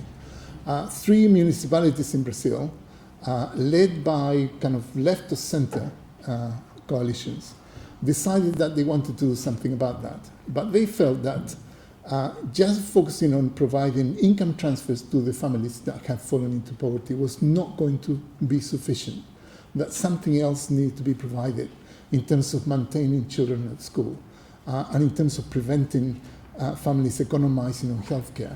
I mean, I'm sure you could imagine that if you're not very well off, and if a breadwinner becomes unemployed, that one of the first things that goes is expenditure on healthcare. In Latin America, it was common that families would take children out of school, either because they couldn't afford the fees or the uniforms or the expenditure, or because the children had to go and find employment. So policymakers in these municipalities introduced this program as a means of addressing this particular issue. Then oops. So I nearly got water on the floor. Other municipalities then thought that's a good idea, and they began to also implement this type of program. In 2001, the government caught up with this, and they thought, yeah, this is a really good idea, and we're going to make it into a federal program with funding from the government. Incidentally, sometimes you hear or read people saying that these programs were invented by the World Bank. They weren't. They come from these kind of municipal innovations in Brazil. In 2003, the 5 transfer programs that exist in the country were merged into one, Bolsa Familia. And in 2004, the government set up a Ministry of Social Development to manage this program. So you can see the trajectory of where you started and where you moved. Partly is to do with addressing intergenerational poverty persistence. You have a process of democratization going on. You have kind of left of center coalitions, first at the municipal level and then at the country level. And you also have information on the effectiveness of the program. Another example is Mexico. In 1997, the federal government introduced a program called Progresa, which is in English would be Health and Nutrition Program. Again, it was the objective was to provide transfers, conditional transfers in cash to families in extreme poverty in marginalized rural communities in Mexico. In Mexico, there is a tradition that every time that you elect a new president from another party, they say everything that is happening in the past is wrong. We're going to do it better. So they actually changed the name of the program. But in this case, nothing changes. They actually expanded it. So in 2006, the program was renamed Oportunidades. It was expanded to urban areas, not very successfully, I must say. And we could discuss that later on. There is a social development office, which is very powerful, which runs it. And then in 2015, recently, another government came in and said, that was all wrong, we're going to call it Prospera now. Because you see, politicians want to own this. They want to say, we did it. It sort of has an electoral kickback. Now, Chile is also interesting. 2004, a socialist president, part of a left of center coalition, was kind of concerned about the fact that even though Chile has done really well, as we know from the poverty figures that I showed you at the beginning, even though poverty has declined, there was still 5% of the population in extreme poverty. So he decided he was going to eradicate extreme poverty. Not a very good thing to say for a politician. And he introduced this program called Chile Solidario that was going to do the job. Now, Chile is different to Mexico and Brazil because in Chile they did a study of public programs addressing poverty, and they discovered that there were no less than 143 programs in 35 separate agencies that had the job of addressing poverty in different ways. And so the issue there was really how to organize, how to centralize and coordinate this activity. So the government introduced the program called Chile Solidario. I got a bit more on that. And then in 2010, a conservative government comes in and says, we're going to call it something else. They call it ethical family income, apparently because a bishop somewhere said, you should call it this, and the government took it on, right? Now, again, the Ministry of Social Development is there to run it. You can see from this very kind of rapid, brief context that there are kind of political and social factors behind the emergence of these programs. And you could probably say the same to most other countries. And it's important to know that because when we look at policy, we need to look at it in its proper context. And we need to know that. It's helpful to know that. Now, I'll say something about the outcomes. I mentioned that The Mexican program was evaluated through an impact evaluation. The way well, there were two things that were crucial. First of all, that the agencies that were running the program were very concerned about government interference on the day-to-day running of the program. So they commissioned an external agency in Washington to actually do the impact evaluation. They didn't do it themselves. And I think that's also another important part of the story, that sometimes we try to evaluate the programs that we are running, but it should perhaps be done independently. It carries much more weight if it's done independently. Now, so what they did was, when they introduced the program, they have, what they did was to use 2/3 of the communities to incorporate them into the program in '98, and then leave another 1/3 that were incorporated in 2000, so 2 years later. So the selection of participants was done in 1997. So this is an ideal way in which you can use experimental impact evaluation. So if you look at the program, people that joined the program in 1998 and the people that joined the program in 1999, you get a really good idea of the kind of impact of the program. This is difference in difference estimate. There is a reduction in the poverty headcount, as you would expect, but the reduction is much greater among the poorest families, so that the poverty gap square is much greater. Now, you would expect that anti-poverty programs would reduce poverty, although it doesn't happen that often, I must say. This is perhaps not surprising.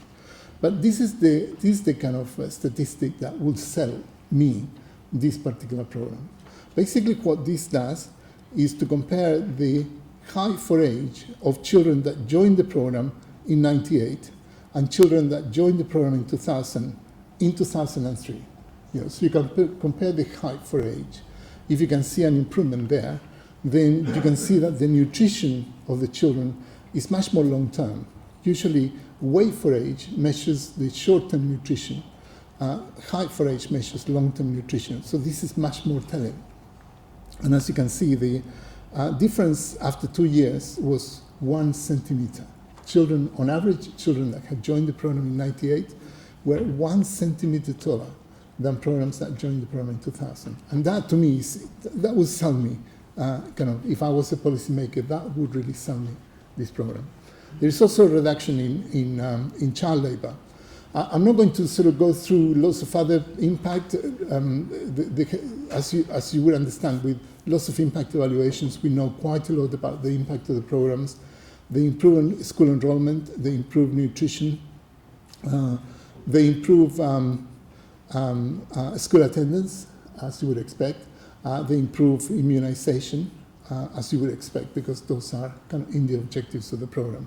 Some impacts are much more debated. For example, given that in most cases the transfers are given to the mother, would that change the balance of power within households? And there are some colleagues who reckon that the programs can actually empower women. I'm not so sure about that. So that is debatable. And of course, the programs are too small in terms of the volume of budget to actually have an impact on inequality, although there are some countries in which it has been estimated that these programs can actually reduce inequality. Right, so let me go back to the, how am I doing? 10 minutes, okay. Let me now come to the point of the session. The key thing in the implementation of these programs is how you integrate transfers in cash and services. And I got kind of 3 points to make on this. But before, I wanted to say something about integration, because there are 2 ways in which we can approach the issue of integration. We can approach the issue of integration as coordination of public agencies. And normally when we discuss integration or coordination, that is what we focus on. Horizontal and vertical when you have federal structures of government. I'm also interested in integration at the individual level, and perhaps that is the integration that really matters. So that for the families that participate in these programs, are the services and cash integrated? So there are two ways of looking at this. And I'm going to say two things about the integration across public agencies, and I got one point on the integration and the individual household level. Now, the other thing to say is that the ambition of the program also places some requirements on how intense this integration and coordination is. Usually, ensuring access to goods and services doesn't really require a lot of integration, right? Doesn't require a lot of coordination. But if you have programs that try to develop capabilities or social capital, as we were hearing this morning, then the integration, the intensity of the integration is much greater. So I think we need to have that in mind, perhaps when we discuss these programs. And I got 3 points. I want to go back to the issue of conditions, and I want to explain the role of them in the context of integration. I want to say something about institutionalization, and I want to say something about the role of intermediation, the role of social workers in the programs. Now, as I said, conditions, transfers come with conditions that children are at school, for example, 85% of the time, that they have a full immunization record, that families attend sort of healthcare checks and so on.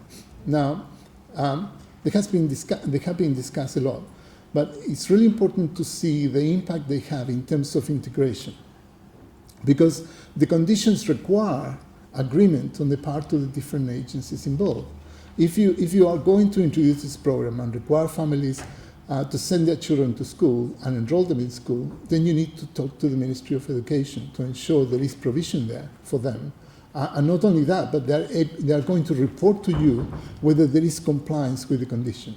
And the same happens with the Ministry of Health. So conditions are helpful in that respect, in that they generate a space for discussion around coordination and integration. Now, in some countries, conditions are even more important. In the case of Brazil, for example, and other countries, non-compliance, if children don't go to school or if families don't attend healthcare, that triggers a set of fresh interventions. A social worker will come to the household, will find out what the problem is. If there are additional issues that need to be discussed or covered, they will kind of look into this and they will provide the services there. So notice that conditions also help to trigger these kind of coordinated interventions. As a rule of thumb, say that out of 100 families in one of these programs, 80% of them or 80 of them would not need anything more than the program itself. But there will be another 20% that do need additional support and interventions. And so that the conditions help to identify those ones and trigger those interventions. In some other countries, the programs are run more on a punitive basis. So if there is non-compliance, families are simply taken off the program. Right? It's less the case in middle-income countries, more the case on low and middle-income countries, but that happens there. Note that the conditions help manage the intensity of the coordination among the agencies. So it's one kind of positive factor.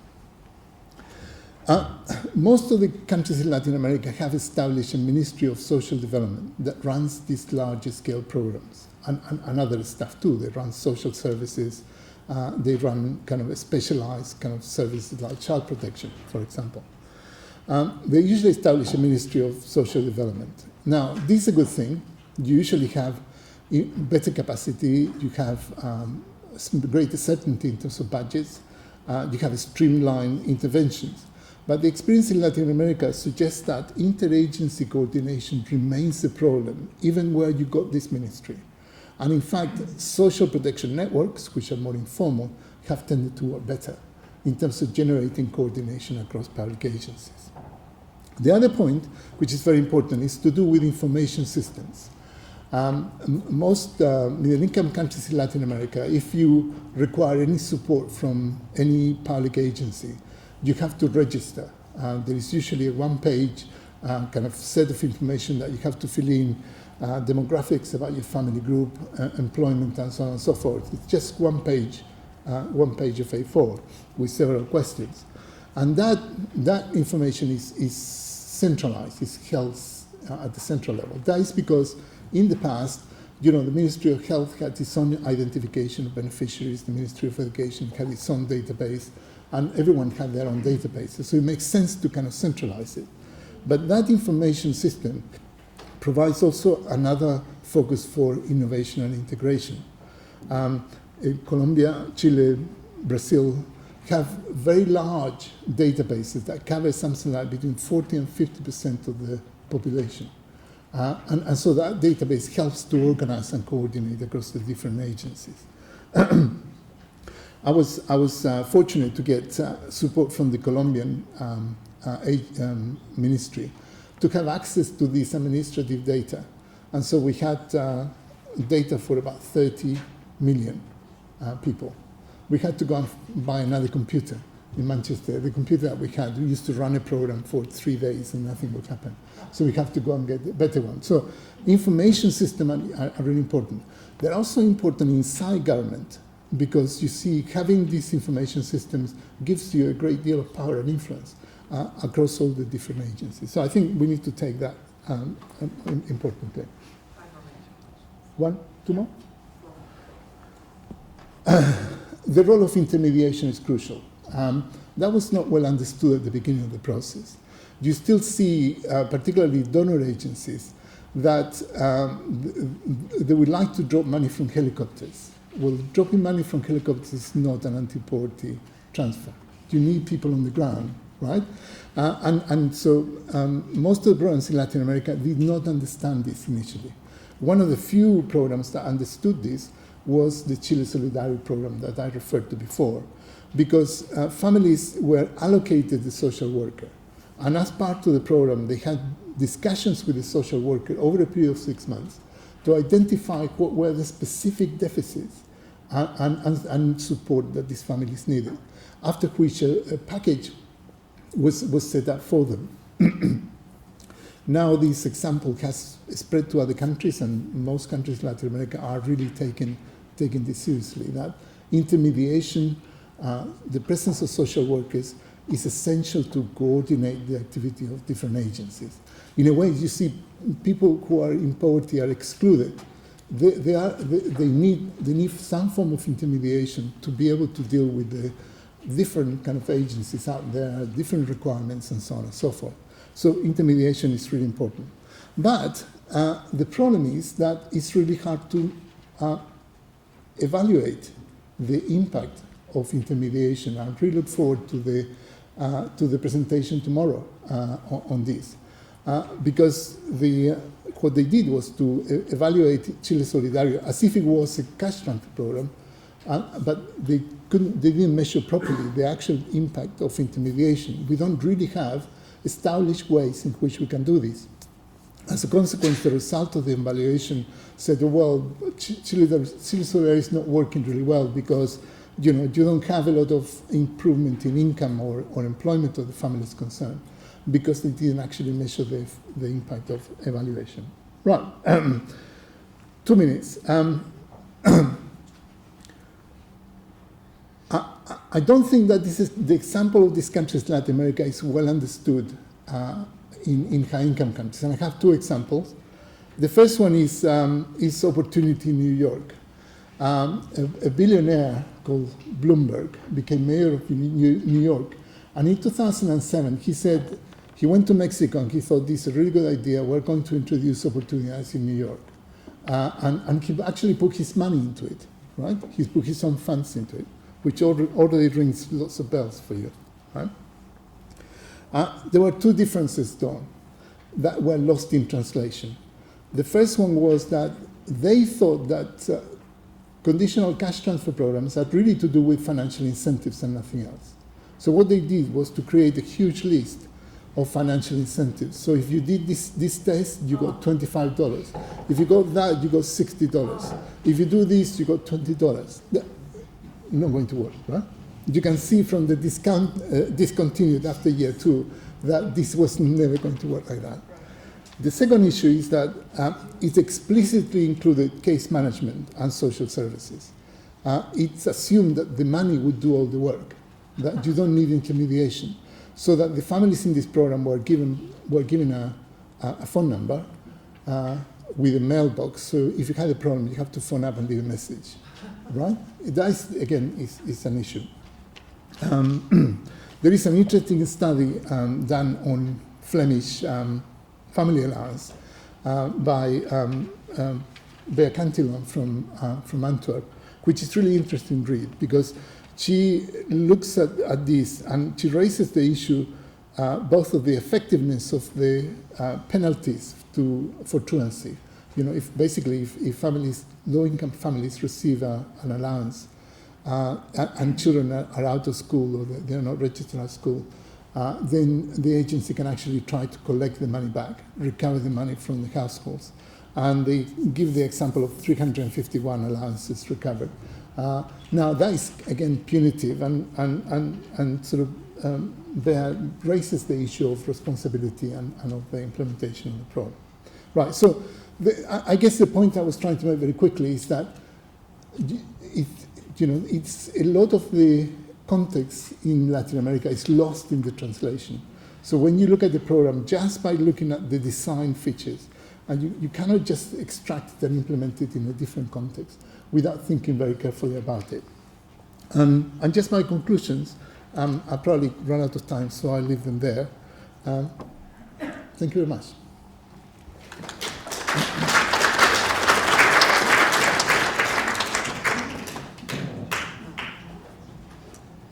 Well, thank you very much for this, Amanda. Every time I hear your presentations about the programs in Latin America, I learn something new. And I think this was a really good example of the power of integration, both at the institutional level, at the household level, but also to remind ourselves of the context and how it matters. So even though this is a European conference, there are huge differences in the countries where you come from. So now we're going to hear Renata from Poland, who is our first respondent, and she will tell us a little bit more about Polish experience. I'll give the floor to you now. Thank you. Thank you, Professor Barrientos, for a very interesting presentation. And we were smiling with my colleagues because we recognized ourselves in several things that you were presenting. Just a very brief comment. We have the same problems as many of the countries that you presented. There are nearly 2 million people in Poland that live below the minimum, social minimum, which is around $4.5 per day. And this number has not been changing in years, but the structure of those people have changed because more and more children live in poverty. So altogether we are 2 million more or less for years, but there are more and more children in this group. And this is not a unified group because there are differences between regions in Poland. There are more people in the eastern part than in the western part that live in poverty, more people in rural areas and small towns than in big cities. But especially families with many children, families with 4 children, 26% of those families live under the social minimum in Poland. So this is just basic numbers on the Polish situation. We do have cash transfers and we have mixed system. There are income transfers, there are conditional transfers. So we have, some of them are universal, so each family with children in Poland is entitled to a tax relief, for instance, or each family with 3 or more children is given so-called big family card, which they get for which they get discounts for cultural infrastructure, sport infrastructure, some transportation issues, and these are government programs, but they can be supplemented also by additional services at local level. Then we have allowances, family allowances, which depend on the income of the family. So under the certain income, all families are entitled to this family allowance. And for instance, in Warsaw, where we come from, in 2014 there were 32,000 families which were entitled to this allowance because of their low income. And we also have targeted child benefits or family benefits for families in crisis. They do not necessarily depend on their income, but they can be paid to the family because of the crisis in this family, but they are conditional. Then you have a social contract or social project with this family, and there are certain conditions that the family have to follow. But as it was a case of Mexico or Chile, we are also, after a big change in our government and all of those programs, there will be a big change in them soon. They will have different names, but also different instruments. And there are some risks related to that. We are going through, it was a flagship project of the winning party, so-called 500 zlotys per each child, which means 120 euros per each child in the family. But right now, when they are trying to put it in paper and to explain how it's going to work, there are some risks considered, because, for instance, this additional money will be included in the income of the family. So it means that the poorest actually can be deprived of what they have already been entitled to, so they will probably not benefit from this new instrument. Then the first child in the family, this new allowance will depend on the income. But for each second, third, and so on child, every family will be entitled. So it means that it will not bridge the gap between the poorest and the richest, because everyone will be entitled to the same money if they have 2 or more children. Another risk is related to the fact that there is it's not very certain yet, but it is stated in this proposal for the reform that if the money is misused, they can be taken away from the family. But the rich are not to be controlled. They are not in contact with social services. No one will say whether they misuse this money or not. The poorer family, which are very often in contact with social services, are under more surveillance and they can be taken this money away because someone will say that they have been misusing them. So there are several risks like that, or this reform is actually going to be quite costly for our budget. So our concern is whether there will be enough money for other services, because as it was rightly pointed, the cash transfers should not be the only service that is there for the family. So we don't know whether this new program will actually not take money from other family support program. As to the coordination, unfortunately in Poland, so far at least, there has not been a common strategy for children and for family. Our ministries work separately. Each ministry is responsible for its own sector, so they tend to do only this part of their business. And it translates and it mirrors on all the levels, regional level and local level as well. So agencies at local level also work separately. They do not combine their efforts usually. But it's not all that black, because what I'm saying is very negative. There are some efforts to improve the situation, and in 2011 we have introduced a new instrument for not only for child protection, it is more broader for counteracting family violence, which actually forces the services to work together. The law introduced the so-called interdisciplinary teams. So when there is a case of family violence, agencies have to work together with the family to improve the situation and ensure greater security in this family, safety in this family. And also in Warsaw, we try to work also on prevention. programs together, and we work together with social services, health services, kindergartens and day nurseries for young children, for families with young children. We have common training, we have common meetings. We're actually getting to know each other, because before we really didn't know what each service is entitled to and what can they do and they cannot.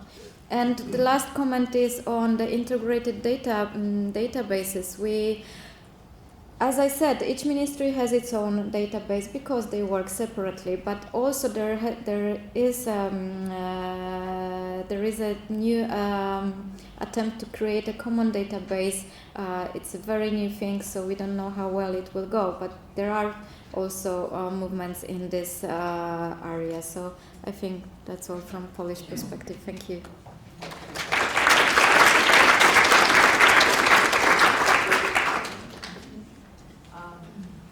Thank you, Renata. So there aren't that many differences, it seems, across the globe. But now we're going to hear from the delegation from Wales, Karen Graham, who's a professor of childhood and family studies. I'm not even sure I know how to pronounce your university. So I'll let you introduce yourself. Good afternoon. I'm delighted to be speaking today on behalf of my colleagues from Wales and to offer a level of contrast, really. What I wanted to talk to you about was what we're actually doing in Wales to try and build opportunities. I work across Wales, but I also have more of a global insight as a representative for Wales for the World Forum Foundation.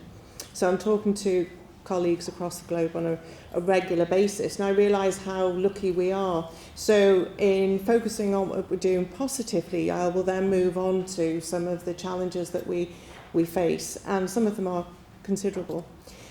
The way we see it, we're all on the same trajectory, we're all aiming for pretty much the same thing, we're just somewhere along the line there. And we recognise a need for a shared vision. And that is entirely, as far as we're concerned in Wales, dependent on line of sight from government to frontline delivery, because of course it's that strategic intent that is going to make things happen. It's also going to be where people are going to focus on where people are held accountable for spending money and what impact that has had. So, of course, we're looking to tackle the same issues of generational and intergenerational poverty, which, under that umbrella, we're looking at social poverty, educational poverty, emotional poverty, and financial poverty.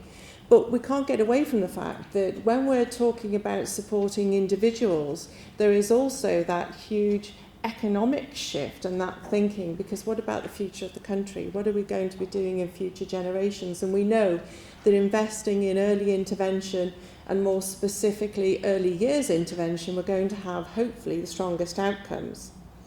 But we also recognise that the relationship between the anti-poverty agenda and the child protection agenda is quite closely knit, as we've heard before, but that the life chances of those individuals and those families are going to be significantly affected. But being a small country, we don't actually have a huge amount of money either to push in the direction of services. We can't afford to waste. So we have to negotiate the challenges that we see before us, and we do have geographical challenges, we have economic challenges. There are, as in every country, the political challenges, and of course those embedded cultures and subcultures that we have, when we're trying to change practice at frontline level, that's the sort of challenge that we're having to deal with.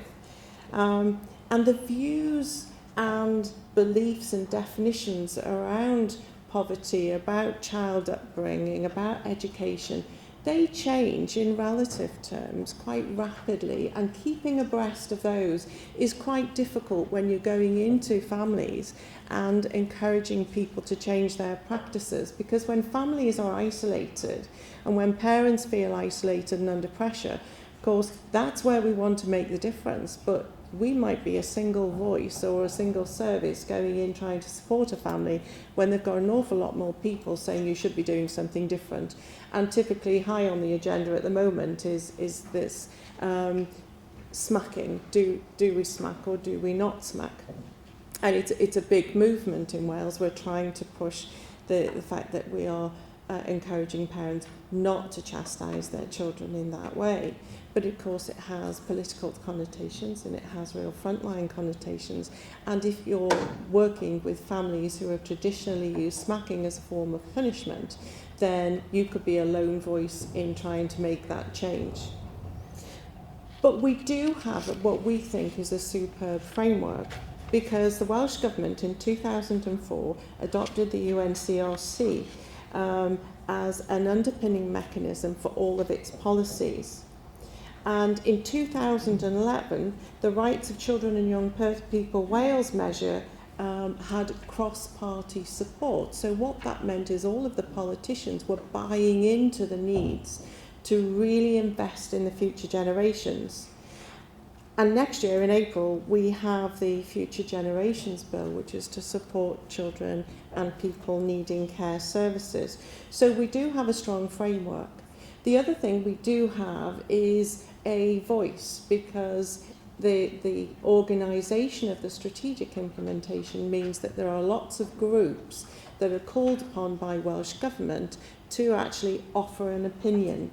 And Welsh Government also have a good number of strategy groups where they hear the voice of stakeholders and to encourage people to say what's needed.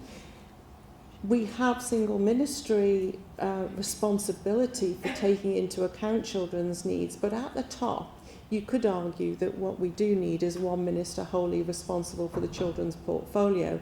At the moment, it's shared.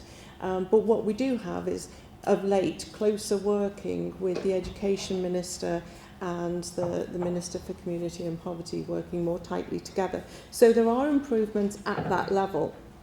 But the way we see it, when we're looking towards services who are going to make the biggest difference, we need to consider how they are working together.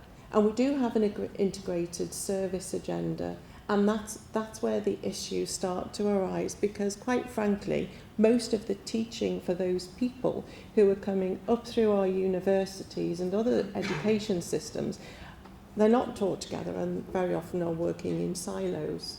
So we've got to change a whole culture of working, and sometimes even develop a shared language amongst service providers. Because when you're going in to work with families or communities, if you can't agree on the language you use and the interpretation of that language, what chance have they got? And if we're going to make a difference at frontline, this is where we really need to start looking at this level of integration, because that's what we want. There's no point in doing all of this work, investing all of this money and finding that actually the missing piece of the jigsaw is how we come together at frontline. And we do have joint working strategies, we have information sharing protocols, but arguably that's not enough. We need to do something more to bring the services together and also to prevent duplication, because we can't afford it. And neither can families, because when we're talking about our families and we're working in Wales, if they need our support, we have a duty to get that as right as we can. But at the same time, we need to hear their voice, because we can't make an assumptions that we go in and do things to families to bring about change. As we've heard this morning, we need to be working with our families and help them to generate the change, because they are the people who are going to have the sustainability factor to take those changes and openness to change into the next generations. Finally, when we're talking about working with families and not on families and communities, we're also recognising in Wales that there are other external drivers and actions that are supporting integrated working strategies and to support the anti-poverty agenda. And they are the sorts of agenda that will impact on national minimum wage, to have a living wage, to invest in early education, so the education systems, the childcare and daycare support, the financial support the parents get so that they can go back into work. And lastly, but probably most importantly, one could argue, is workforce reform. And all of this is happening now, because what we're trying to do is to bring those pieces of the jigsaw together to have lasting and sustainable impact for probably, you might say, the least investment, because as I said, we don't have huge amounts of money in Wales. So I'm hoping that what we're offering here is a picture that is very positive, where people are working positively together to see all the pieces of the jigsaw that are there on the table and to bring them together in a strategy with a line of sight from frontline to government that asks the question, has that investment been worthwhile? And if it isn't, and it hasn't been worthwhile and it hasn't done the job in terms of process and outcomes, what can we do to tweak it where we can, rather than throw it all out and start again? Because that's where we lose the good practice that's been developed over time. Thank you.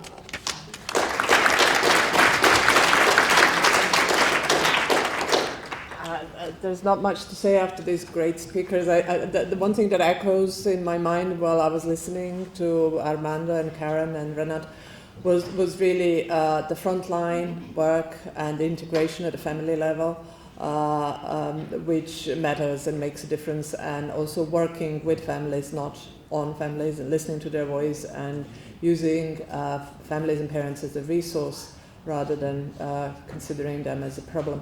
So we're really good with time, and now it's time for a coffee break. But before we go out for coffee, as we'll have time for discussion later on, I was wondering if there are any, maybe we should give 5 minutes to some burning questions or clarifications you may have that you can ask Armando or our two respondents just now, or we'll leave all the discussion to later. No burning questions? Everybody was a good student? Okay. We'll do a quiz during the coffee break to see how much. Okay, so that's it. We have, how much? Half an hour? Oh, you wanted to ask something? No, it's just for the microphone. just for the mic. Okay, great. So how much do we have for a coffee break? Half an hour? We're back in 25 minutes then, so that we can start in half an hour. All right.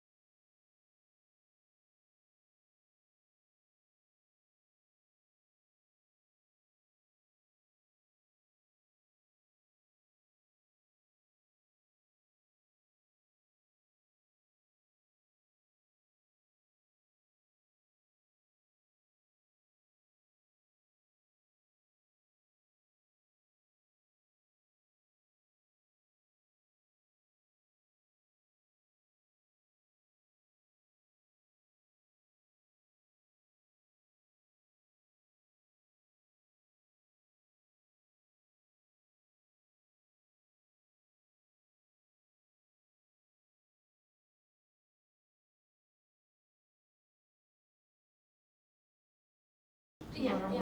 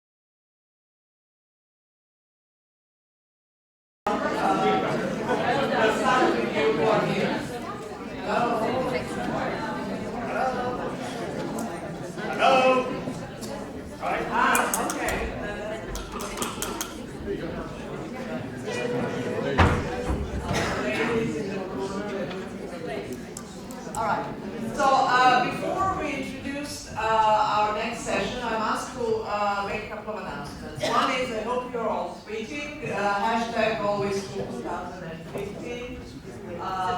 And just to remind everybody that this is a live stream event, so that share this with your friends, colleagues, and everybody else who can benefit from listening to our presenters.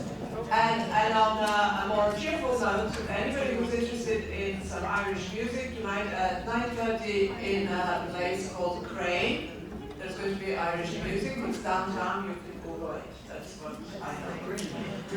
So, Crane, like Crane. But maybe, yeah. So, anyway, our next session, actually, in our next session we have two presenters. First, Maria Georgiou, who is from the organization and a program called Ovidio Romania, and that's a program that involves 2,400 children, and it's in 45 communities, and it's a program that aims to have every child in a preschool. And after her, Volkan Super, who is a consultant and evaluation consultant and political scientist, will also talk about the evaluation of this program in Romania. So I'll give the floor now to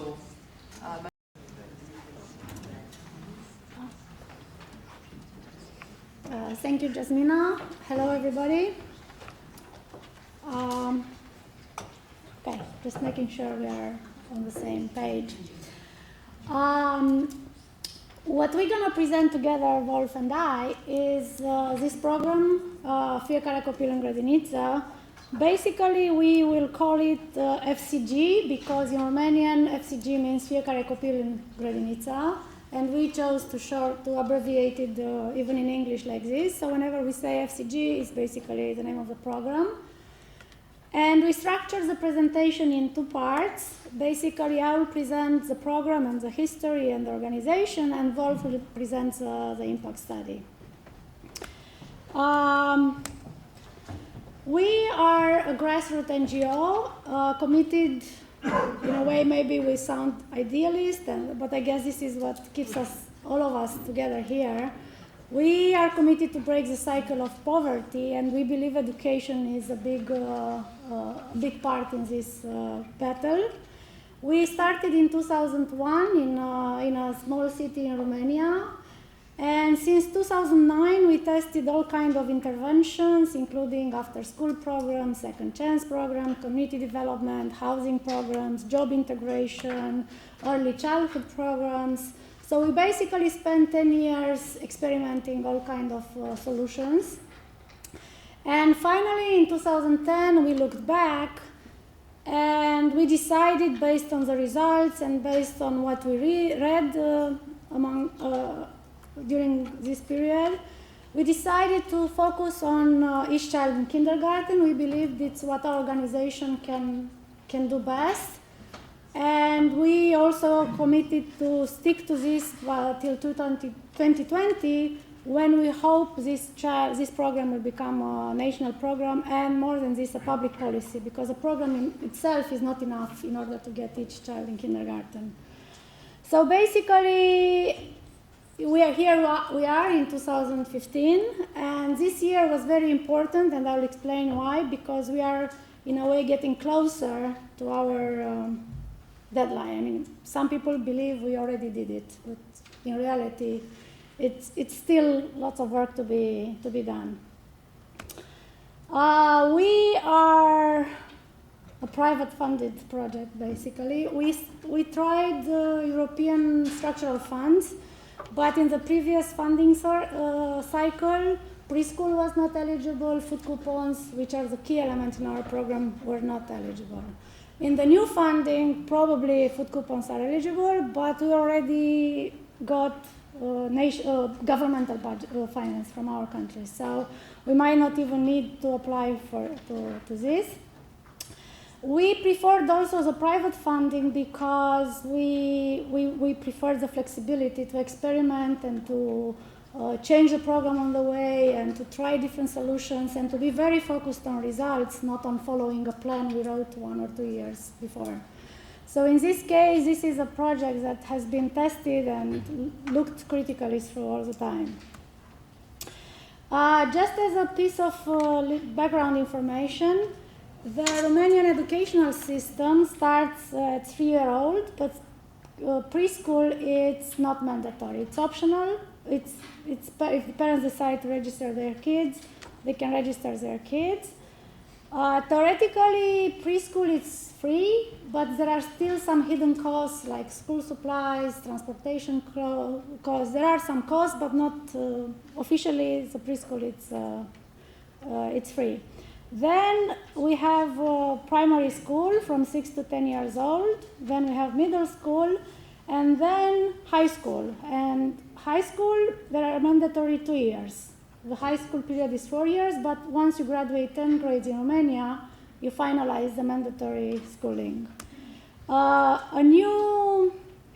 step in the direction we are also going is introducing of the clasa pregătitoare, which is kind of a similar to kindergarten or preparatory year, in 2013. So all kids aged 6-year-old are now in primary school, which is mandatory, which is clasa pregătitoare, which is mandatory.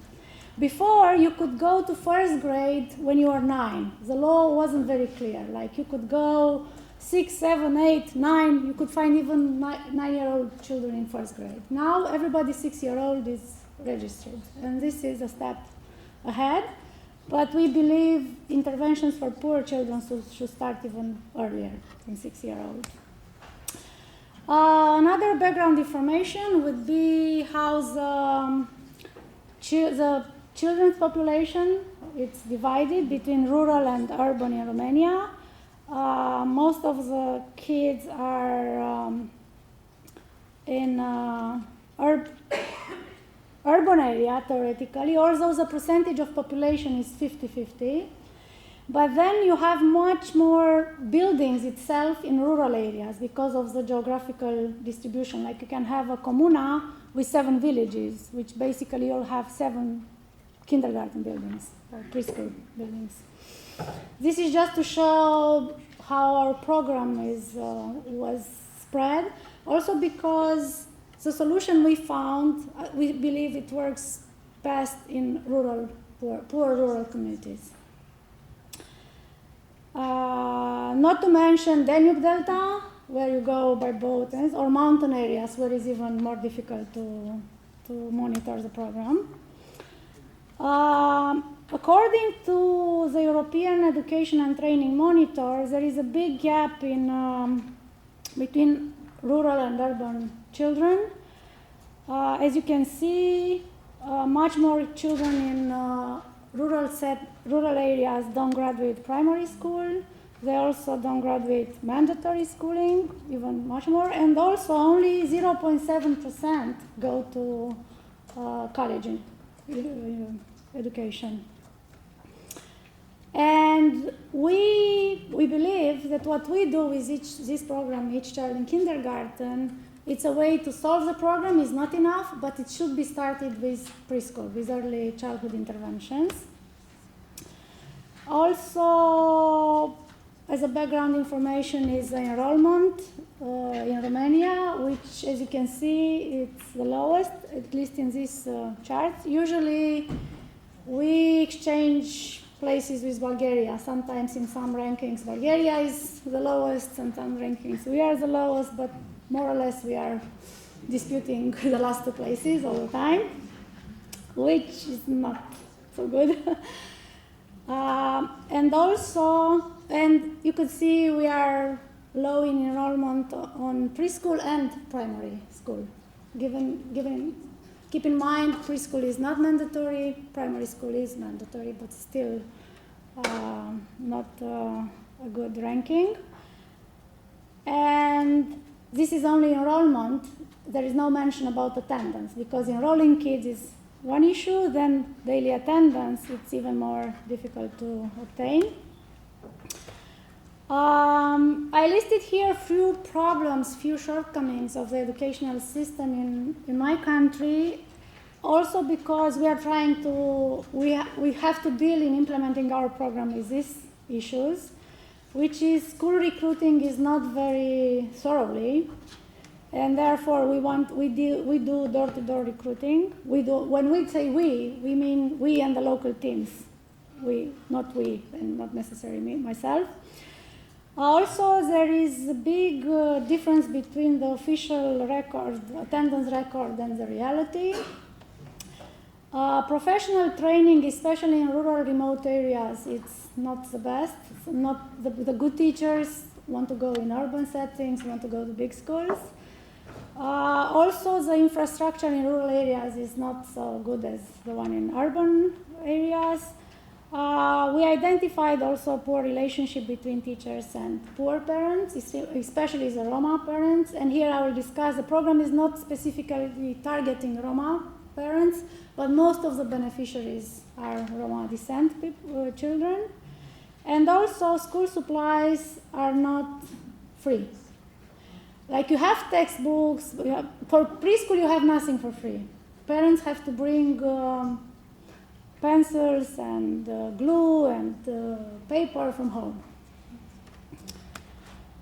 And when we refer to child poverty, we refer to this kind of child poverty. This is rural, poor rural neighborhood in Romania. Some could call it extreme poverty, basically. And here I will present you an animation with how the mechanism of our program is working. Let me see if I can do this. No button. In the presenter's view, there is no button. Oh, yeah, that's bad. You told us the presenter's view is full of dangers, but we still want to do it. Wait, I can do it here? Doesn't appear. I think we have to switch to the... Go back to the... there it is. Oops. În România, doar unul din 3 copii săraci beneficiază de educație preșcolară. Ce credeți că se va întâmpla cu ceilalți 2? Cel mai probabil nu vor avea șansa să rupă cercul vicios al sărăciei extreme, continuând să pună presiune economică și socială pe populația activă a țării. Fiecare copil în grădiniță intervine în cea mai importantă etapă pentru dezvoltarea creierului, în cadrul educației preșcolare, la care toți copiii din România ar trebui să aibă acces gratuit. Dar familiile sărace întâmpină obstacole în drumul spre grădiniță, o pereche de pantofi, haine, o gustare sau rechizite. De aceea am dezvoltat un mecanism care încurajează prezența la grădiniță. Tichetul social în valoare de 50 de lei pe lună, oferit familiilor sărace care își aduc copiii la grădiniță în fiecare zi. Acesta s-a dovedit a fi foarte eficient. A rezolvat aceste probleme și a dublat rata de prezență. Grădinița este un univers cu totul nou pentru acești copii, care sunt dornici să-l exploreze. Un loc în care, venind zi de zi, învață lucruri noi și își dezvoltă deprinderi socio-educaționale ce le vor ușura cu siguranță integrarea în școală. Programul are un impact pe termen lung. 98% dintre copiii care au beneficiat de fiecare copil în grădiniță s-au înscris la școală, iar 65% dintre aceștia continuă să aibă o prezență foarte bună sau bună.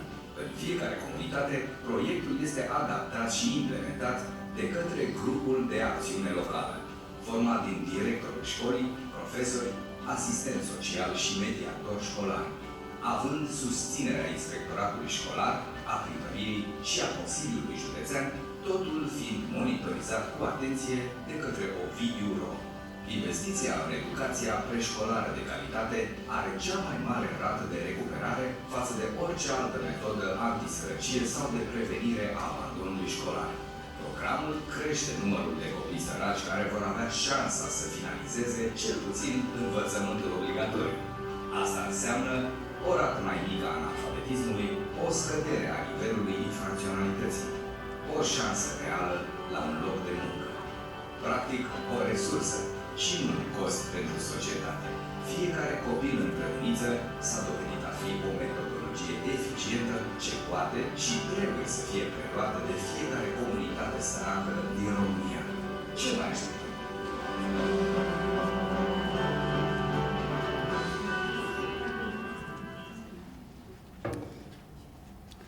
So basically, this is more or less a mechanism, conditional food coupons on daily attendance of the kids in preschool. And in our experience, this is what works. What happened is that what wasn't specified in the program, in the video I showed you, was the eligibility criteria, which, as I mentioned, they are not based on ethnicity. It's not a program targeting poor Roma children. It's a program targeting poor kids in Romania. And they have to have an income of maximum 34 euros per month, which is a very low income. And also the living conditions are a criteria in selecting the beneficiaries. The annual cost per child is 120 euro for food coupons, then 15 euros for school supplies, and 35 euros for clothes and shoes, which are provided by the local communities, clothes and shoes. What we provide before was the food coupons and the school supply for the children. Currently, we are serving 2,400 children in 43 municipalities, and we are having a budget of approximately 700,000 euro. But a lot of the money are going in the public awareness campaigns we do, and also in the lobby, because we invested a lot this year in making this a national, in creating the mechanism for a national program. We started, I'm putting the slide with how we started, because this is the map that Wolf used for his study. We started in 2010 with 13 communities, so these are the municipalities we studied the impact, but currently we are in 45 communities. And hopefully next year the program will be all over Romania. What is interesting to look in this map is that the county up north with different blue, Cluj, already took over the cost of the program. So we convinced one county to take it over. And we were planning to do this with all the counties, to take county by county, where there are 40 counties in Romania, and we believe by 2020 we succeed to do it national. And the reason we went into the Parliament of Romania was to create the legal mechanism by which the local authorities can provide money for food coupons for the children, because although Cluj said we can do it and it's legal, the other county says, well, it's not, the legislation is not so clear, you need to clear the legislation if you want. We believe the program is good, but speaking about public funding, we want to make sure the program is, it's very clear from this point of view. So we went in the Parliament trying to clear the legislation, basically giving the permission of the local authorities to fund this kind of program. But in the last session, before being voted in the Parliament, they decided it has to be, it's a good project and it has to be a national project. So basically, it becomes mandatory. It won't follow who wants to do it. Everybody has to do it, hopefully, with January 2016, given the fact that we'll provide also the regulations, because it's a law, and now we are working on the regulation. So basically, the law was published on November 2nd, which means we have a 1 month old baby law today. And we'll serve 111,000 children in age 3 to 5 in Romania. And the risks are that the governmental changes put on hold the drafting of the regulations. As you know, there was a tragedy 1 month in Romania, so the government changed. So next week we have a meeting with the new Minister of Labor and new Minister of Education. We hope, being a government of technocrats, we won't have to go through all the convincing. We just hope it will be easier for us now. And also, in the mechanism we are proposing, we have to rely a lot on the database of the Ministry of Education, which doesn't seem to be very flexible. So we'll face a lot of technical problems. We insist of this being doing with a database, because we want to measure after 1 year the impact of the program, being a national program.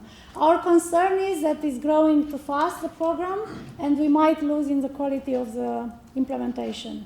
On the other hand, it's a big opportunity to turn your pilot project into a national project. and we had to reposition ourselves.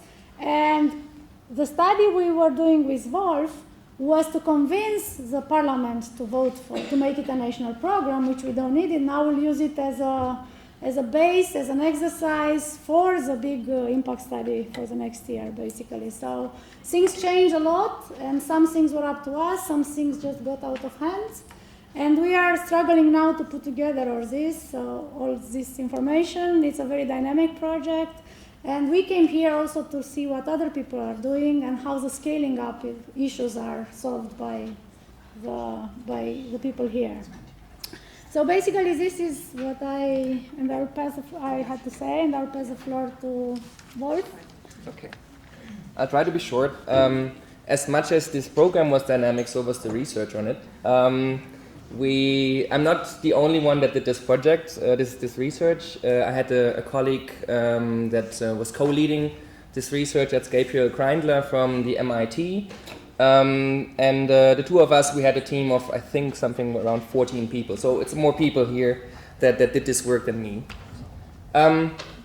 As Maria already said, this is an impact study, but impact in this case was not only thought to be on preschool enrollment and attendance, but we wanted to know what's the impact on primary school attendance and enrollment. So our impact comes basically 4 years after the program is running. So we had to take communities where FCG was already active in 2010 and 11, and that also precluded an RCT or anything like that, because we had to use that old communities, right? Because otherwise we'd have to wait for 5 years till we would be able to measure any impact on primary school enrollment and attendance of the full program. So we had a couple of research problems that we encountered while we did that impact study. I don't think I have time to go into all of them. Let me just point out two on the next 2 slides. We can go back to that if you have questions about it. I'm happy to talk about that. That's what I love to do. But let's take one thing. We have data on different levels. Although we collected data on schools and preschool level regarding enrollment and attendance, we did not have numbers of pupils in the catchment area of these schools. So what we had to do is calculate that to the level of municipalities, because that's where the state provides us with data of births and so on. So this is how we could calculate attendance rates and enrollment rates. So keep that in mind if we talk about like the comparison of municipalities. Not everything is treatment in a treatment municipality, because we have sometimes situations where a video is working with one village but not with the other. But we had to scale it up to that level. That brings us to the next problem. This slide looks complicated, I know, but I think it's a point worth taking. We measured, as I said, impact on all children. That includes those that were eligible for the program and or treated, and those that were non-eligible, so were not considered as a target group for the program to start with. We did not have, or do yet not have, individualized poverty data. We want to get that so that we can have a more precise measure of the impact. But for now, what we did is we calculated the share of eligible children in a typical community that Ovidio is working with, and then could, with the assumption that there is no impact of the program on non-eligible children, basically scale up the impact that we measured for all children with a scale-up factor. Our research design was quantitative and qualitative, and this is for the quantitative part. We used difference and difference for what we could use it, and that was enrollment, because then we had enrollment data, official enrollment records going back to 2005. So we did that, and difference and difference just means what you want to see if there is an impact is a jump in the enrollment rate, in this case, in program municipalities once the program starts working, right? So this is illustrative data, but the graph, as I will show a little later, looks very similar to that. But we did not only do that. We invested a lot of time in collecting quantitative data for the school year 2014-15 We did more than 3,000 surprise visits, that means unannounced visits by our team in classrooms, where they numbered the kids and divided that by the enrollment rate, the number of enrolled kids, so that we had an attendance rate there. Because as we're going to see a little later, official attendance records are totally unreliable. It's basically a story they tell, but not reality. So we had to do that in order to say anything about the impact of the program in real terms. We did not only do that, we also copied all school ledgers of these classes, turned this into a huge database of all the kids. We had the permission to do that, and could calculate on that terms the development of attendance over the year, knowing that this is not the right attendance. But if we assume it's biased in treatment as much as it's biased in control, we still have a possibility to say something about changes, right? Yeah, and then we had also, besides that, we did 2 weeks of field work where we did more than 170 semi-structured interviews with 4 different types of local stakeholders that you see there. We had like decision makers, social services, teachers, and parents. So we talked to mayors, vice mayors, we talked to social assistants to see how they interact with the kids and so on. We made charts, like maps of the community links there are, like a network basically. And that's the kind of questions that we asked, and we always made sure that we did not only talk about one topic with one type of stakeholder, but like that we could a bit triangulate the views, so to speak. That's all the data that we have, and the analysis is still ongoing. So if you look at your paper that you probably already have in your hands from our side, that's dated. So the results change a little bit because we continued analyzing the data. It's a huge amount of data. There's a lot of things changing.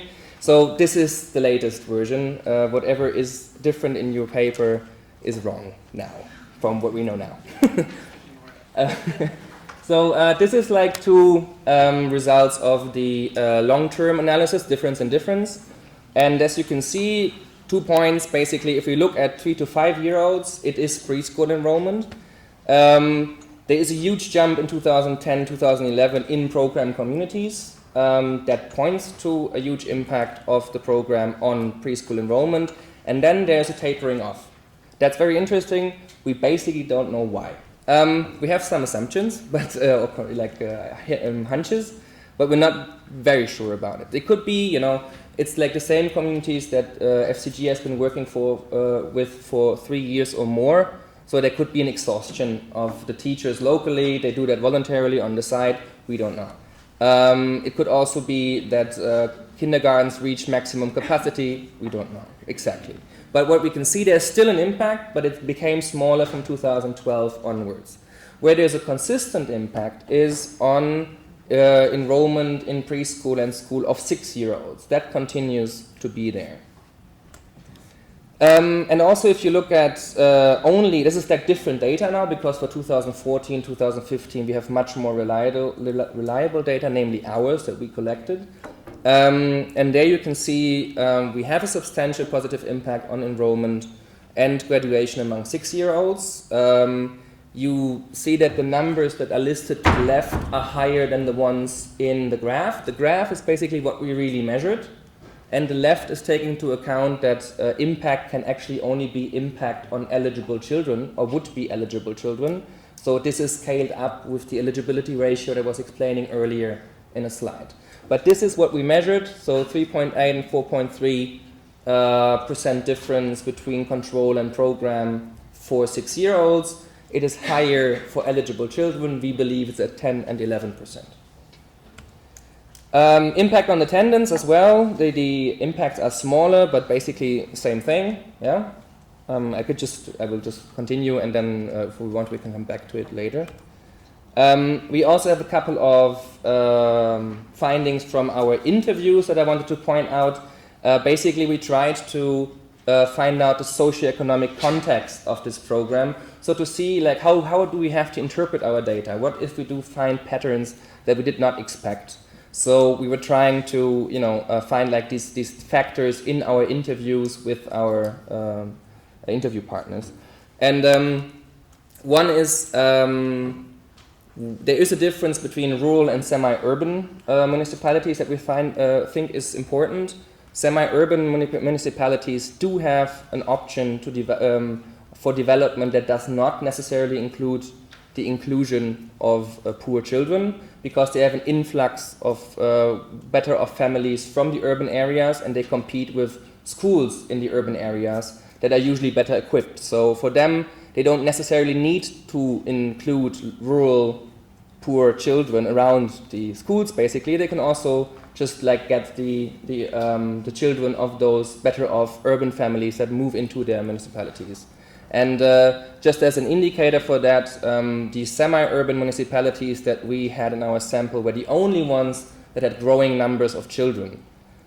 In general, in Romania, in rural areas, you have dwindling numbers of children in schools, especially kindergartens. We also talked to a lot of teachers and principals, and we found a difference in their institutional self-understanding, let's say. We're not totally happy with the two, the juxtaposition here, but it's making like the point. One is we have found this attitude, well, we provide education to those that want it, and we do our best working with them, but we basically do not care much about those that don't come to our schools. It's their problem. It's an offer, you don't take it, your problem. That's what we would call educational center, like an offer, a professional center, so to speak. And then on the other side, you have those people, those teachers that really believe they have a social obligation, a duty to get all those parents convinced that are not yet convinced of the value of education, to bring them in the school. And you could imagine if you have the same amount of time at your hands, what you actually then do as a school might look very differently. Like outreach basically might be done well by those that see themselves as a social institution, whereas those that see themselves as an educational center, so to speak, do not invest the same amount of time in outreach, and might be harder to convince for this program, FCG, because that's what actually requires outreach.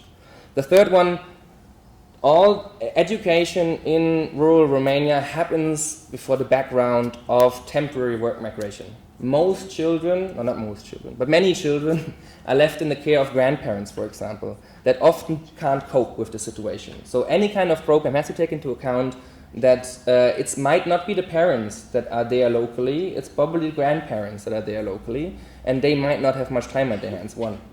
The other one is many people would, like, if we talk to teachers locally, they would say, well, yeah, those parents that migrate abroad to work, they basically do not value education because they can see they can still make money without any education, working as unskilled workers on farms in Spain, for example.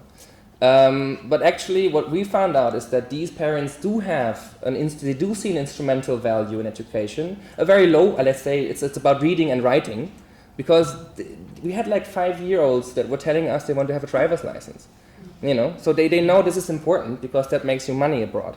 And also when it comes to reading and understanding contracts, I mean, there's so many people that have been fooled when they do this temporary work migration in Western Europe, and being able to understand a contract, to read a contract, is a vital skill. So it's not necessarily just temporary work migration in our understanding, or what we saw has a negative influence on the valuation of education by these families. I will leave it at that. That's another important point. I mean, a conditional cash transfer program has one big issue. It needs to measure or monitor the conditions, right? Otherwise, this whole thing doesn't work. And if you base it on official records, you're basically not basing it on reality. Because, as you can see here, absence rates are 5 to 6 times underreported in official records. We say this with quite some confidence because we did more than 3,000 surprise visits. That is, statistically speaking, quite a high number. So we can say that with some confidence that definitely the official records of absences are wrong. And we also found in our qualitative study at least 2 reasons for that.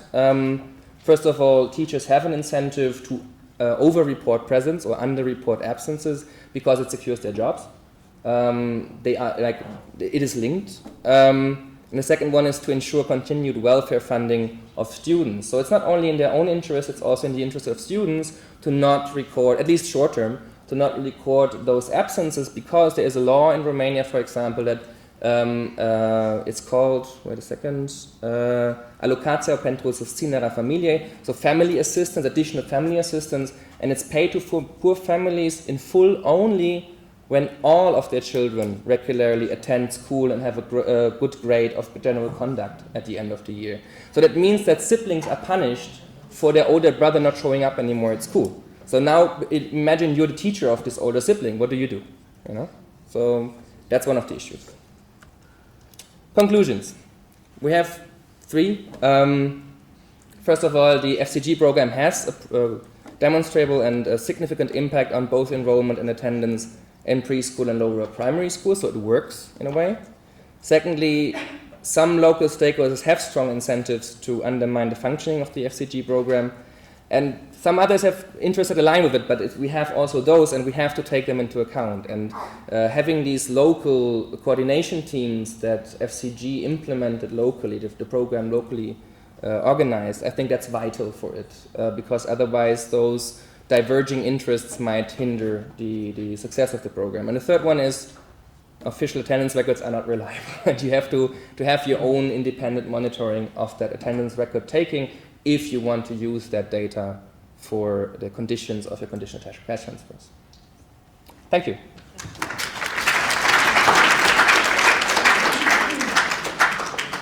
Thank you. This was really very interesting and great timing. So now I'd like to invite speakers from Slovakia and Serbia to provide comments. First, I think Dana will come.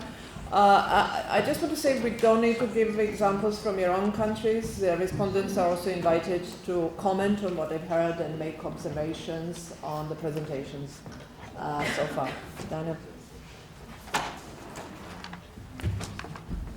Hello.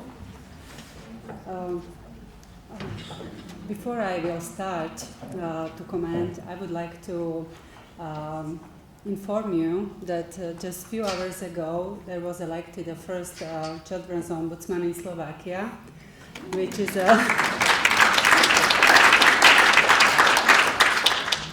is a big success of our advocacy of our coalition.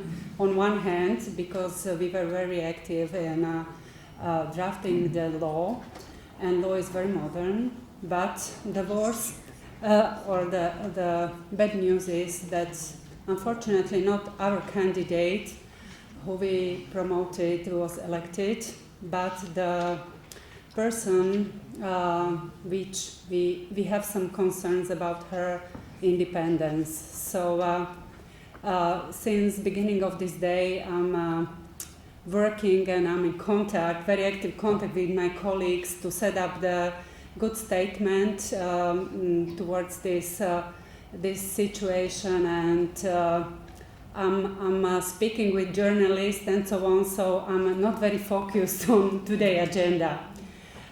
So I would like to apologize my presentation. The second, my problem is that my colleague who was supposed to present, because she is our policy officer, had to cancel her trip to Ireland. So I will just read what she wrote me about mainly state support of education of children from the families in need in Slovakia. So thank you for understanding. Although the discussion of the topic of mandatory preschool education has been going on in Slovakia for a number of years, preschool education is not compulsory in Slovakia at the moment. This fact has a negative impact on children from marginalized Roma communities and also socially, these other socially disadvantaged communities who grow up in this environment. This environment usually does not provide adequate stimuli for the development of the preschool skills, like Slovak language by Romani children, and logical thinking. In their home environment, children communicate in Romani language and start using the Slovak language only upon the enrolling in school. Insufficiencies in the use of language in the field of analytic thinking transpire as early as at the entrance on psychometric tests of intelligence, where children from Roma communities perform poorly relative to their peers from the major population. And unfortunately, this causes the fact that almost 88% of children in special schools are Romani children. Education for marginalized groups.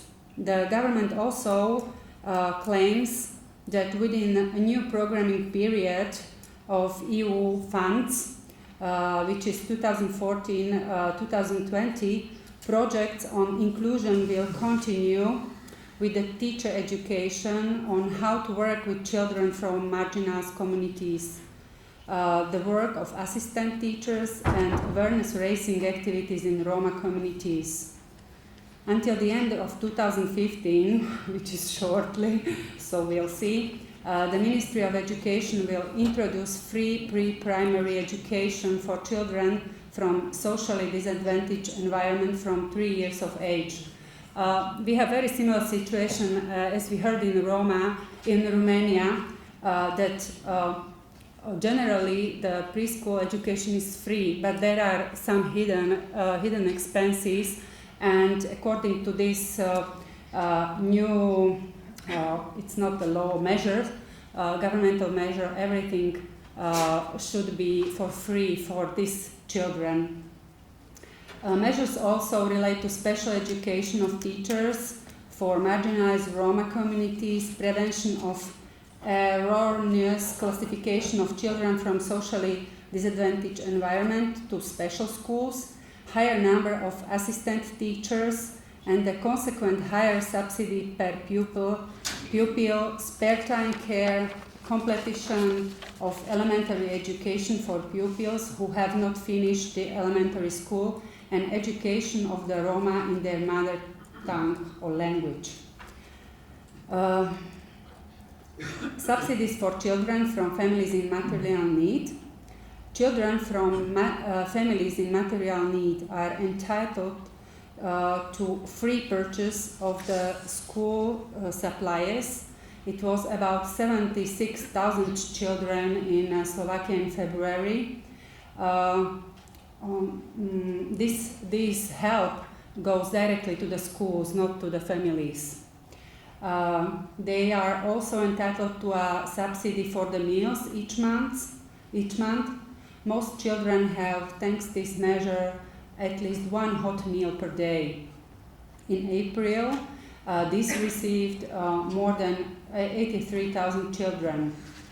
Subsidies for food and toys can get children from families who are beneficiaries of social assistance benefits and families whose monthly income for 6 consecutive months did not exceed the subsistence minimum. If it is at school or kindergarten, where more than 50% of children are from the families receiving benefits in material need, all children are supported in the facility. Subsidies are meant for students of elementary schools and preschools or kindergartens. The aim is to improve the educational performance of school children. For preschoolers, its purpose is to prepare them to master the elementary school. Another problem linked with preschool education of the children from the socially disadvantaged families is the insufficient capacity of kindergartens, which makes impossible for all children who are entitled to this service and where their parents present interested to be included in the preschool education system. The situation is that we are lacking enough places in kindergartens in Slovakia. So mostly it's up to heads of kindergartens which children will be visiting the kindergartens. So the children from the most disadvantaged environments are not very welcomed. The situation has been receiving insufficient attention for a long time. According to the Center of Scientific Technical Information of Slovakia, as of 15th of September 2014, there were 156,000 children who were entitled to be included in preschool education, out of which more than 11,000 were not placed in any facility of this kind. In April 2015, the Ministry of Education provided funding for increasing the capacity of 113 kindergartens by 3,060, 670 places altogether in Slovakia. It was funded for 32% of unplaced children by amount of 10 million euro. There was opened the second call in total amount of 5 million euro last June, and we don't have data yet.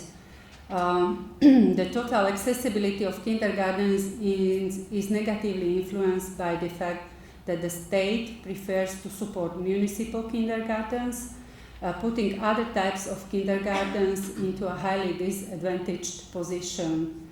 The European Commission's recommendations regarding the National Reform Programme have long included a recommendation to improve the service of child care. And just to add my personal experience, I'm a very new member of local municipality parliament in our village, and I was discussing with my colleagues and with people from municipal office in our village what is the system of the care on child care or municipality care or community care about the children from socially disadvantaged families in our village. I can approve or confirm that this kind of help coming from the state is working in our village, but nothing else.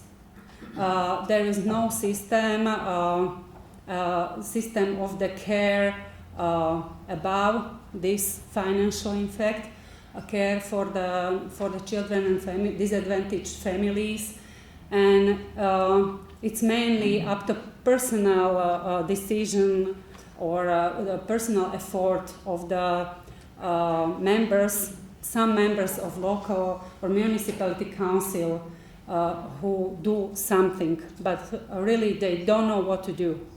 And I think they are missing such a system. So that's all from me. Thank you.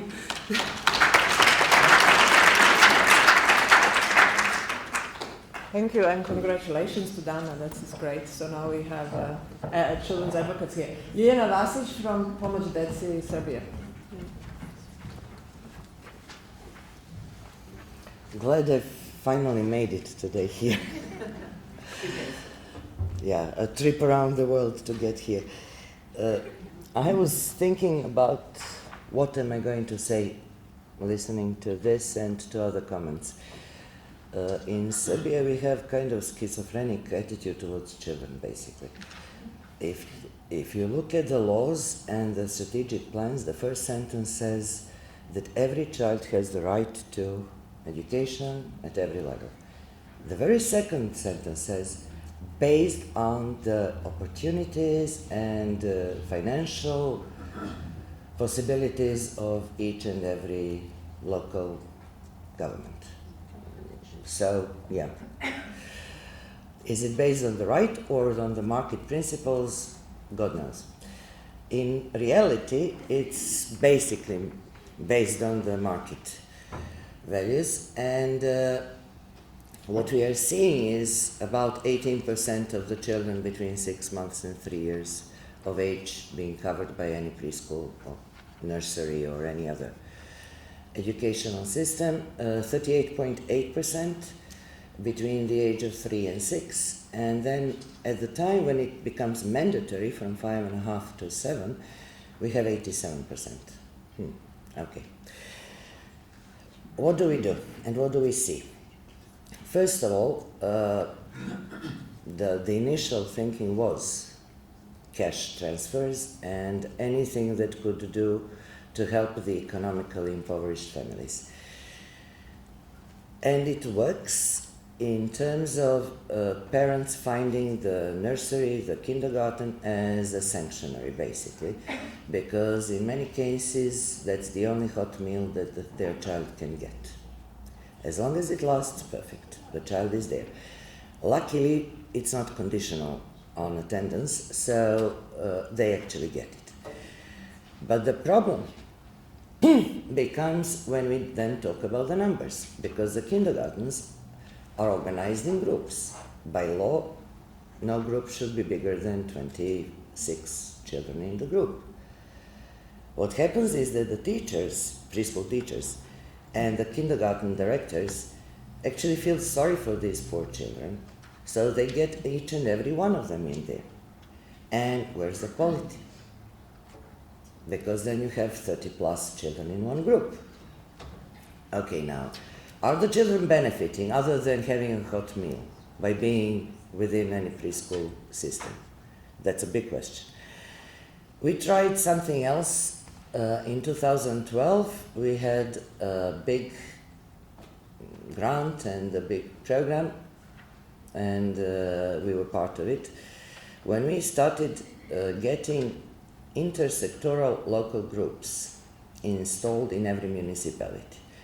And my personal experience was that I was supposed to actually talk about this, the importance of these local groups in 20-something municipalities in Serbia, and they looked at me as if I had fallen from the Mars. What the hell has a police department, social service, health service, representative of the parents and preschool, kindergarten have to do together? It's education, full stop. Okay. So we spent 6 months deliberating that, and then we came to the second question. How many kids do we have here? Ha ha ha. Was the coverage. So we asked them to provide us with the data, how many children they have in the municipality, how many of them are in the kindergartens, how many children with disabilities, how many children coming from ethnic minorities, different ethnic minorities, how many in the full program, full day, and how many in half day.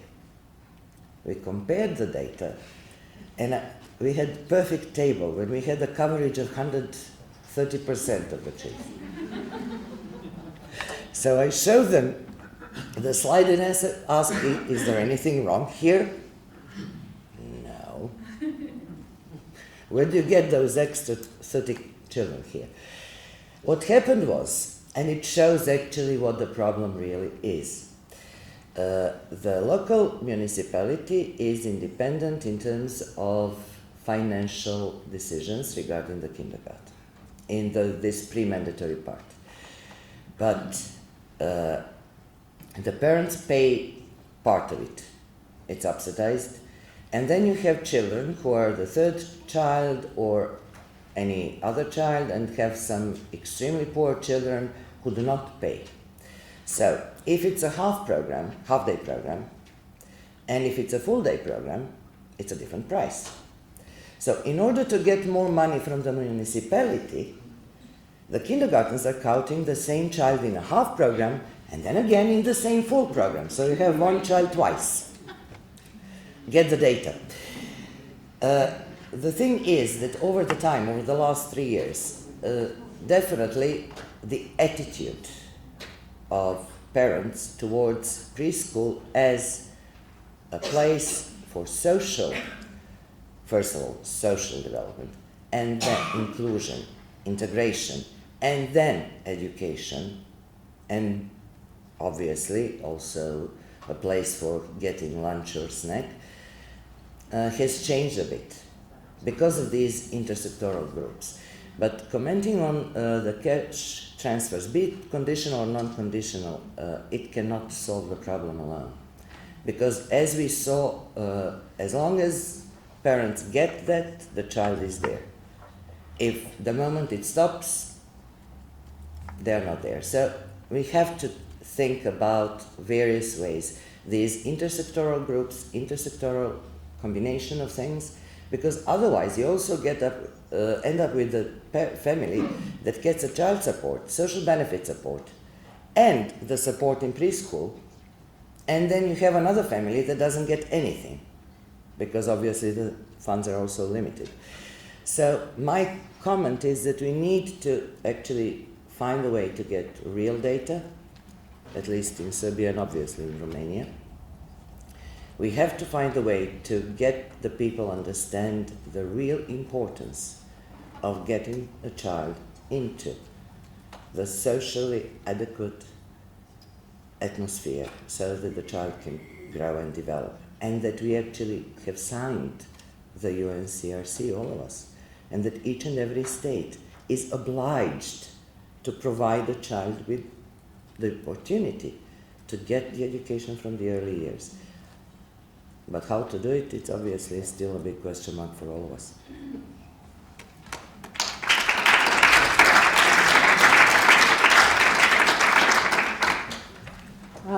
Great, thank you. And that was a really good note to finish this round of two sessions. I'm not going to attempt to summarize what happened today here, but I would say that it's, again, a message from this afternoon is that cash is not a silver bullet. It solves some problems, but not all of the problems. So now that we are going to have a little bit of a debate and discussion, we still have about an hour, yes? I just want to pose some questions to you to think about things and what was said today. Some of the things that we discussed were the challenges and opportunities for collaboration and integration at different levels and across different sectors. Then we talked about cash transfers and conditionality. We heard from Armando that sometimes it works, sometimes it doesn't. There are different situations where cash conditionality works, but what are the other factors? What are the things that we also need to take into account when there are conditionalities attached to cash transfers? We heard the examples from kindergartens and preschools, the capacity of schools, the quality of education, the availability of teachers is also something that matters. What is a measure of success? Is it marginally improving the outcomes for those most vulnerable, or really giving them opportunities that puts them at an equal level as those children who are not in poverty?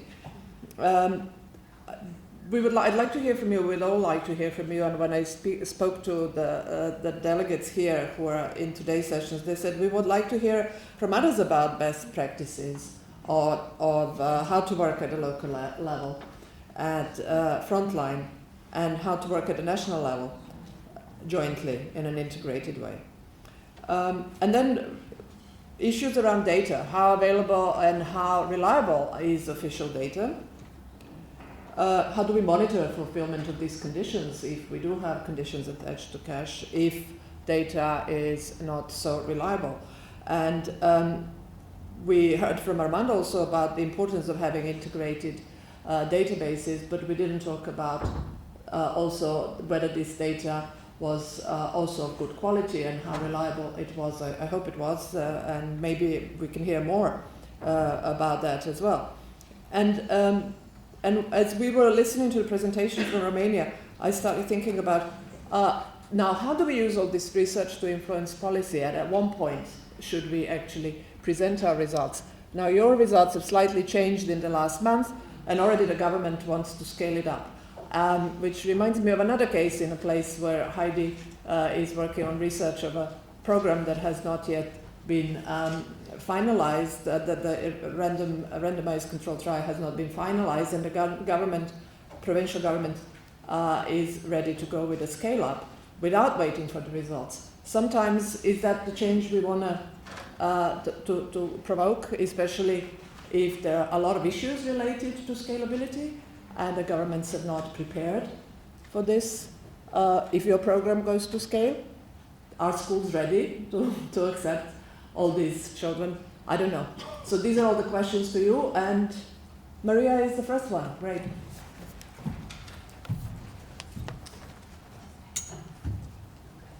Thank you.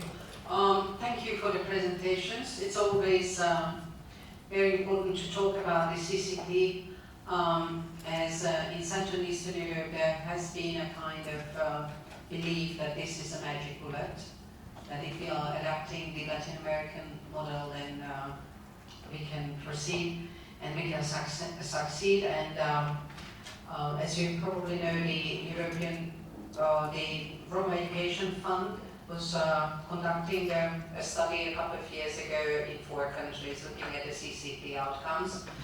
We were looking Romania, Hungary, Croatia, and I don't know, Slovakia perhaps, I don't know. Yeah, Slovakia.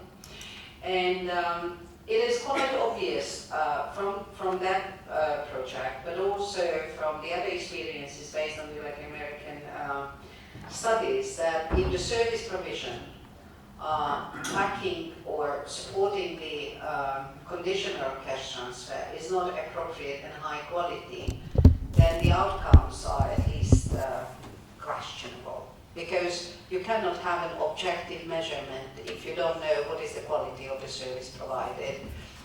So the conditional cash transfer or even unconditional cash transfer itself is not providing you with enough evidence. And I would like to just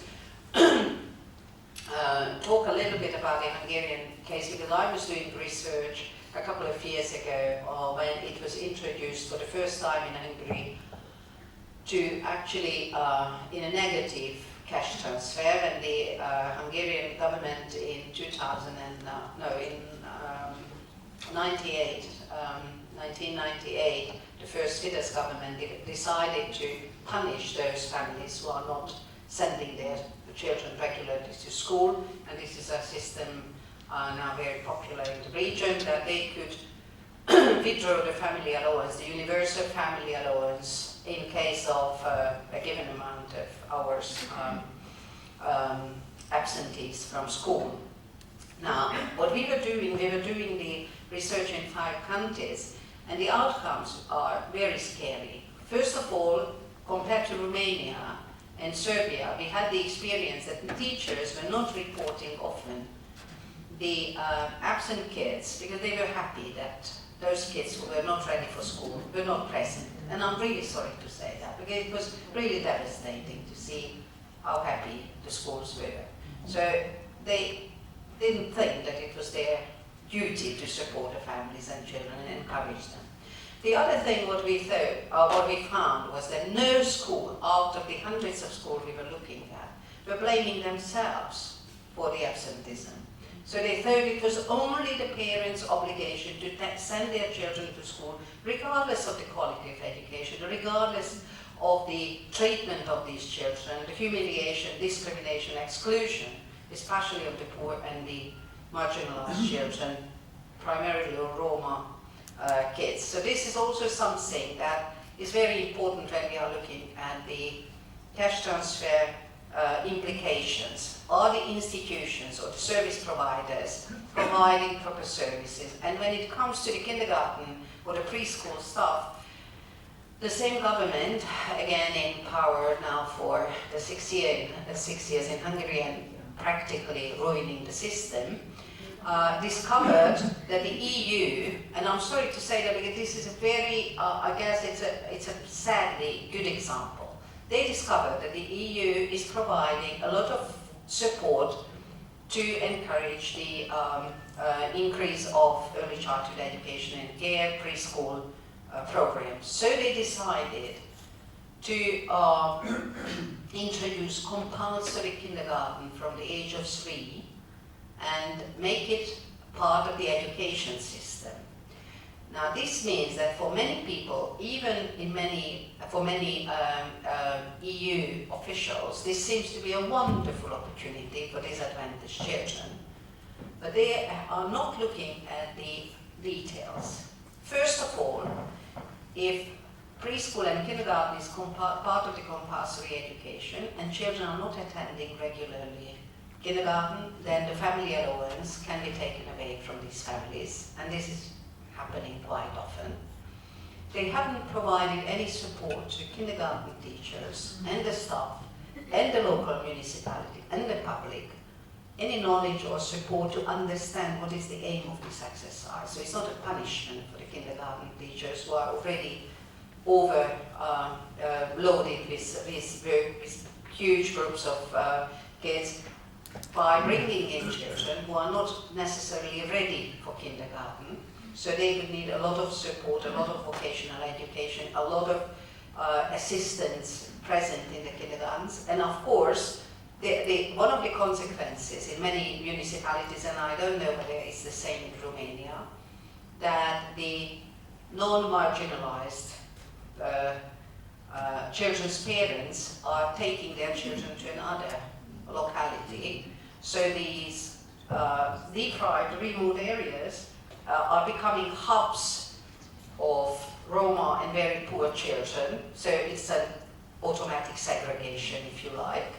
And by the time they go to school, they are getting used to the segregation and discrimination with very low qualification, and also a focus on discipline and not on social skills, as Liliana has just pointed out.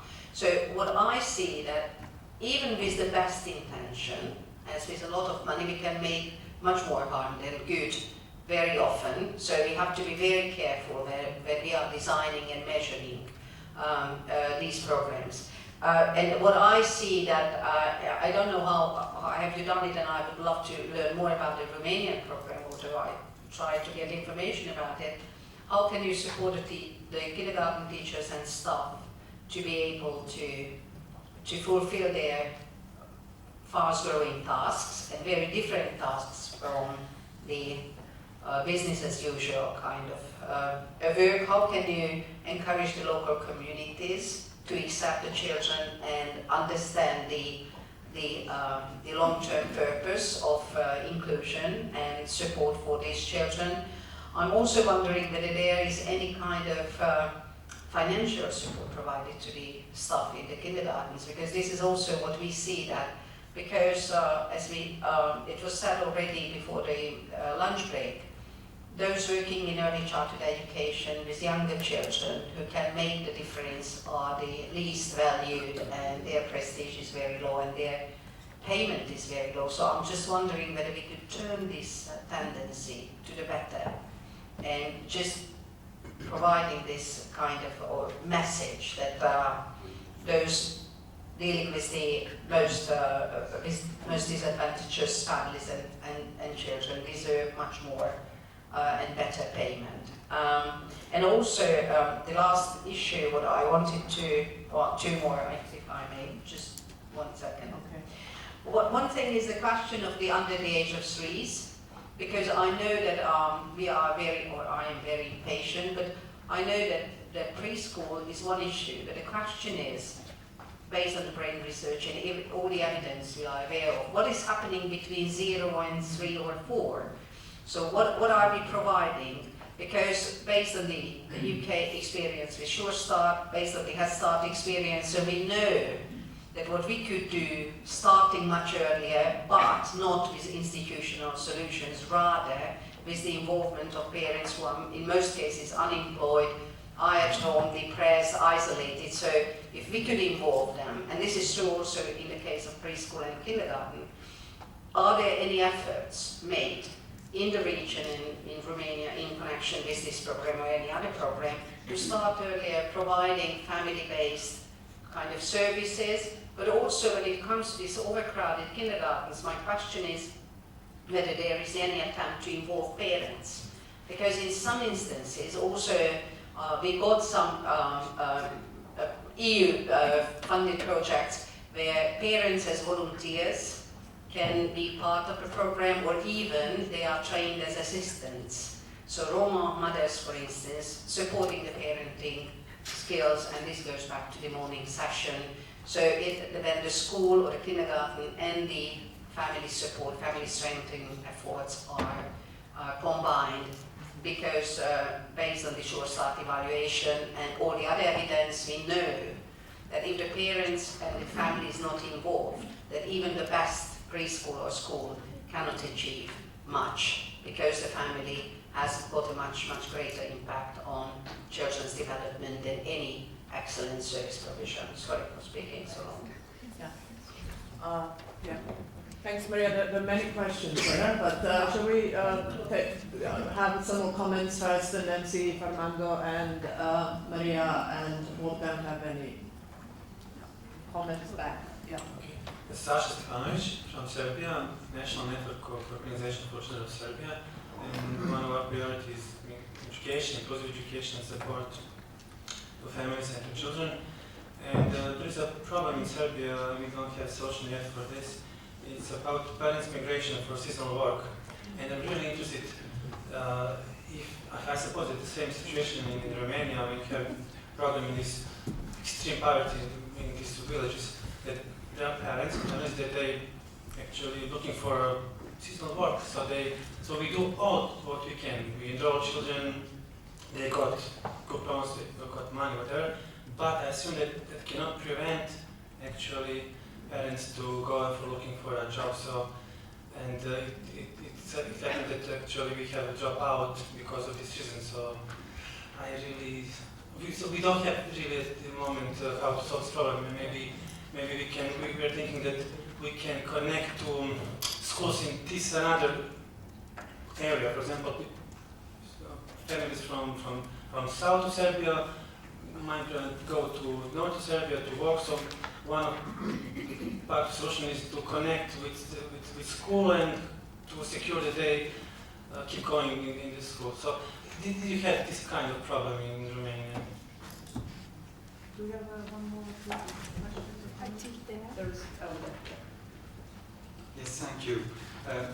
I feel a bit obliged to mention lessons that we have to identify, even in the countries like France, I come from, where in a way it seems like if we reach the objective, as 99%, as you know, of the children, the 3 years old, are involved in preschool, and almost 30% of the 2.5 children. But we still have lessons to identify in this very positive, apparently positive situation. In fact, there are also perverse effects of this very high level involvement of children in preschool. And one of them is the way parents are looking at the role of preschooling. It's not exactly social skills which is the primary objective, but more to prepare to school and performance. And educative is secondary compared to school performance of the children. And so we are preparing another type of problem, which is the anxiety around schooling in the French context. We have this problem. They are not happy in school, and the problem of the quality is not limited to the number of children involved in preschool, but the number of adults and objectives that we have in preschool with children, which is quite different. Qualitative caring in preschool is also a challenge when you have 99 of you 3 years old involved in preschool. And the French experience is that when you go to primary school, you see the beginning of what is happening, at least also in college and lycée. And this very long-standing experience that we have since Madame de Kergomar at the end of the 19th century, who created preschool with the demand of Jules Ferry. We have this very long experience we developed under the type of problem. And I think that we have to include it when we think that the first objective, and it's normal that to say what we have to at least improve the level of the number of children involved in preschool. but you have also, at the same time, to think about what are they doing and what are the expectations of the parents. As infants, the expectations are very much oriented to performance. And anxiety is very high in college and lycée infants. And our children at 11 and until 16 are very, very much counterintuitively not happy in school and preoccupied by the fact that there is no second chances. If you fall, you don't have any other chances. This is a problem that you have to take into account, I think, in our comments. And we have one more comment over there, then we can have some answers and come back to Maria. Maria. Thanks. I think Maria raised a really important point about the under threes. You know, we know that that's when the fastest brain development takes place. So I think it's quite interesting that, you know, in Scotland, as in most of the countries I've heard from, the emphasis has been on 3 to 5s rather than under 3s, when we know we can actually achieve a lot more, probably actually for a lesser level of investment. But I think the point that the colleague from France made just now is critically important. Attendance at anything is neither here nor there unless what goes on there is of good quality. And that includes things like the qualifications and skills of the workforce, the numbers of adults related to children, the quality of the relationships that are going on between the adults and the children, the curriculum, the environment. You know, just putting children in, you know, a building will make no difference at all, even if they go there every day. And, you know, unless what's going on there is good. So we need to be talking about volume, but we simultaneously need to be talking about quality. Because if we don't, and there's lots of research on this, including the EPI study, which was done by Professor Kathy Silva and others, is that poor quality actually harms children and increases the divide. It doesn't, you know, it doesn't make up the difference at all. Okay. So, do you have any? There were a couple of questions there actually. I'll try to address what I remember. I completely agree. We go back and forth about this quality and attendance. I mean, it's where you start, basically. Where you start. I don't think there is any the egg and chicken. We can debate forever here. But theoretically speaking, I completely agree. Getting kids there not learning anything or being harmful is not the intention of anybody. The question is how you do it, or where you started, or with what you do it. This is why we said even if the law passed November, I don't think our mission finished, because it takes much more than just monitoring the daily attendance. And also we understand very well that having a national program doesn't mean you have a public policy on early childhood education. So this is, we're very aware, and we are working on it, and we'll try in the methodology. We are working with the government now to address these issues. So, and to create like a medium-term strategy. Things won't happen overnight. And speaking of this, Romania happens to have a good early childhood strategy, which means the theoretical framework is there. It needs also the measures to implement. And also Romania is paying a lot of attention to 0 to 3-year-olds. But unfortunately, I don't see how nursery will ever happen in rural areas in Romania. You only have preschool now, and you have half program in rural areas. I don't refer to urban areas where you have also nurseries and private nurseries and everything for 0 to 3-year-olds. The question is what you do in rural areas, given the fact that 50% of the Romanians are in rural areas. And childcare for 0 to 3, it's quite expensive because it's health, it's nutrition, you know what I'm talking about. So basically that will have to trickle down. We are putting the kids in preschool and then we'll have to trickle down. And also I will address some of Maria's issues but I'll make the difference between the pilot program, which is our program, and how it will be the national program. In the pilot program, we didn't face the white flight phenomenon basically because we are in rural communities. So in rural communities you have only one kindergarten, so the wealthy parents have no place where to take their kids out. So, but I assume in urban areas there will be some white flight for sure. And also we provide teacher training.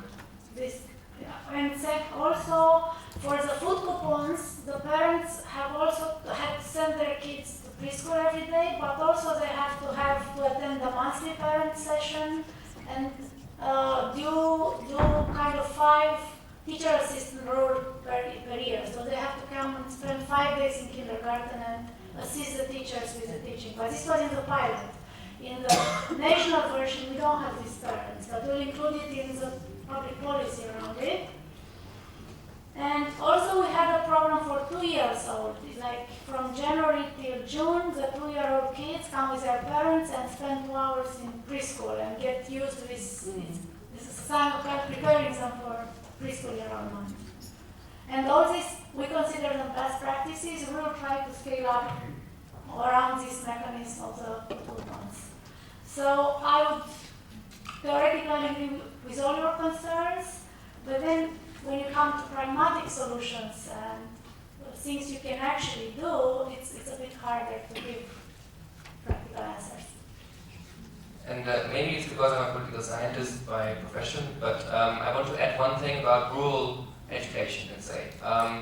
What we found out in our interviews with mayors and with social assistants and so on, what you have is little kingdoms in these rural areas, and whatever measures or whatever money comes from outside is distributed not according to some conditions or some pre-foreseen structures and mechanisms. It's what the mayor wants. And you have to create pressure from parents in some way to change anything. That's at least what I think. You know, you have to break this system that is there. It's firmly in place. It's very resilient. They always find a way to circumvent administrative measures that come from outside. So including the parents, I think, not only because it's important to include parents per se in the education, but also it creates a pressure group on the local kindergarten, on the school, and on the mayor. If they have to come there, if they have to send their children there, their interest is raising some issues for the mayor as well. So I just wanted to add that. Is there anything you want to add, Armando, from the Latin American experience on cash and maybe focus on 0 to 3? Were there any programs? I know that there are a lot of countries that are trying to kind of imitate the Latin American example. The Philippines, they have conditional cash transfers as well, where they have parenting sessions, so to say, but they never really measured the impact. And who are the parents that are being targeted through these sessions? That's a question. Just because you're a poor parent, does it really mean that you need a parenting session?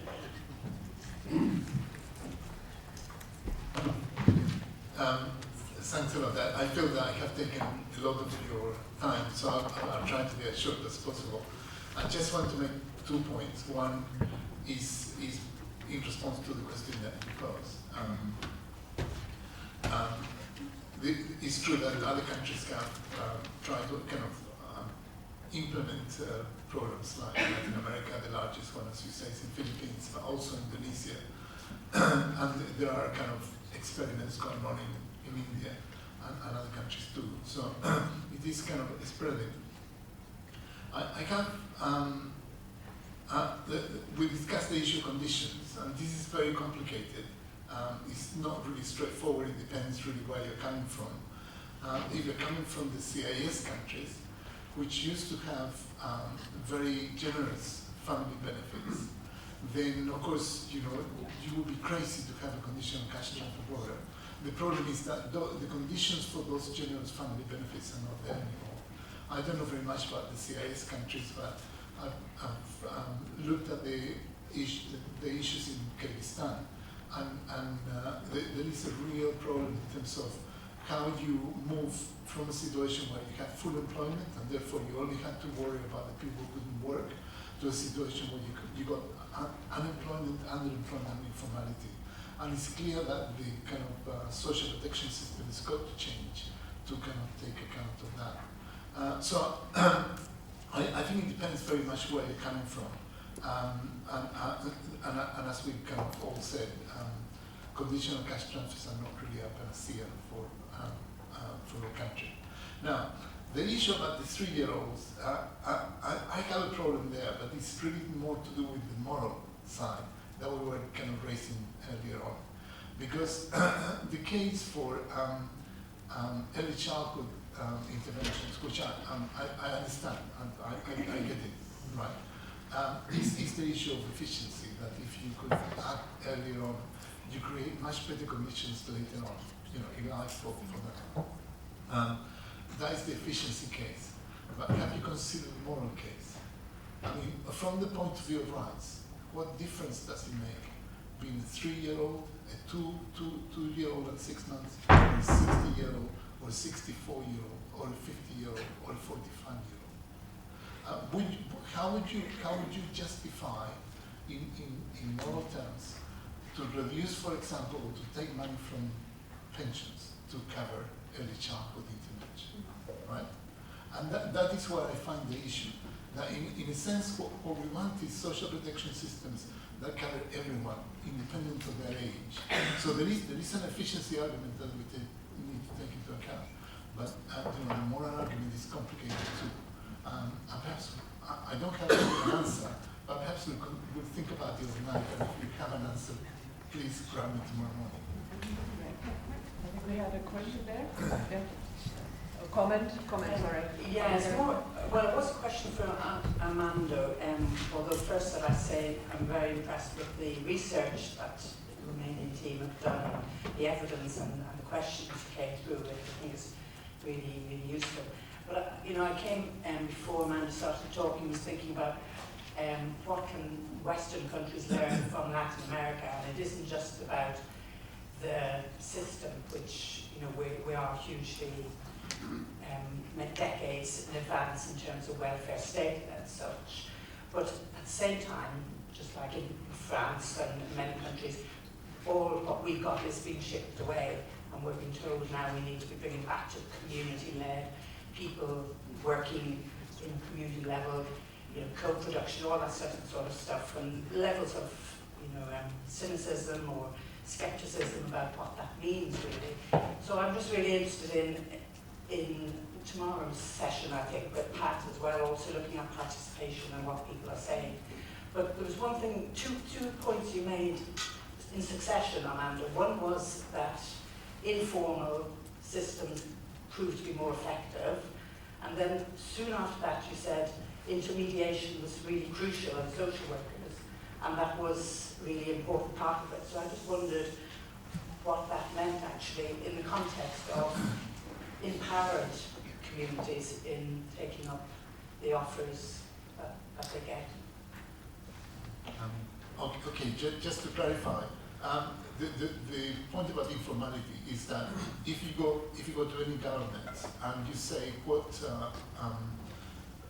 measures do you have to coordinate the work, it might be useful also to consider how you can work on a one-to-one basis or perhaps on a more informal basis with different agencies and establish a working relationship with them. That was the point that I was making. Great. I think Maria. Sorry for speaking again.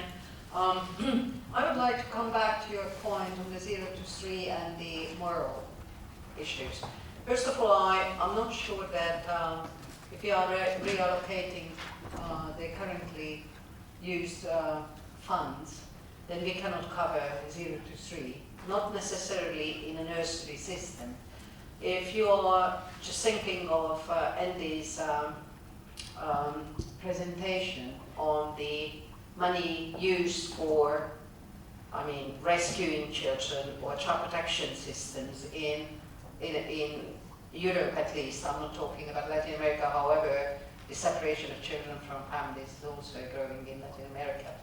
Then if we are looking at the 0 to 6 years as prevention and early intervention in this concept, then if we are reallocating the money currently used in child protection and late interventions, then perhaps this could generously cover the services needed by families at an earlier stage without any stigma, without any kind of damage caused to children. So obviously that would need very careful assessment of the allocation of funds. But also what my guess is, and I wouldn't obviously go into the details because I can't prove it, that if from another perspective we were looking at health expenditure and the health care provided for young children or the lack of it, it is the same issue. If we are providing better care for the parents, like the health visitation program, or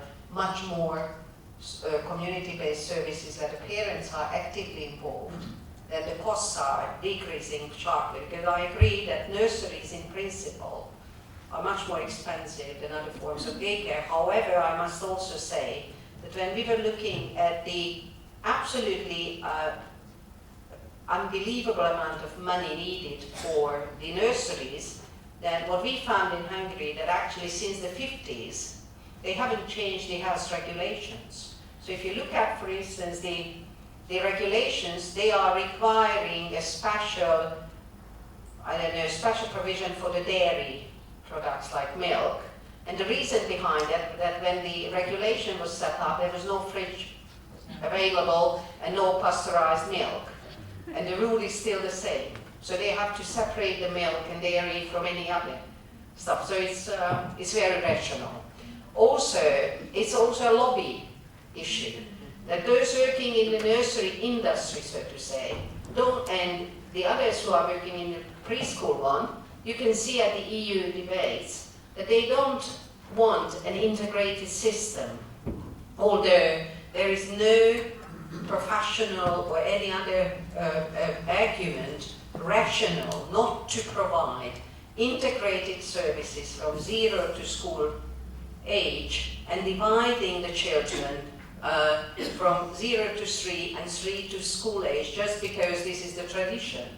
Because we know that the development of children, we know based on the brain research and experience, is very diverse. So we shouldn't divide them based on the age, rather providing mixed groups and depending on the children's developmental needs, a much more integrated version of the 0 to school age provisions. And we haven't mentioned disabled children and the inclusive education, because this is also a big issue, and I know that in the countryside, especially where there are no separated opportunities or any services provided, integration is still not there because they are simply not accepting oftentimes those children who have special needs. And this is also something that should be taken into consideration, especially if you are looking at the well-being and rights of the child and the later school life achievement. And one small remark on the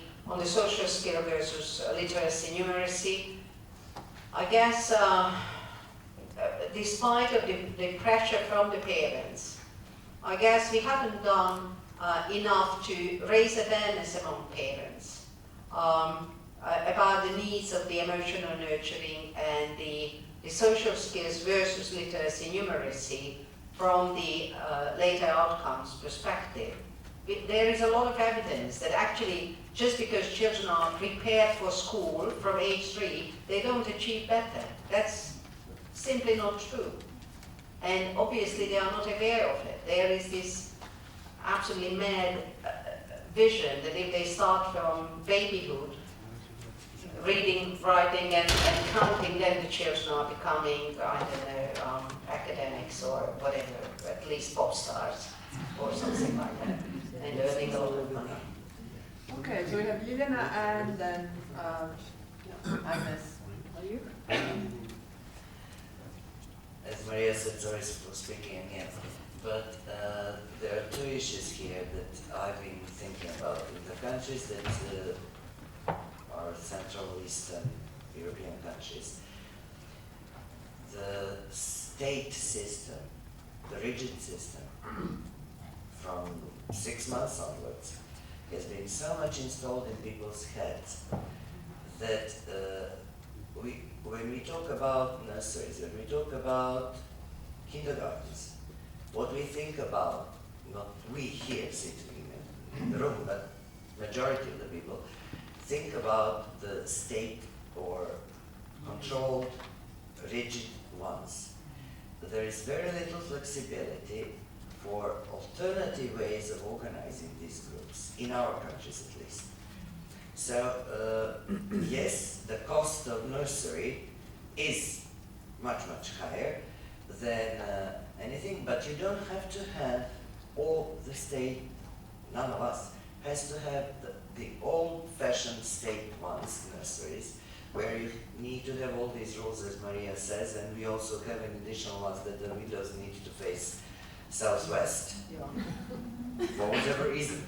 If our apartments always kept the windows to southwest.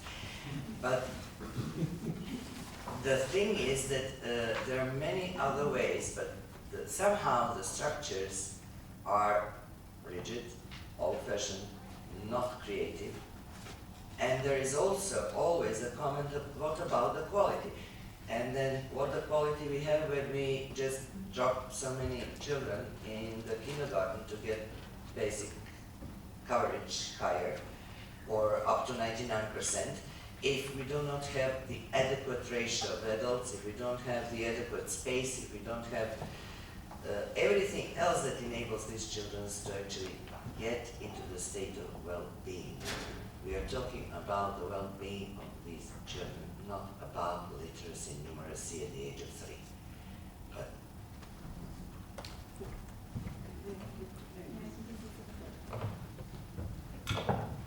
I've got 3 more questions than comments. First, I was really impressed also by the evaluation you did on this Romanian project. Very curious question about the costs. I would be really interested. I mean, 14 researchers from MIT and everywhere, 3,000 surprise visits to schools. And yeah, it would be just interesting. And I learned that how complex it is to evaluate even a relatively simple intervention. And as you were raising the issue of upscaling, my thought would be that I really hope for you that you get a continued commitment by funding, but also commitment by the national government to continue this high level of evaluation as you go on. Because this, I think, is really would be an important factor in making sure that some risks of the upscaling at national level are met. Second question or comment, as we had this interesting comment from France, with 100 years of experience in the école maternelle. Is there, I'm sure it is, but maybe are you aware of how this 99% enrollment was achieved at the time? It was mandatory. Were there any, probably not incentives at the time, but who knows, but were there any sanctions for parents who did not enroll? Where was it met with the appropriate resources to the education system? Which were, I think it would be interesting to look at also back in the longue durée kind of historical experience.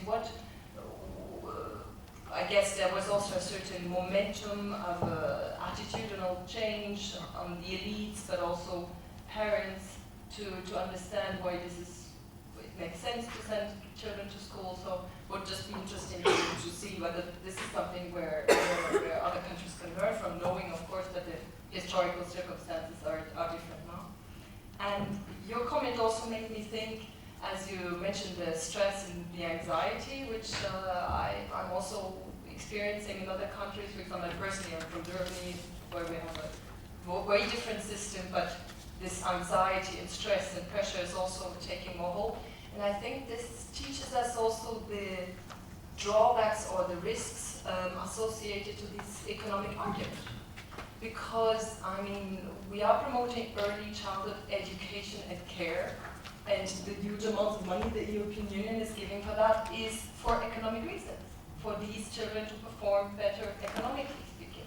And as we know from the UK research and everything, that for marginalized children this pays off very much. I mean, early under 3 education is also really pays off in terms of success later in life. there is another portion of the population, of the mainstream children, for whom this argument of the earlier you get your additional violin classes and your Chinese classes and everything creates a lot of pressure and anxiety, which is also worrying. And I think that brings us back to the importance of the child rights-based approach, because it is in the UNCRC that we have the right to education, but we also have the right to play.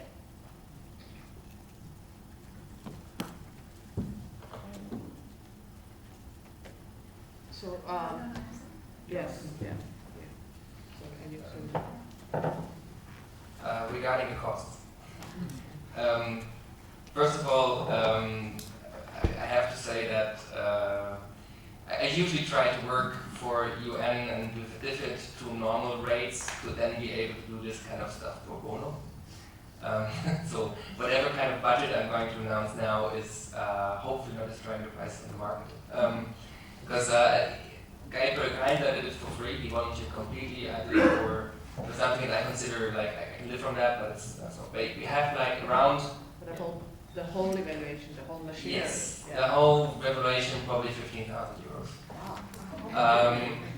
And that includes all like we paid all the team as well, like local standard prices, because we like if we would have done questionnaires, then we would have to have trained scientists that do these kind of questionnaires.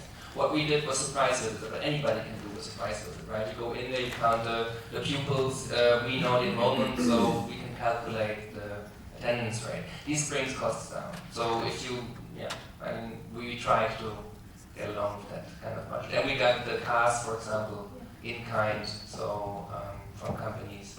Yeah. So this is definitely not what otherwise it would cost. It would probably cost around 100,000, I think, what we did. That's without us. And that's not an RCD.